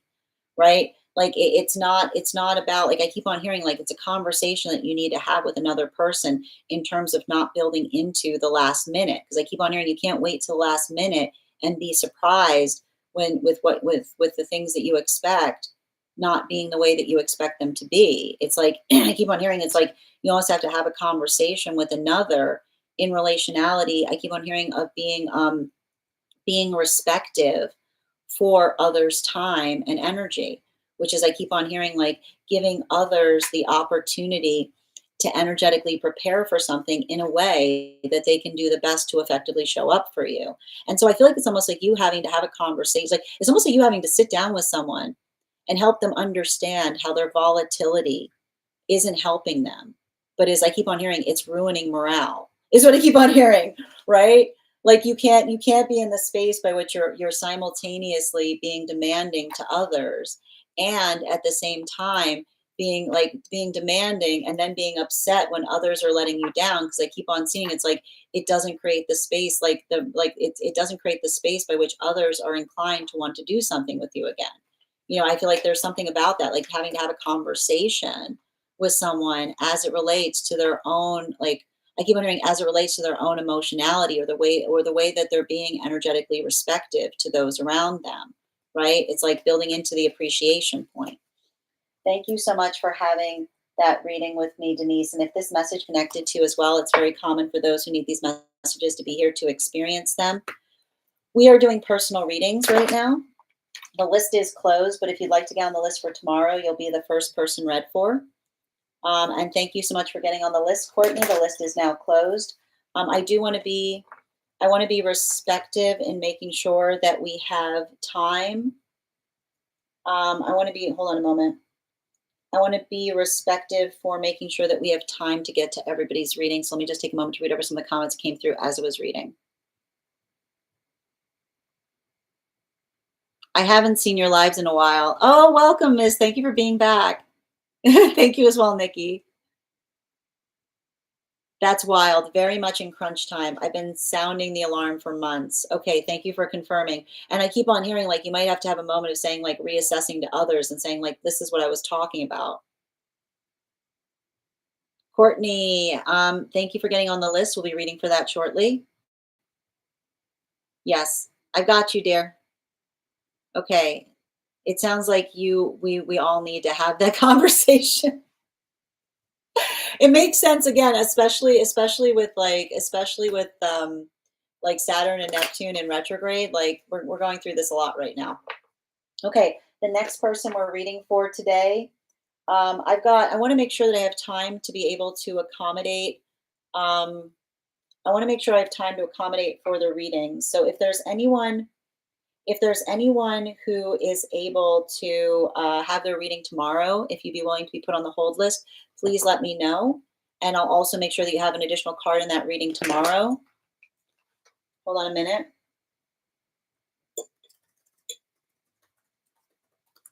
One second. Thank you. I appreciate that, Julie. All right. Thank you for that, dear. If I might be able, I'm going to see if I can accommodate. I want to make sure. I'm going to try to get to everyone today, but thank you for that. Thank you as well, Per. So let's see how far we can get today. I might be able to get to everybody, but I appreciate those that are willing to be put on the hold list.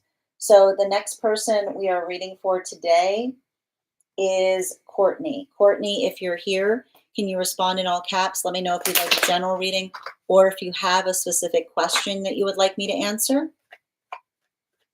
Excellent. Thank you, Per. I really appreciate that. And thank you as well, Julie. Okay. And also, friends, we are at 80.3K likes. When we get to 100K, I will be gifting a reading back to the collective.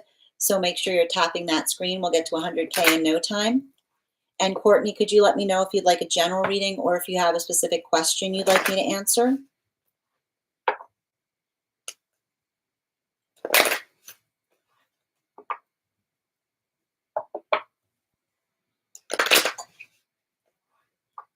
Hi, I'm hoping to get a reading on career based on, but I'd be happy to see what comes through. Okay, got you, dear. Thank you. And before we continue right now, let's do an animal intuition check. I've got the animal spirit guide card here. We're going to count back from 10, and when we get to 1, I will reveal the card.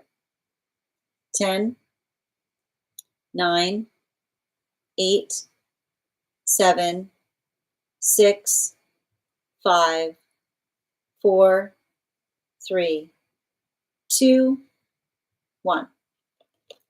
We got the air dragon. Thank you guys for participating. We'll do that again after the next reading. All right. And let me just see here. Can I get, and I'm going to pin up Courtney here. Make sure to give Courtney some love. All right. Can I please get 4 cards for Courtney in relationality career right now? Thank you. 2 more, please. Thank you.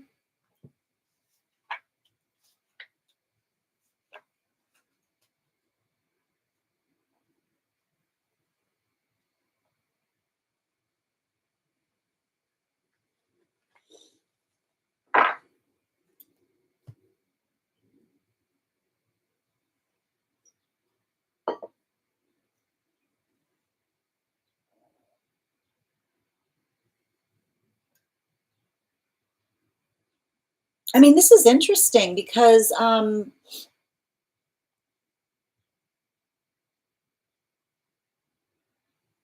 feel like I see, how do I describe this?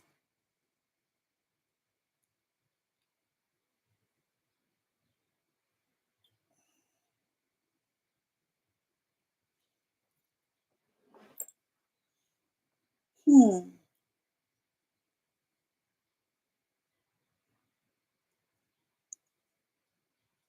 I mean, it's interesting too because I feel like I see some kind of situation related to,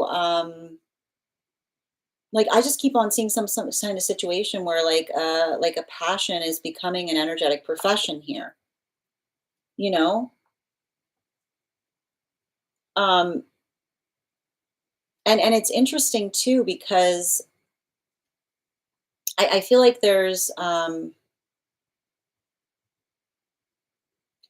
something about that, and I kind of like, I want to kind of energetically prepare you for something because I feel like there is some kind of opportunity that is coming towards you. But I keep on getting the space by which one navigates that opportunity. I keep on hearing, don't get frustrated if I keep on hearing, don't get frustrated if something else, like, don't get frustrated if something else is energetically, like, offered to you, because I keep on hearing, like, I keep on getting some kind of message in relationality to getting one's foot in the door of some place, is what I keep on hearing. Like, I keep on hearing there's a lot of energetic power in terms of getting a foot in the door, which is to say that it sometimes isn't, I keep on hearing, it isn't necessarily exactly what we energetically expect, but this, I keep on hearing, the space by which we understand that the opportunity is an entryway point into something that is energetically bigger, is what I keep on hearing. Because I'm not sure why I'm effectively seeing this here. Like, and I keep on hearing, remember the gift in somebody offering you.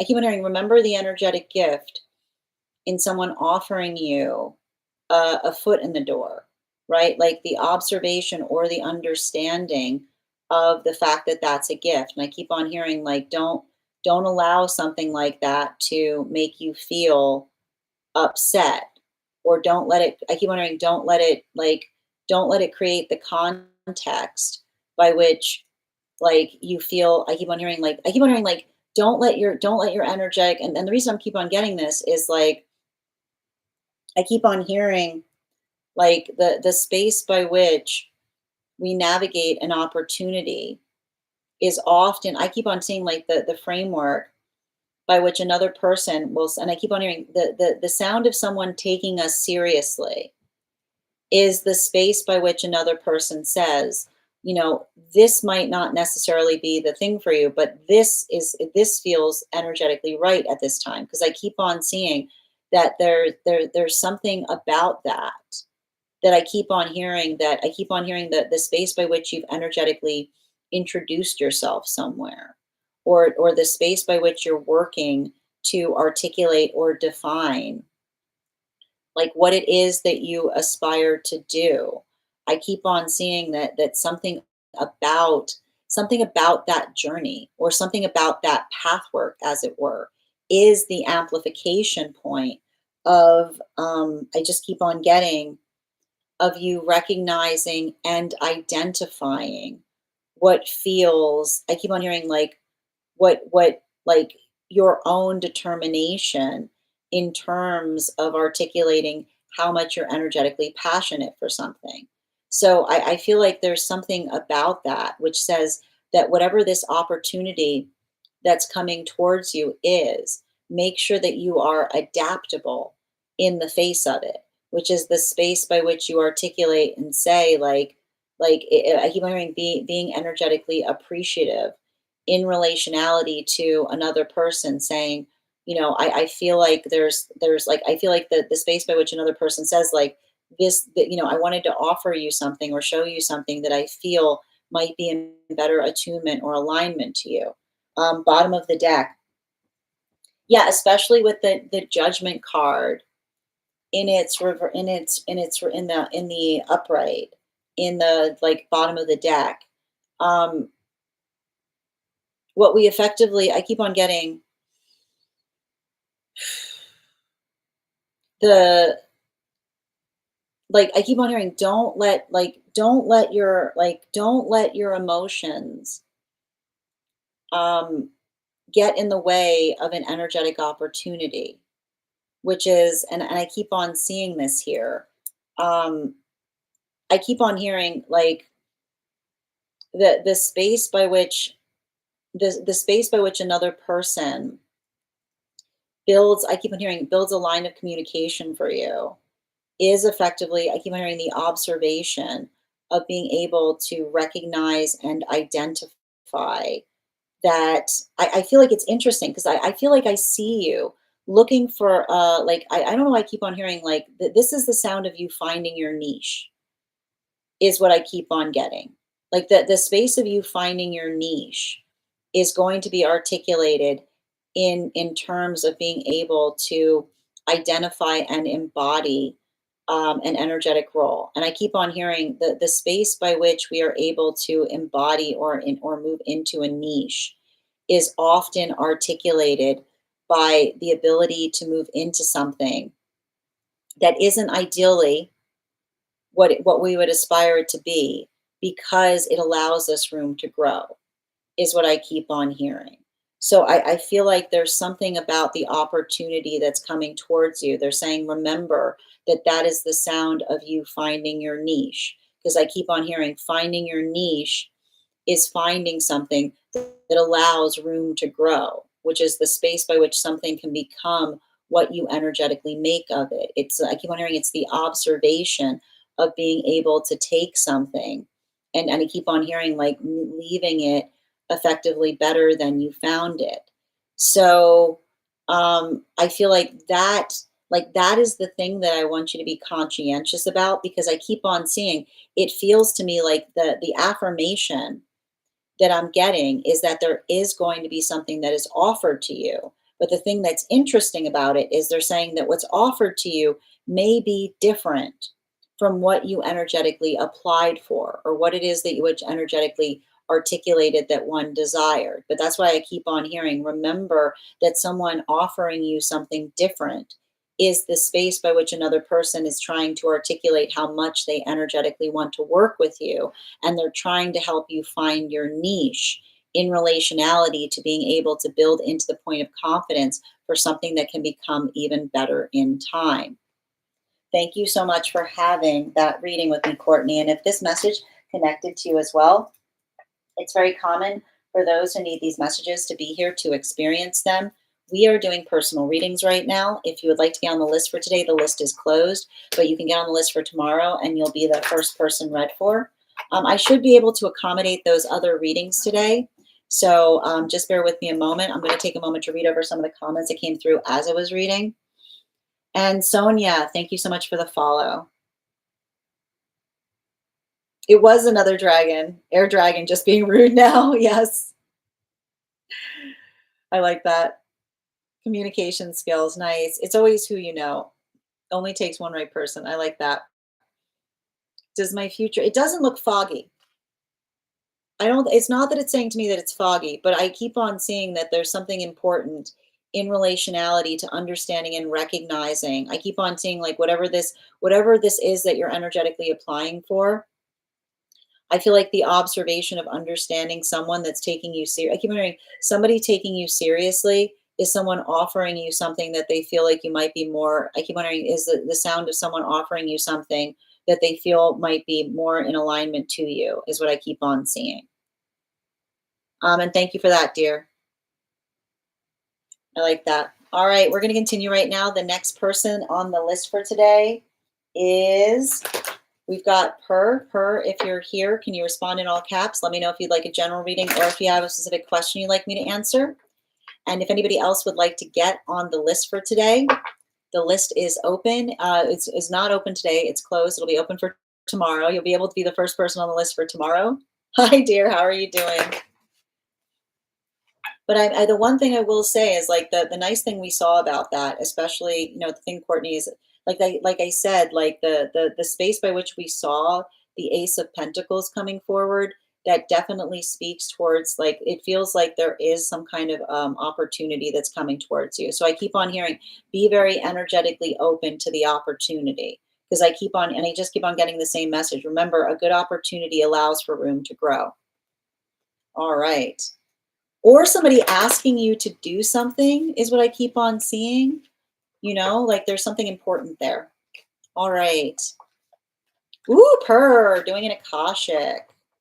Okay, no problem. Before we continue, let's do an animal intuition check. I've got the animal spirit guide card here. We're going to count back from 10.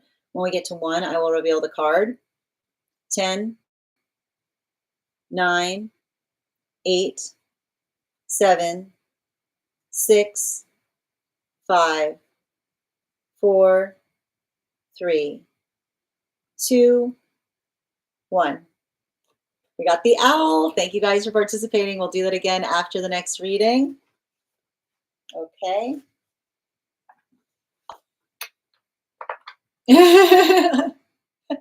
Where's the duck?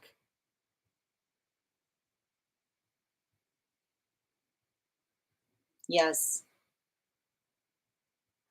I mean, I feel like I don't see any like issues in relationality to, like, the thing about the work is, like, I feel like it's not necessarily the fact that there's something that's about, like, it's like it feels like the vibes have changed, is what I was picking up there, dear Coco, if that makes sense. You know? Anna, the list is closed today, but we are going to be doing 1 card readings for subscribers after we finish the next 2 readings. So if you would like to get a 1 card reading, all you need to do is become a subscriber and you'll be added to the list. All right, where are we? Yeah, we got all the air creatures today. I like that. All right, and I'm gonna pin up Per here, doing Akashic.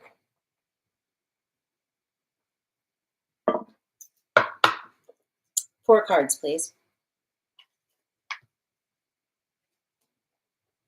And 2 more.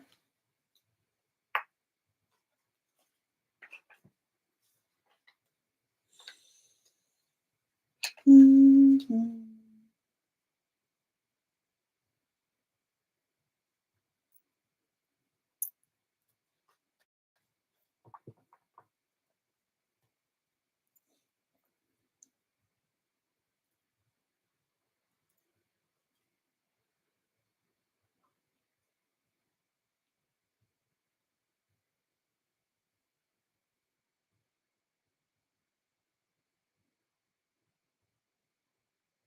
The thing I'm seeing in relationality to this right now, guys, I've pinned up her. Make sure to give her some love. Um,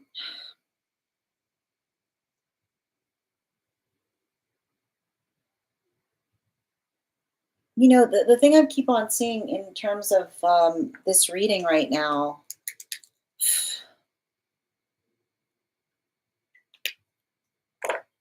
like, I would not be surprised if you're currently going through some kind of path work that feels like it's um, articulated by separation and alienation, is what I keep on seeing. And I'm gonna reaffirm something that I said earlier, and I actually said it during the daily collective read, which is often the sign that we are energetically maturing is the space by which others around us articulate upon the fact that we're going in the wrong direction, is what I keep on seeing. Because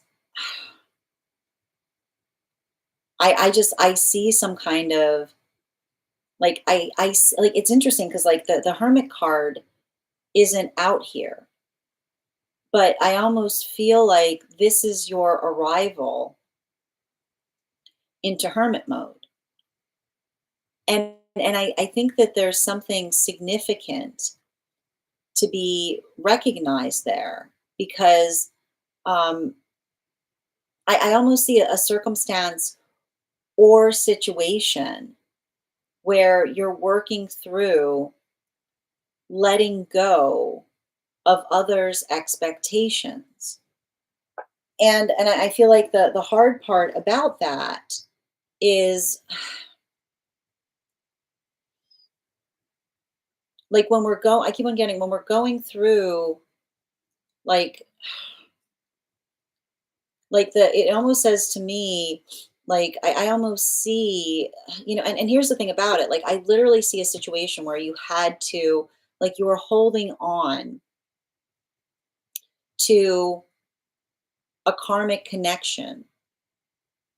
And I like to point this out. This is often when we recognize that we're going through healthy separation, is the modality by which we feel like we're holding on to a karmic connection, not so much because we feel empowered by it, but because we feel like we would be energetically lost without it, is what I keep on seeing. And so I feel like a lot of the work that I see that you're doing right now is the culmination of that journey. Because I keep on seeing, like, there's something heavy about you acting as energetic spearhead. And I keep on hearing being spearhead energy can often feel very lonely, right? Because it can often talk towards the space of being like the first one to mature, right? Like, always the first one to mature, always the first one to be like, I'm over this, always the first one to have to, like, step forward. And, I want you to kind of recognize that. And I keep on hearing, like, if it feels like, I like to point out, often spearhead energy is often trendsetter energy, because it's often the space that, like, nobody gets it, and then suddenly everybody's doing it, is what I keep on hearing. It's very frustrating because nobody gets it. Like, at the time that you're doing something, nobody gets it. And then by the time that you're moving away from something, everybody's doing it. I want you to remember that that is a sign, like, let that serve as a sign that you're moving in the right direction, because it's almost like the space by which you have to look around you and be like, I know they're going to catch up. So I keep on, it's like requiring you to be like, it's this way. um, so I want you to think about that right now, because I feel like, and I want to say, your confirmation is if you've always felt this way. Your confirmation is if you were the first one to energetically mature out of something, if you were always the first one to be like, I'm done with this, or I'm ready to go upon this. And then I keep on seeing, like, the energy, like the energy by which one does that is usually anticipated. I keep on hearing often you'll know that you're in that type of vibration because energy will often apologize to you for not recognizing the fact that you saw which way the wind was blowing, is what I keep on hearing. So I want you to be conscientious about that right now because I feel like you're still doing that. Even in the modality by I keep wondering, even in the modality by which you're feeling some kind of feeling of energetic separation right now, I keep on hearing wait, right? I keep on hearing don't get upset, wait. Be energetic patient, be energetically patient with yourself because there's something about the space of that patience paying off that almost articulates and says you have to give some I keep wondering you have to give some compassion to the energy around you in terms of understanding they're not that far behind you. They just need a minute to catch up, is what I keep on hearing. Bottom of the deck. Yeah, especially with the especially with the 5 of Wands in its reversal. I feel like I almost see situations or circumstances. Like, and I keep wondering the way you'll kind of know if you're in that type of spearhead energy is often articulated by energy that comes to apologize to you after the fact, right? Like it's often articulated in energy saying, I'm sorry I gave you such a hard time about something, right? Because it's like I keep on hearing it's like the energy that like gives you a hard time for doing something that they then realize was a very energetically wise decision. And so it can be really painful when you're going through situations or circumstances like that because I keep on hearing the apology doesn't take back the pain of something, but I keep on seeing it's like I keep on hearing it's the modality by which you just recognize. I keep on hearing those late like when you're acting as spearhead, those late apologies often come with the territory, right? Like I feel like it's hard because it's often and then sometimes you recognize that this is happening because in the moment that you I feel like you I would not be surprised if you had moments where you looked at someone and you actually said to them, there's going to be a day that you regret that. And I keep on hearing you'll usually know that that's the case because you're not saying it in a way. I keep on hearing it's not a threat. It's you just I keep on hearing it's you having a connection point to time where I almost feel like it's a space by which you understand.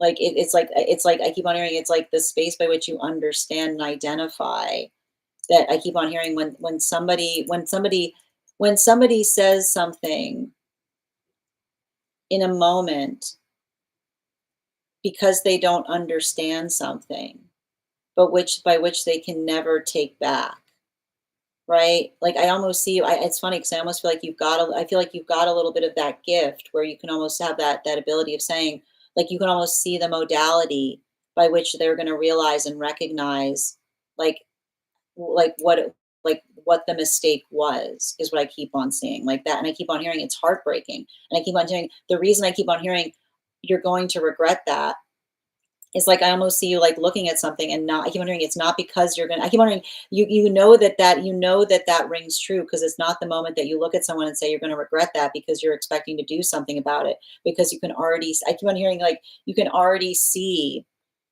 the day that they're gonna come into acknowledgement and be apologizing because they weren't at the space of maturity as it relates to the decisions they were making. So I feel like there's a lot of that weight because I almost feel like I would be very curious about where your Saturn placements are because I feel like I see you having a lot of like you're very much in alignment to Saturn, but sometimes being in alignment to Saturn can feel very difficult because it often feels like you're ahead of things and it's taking others a minute to catch up is what I keep on seeing. So if you're experiencing that, continue to be patient and hold yourself gently. Thank you so much for having that reading with me, Per. And if this message connected to you as well, it's very common for those who need these messages to be here to experience them. I'm going to take a moment to read over some of the comments that came through as I was reading.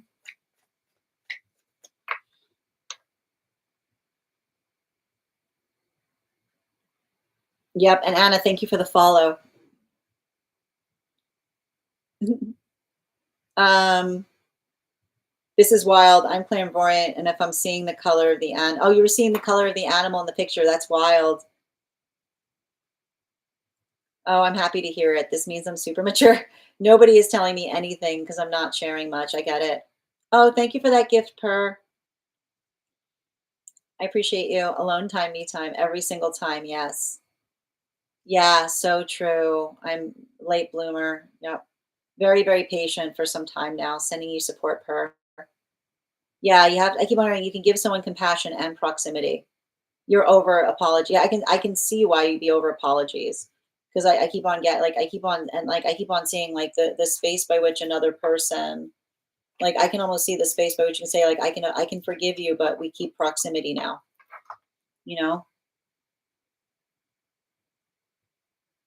like I almost feel like you see things before others see them, and then others get upset of you for them, and then they try to come back to apologize for you for something that you saw, and I can see you being like, thanks. But I keep on hearing a better apology would have been you trusting me. I keep on hearing like a better apology would have been you trusting me. Yeah, I have said that a lot of times. You're so welcome. You're so welcome, Per. Yep. All right. Hope you're having a beautiful day, Jana. All right, we're going to continue right now. Julie, you're the next person on the list. If you're here, can you respond in all caps? Let me know if you'd like a general reading or if you have a specific question you'd like me to answer. Yes, that I keep wondering, like, yeah, that would be better indeed, which is not the space by which another person apologizes, but which is by which they just trusted you. Like I feel like that's the hard part with the Saturn moon like that, which is the space by which you have to say to someone, I just need you to trust me, you know? Second call right now for Julie. Second call right now for Julie. Okay, if Julie stepped away, we are going to start with one card readings for subscribers. Anna, these are one card readings for subscribers. So if you'd like to become a super fan, we'll be doing one cards. I'll be happy to pull a card for you. And if anybody wants to become a super fan, that will also entitle you to a card. And if you are a subscriber, if you recharge your heart me, you'll also have access to an animal spirit guide card as well. Second call for Julie. All right, let's get to it.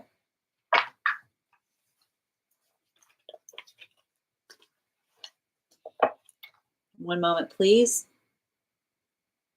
Your Saturn's in Libra. Okay, that makes sense.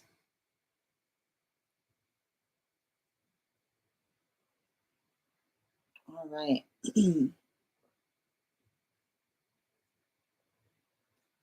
Everybody needs to listen up. I got you, Ava.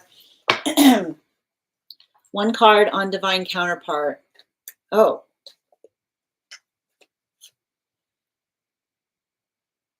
I keep on hearing, I feel like they're just dipping their toe into it. I feel like I see somebody that's just starting to dip their toe into that type of work. Yeah. I feel like they would be very supportive. Like I can see the energy being very supportive of you doing so.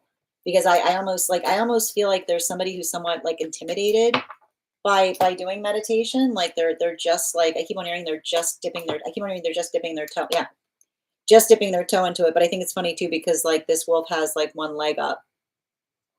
So I feel like it's the energy that might not be, doesn't feel ready for it, but is very impressed that you're doing so.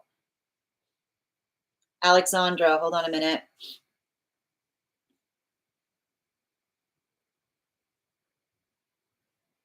Hold on a minute, I just lost my spot.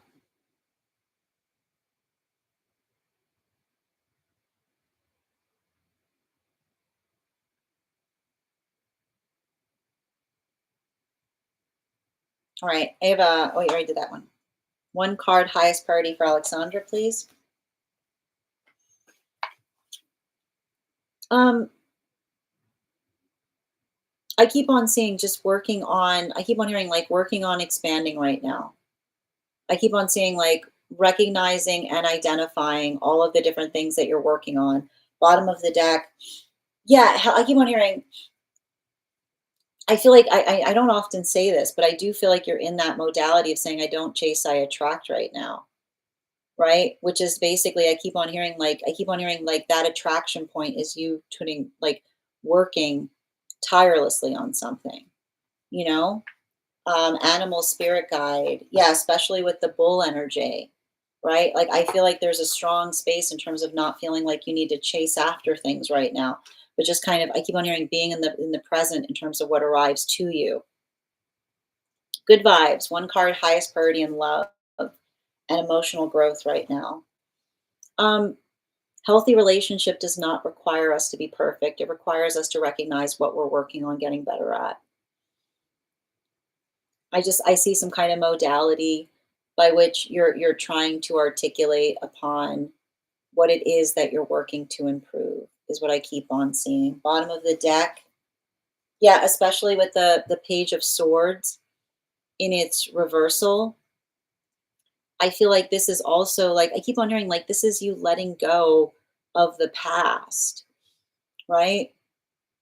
I keep on hearing I keep on hearing there's no blame in healthy partnership, right? The space by which another person is I keep wondering often when another person has the tendency to blame others, it can spell the end of a relationship because I keep on hearing we don't blame others. Yeah, like the hind energy, right? Like we don't blame others for not knowing things. It's like it's giving me the difference between someone saying like you should have known versus someone saying you should have told me. Like we don't like we don't require I keep on hearing like we don't we don't blame someone for not being able to fly blind, which is the space by which another person articulates or gets upset at us because we're trying to get clarity, is what I keep on hearing. So I feel like this is you holding your manifestations preciously and recognizing and observing or absorbing those who I keep on hearing like hold them as reverently. Okay. Good vibes. Oh, sorry. That was yeah, sorry. It's interesting too because the reading for good vibes fell into the one for this is wait, there's something happening here with good vibes. The thing with good vibes, there's something important to notate about another person getting their wires crossed is what I keep on seeing. Which is like I keep on hearing like the I keep on hearing like the space by which another person tries to articulate that another wasn't being clear, being like saying to another person, like, I couldn't be clearer, right? Like it's like I keep on hearing healthy relationship does not require us to perpetually repeat ourselves. It's identifying and recognizing like what it is that we're trying to do in a greater fashion, but also having the determination point in terms of like I keep on hearing the accountability when we're not doing something is what allows something to become better.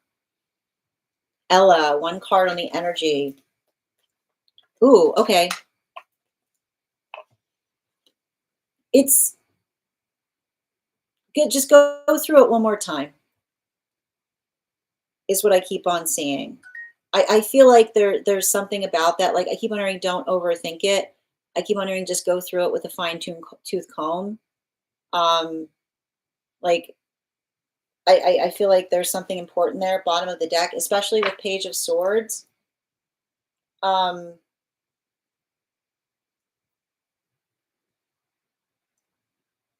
there's something interesting.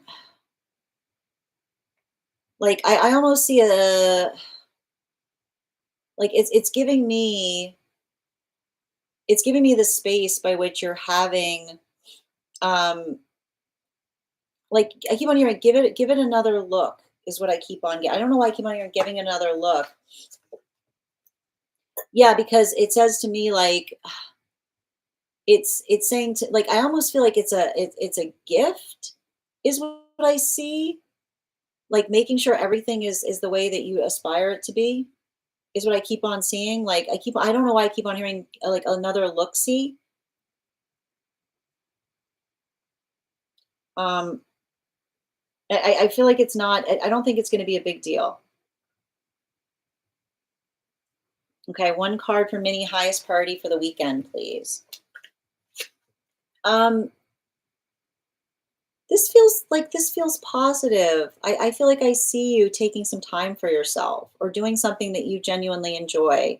And I keep on hearing like having the opportunity. I feel like I keep on hearing like giving yourself some breathing room to be able to like focus upon something is what I keep on seeing. Yeah, especially with the hangman in its reversal. Um, I feel like I almost like I see you having some time to like put some effort into something that you've been working on, especially with the Raven. Um, what's interesting about that is like it feels like it feels to me like having a really interesting or profound conversation with another person is what I keep on seeing, like a real like heart to heart with someone. Yep. You're so welcome, Ava. Grace, one card. All are his ancestors. Yep. Yeah, I mean, like this says to me, this is confirming. And I keep on seeing like the thing with that type of energy is the observation of arriving when necessary, right? Like I keep on seeing that there's something about that path work. I keep on hearing like like warriors go into territory that others would not be willing to face is what I keep on seeing. But especially I keep on seeing like the Queen of Wands. Like I feel like it's interesting because I feel like you're also in that mentality or modality. So it's almost like the space by which you're trying to articulate to another and saying, I don't need protecting, is what I keep on hearing. Like the perpetual disagreement between you articulating that you don't need protecting and then being like, yeah, right. And Jins, thank you for the follow. I completely agree. It feels like I have to make choices and trying to get in tune with myself. That's true. Nikki, one card, highest priority, please. Um,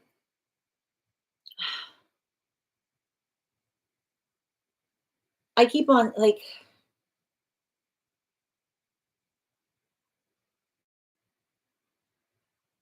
I feel like there's something I feel like there's something happening in the present that's triggering another person's past trauma.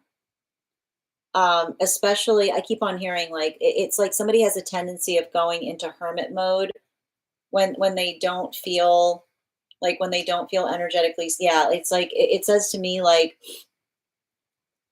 helping someone through hermit mode or the ability of I keep on hearing like identifying or articulating like I keep on hearing like being an energetic support system in relationality to I keep on hearing helping someone not feel like triggered about creating problems for another person is what I keep on getting. Animal spirit guide, yeah. Like oh the horse energy can often like the thing often like the thing with those with Sagittarius placements is like when Sagittarius feel like they're making things uncomfortable for others, they're like, I gotta go. Right. And I keep on hearing it's like almost like the energy that often does that because they feel like they're doing it for another. Like I keep on hearing like making sure you articulate to another how deeply valued and needed they are. Thank you as well. Good vibes.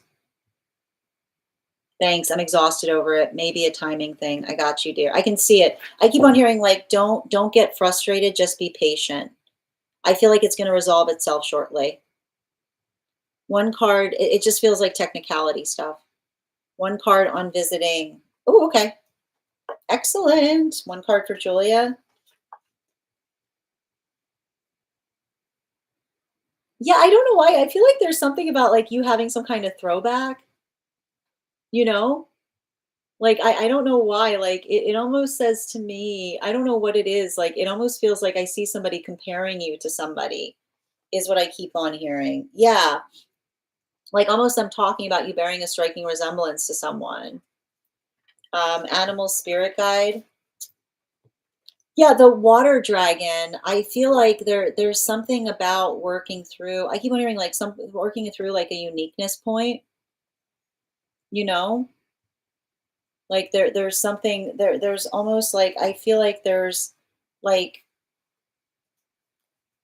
I don't know what is. Like I keep on hearing it's like it's like a conversation about something that's unique. Um I keep on like I keep on seeing like um there's it's interesting to like don't I keep wondering, don't get upset if there's a scheduling issue is what I keep on seeing, like, just be energetically patient is what I'm getting as well, because I almost feel like I see somebody going through some kind of overwhelm, if that makes sense. I've been putting off this school project, so maybe I'll have to be into it. Important combo, yes. Protecting against self. One card for Ruby, guidance on the weekend. Um, I feel like I see some kind of circumstance or situation, um, you know,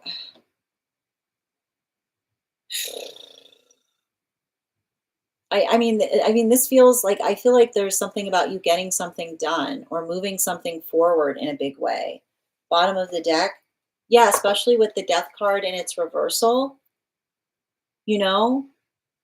I almost see like a lot of energy in terms of like focus. I keep wondering like a lot of energy focused on bettering yourself in some way. Animal spirit guide, especially with the hair energy, like not getting frustrated, getting serious about something or taking something more seriously. You're so welcome. Oh, you used to model. Thank you for confirming. Oh, I'm visiting Washington, not sure, but always bettering myself here. Like, it's interesting. I almost feel like you find some kind of opportunity. Excellent. Interesting. I read in the modeling agency sometimes they don't stick the schedule. Okay, thank you for confirming.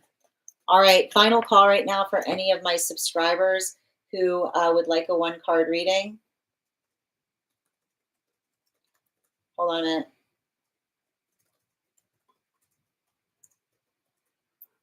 You're so welcome, dear. Okay, final call. I'm still looking for Julie if Julie's here. If Julie's not here, final call for any of my subscribers. I want to thank you guys so much for being here today and sharing in these messages. Huge thank you. We will be back on tomorrow.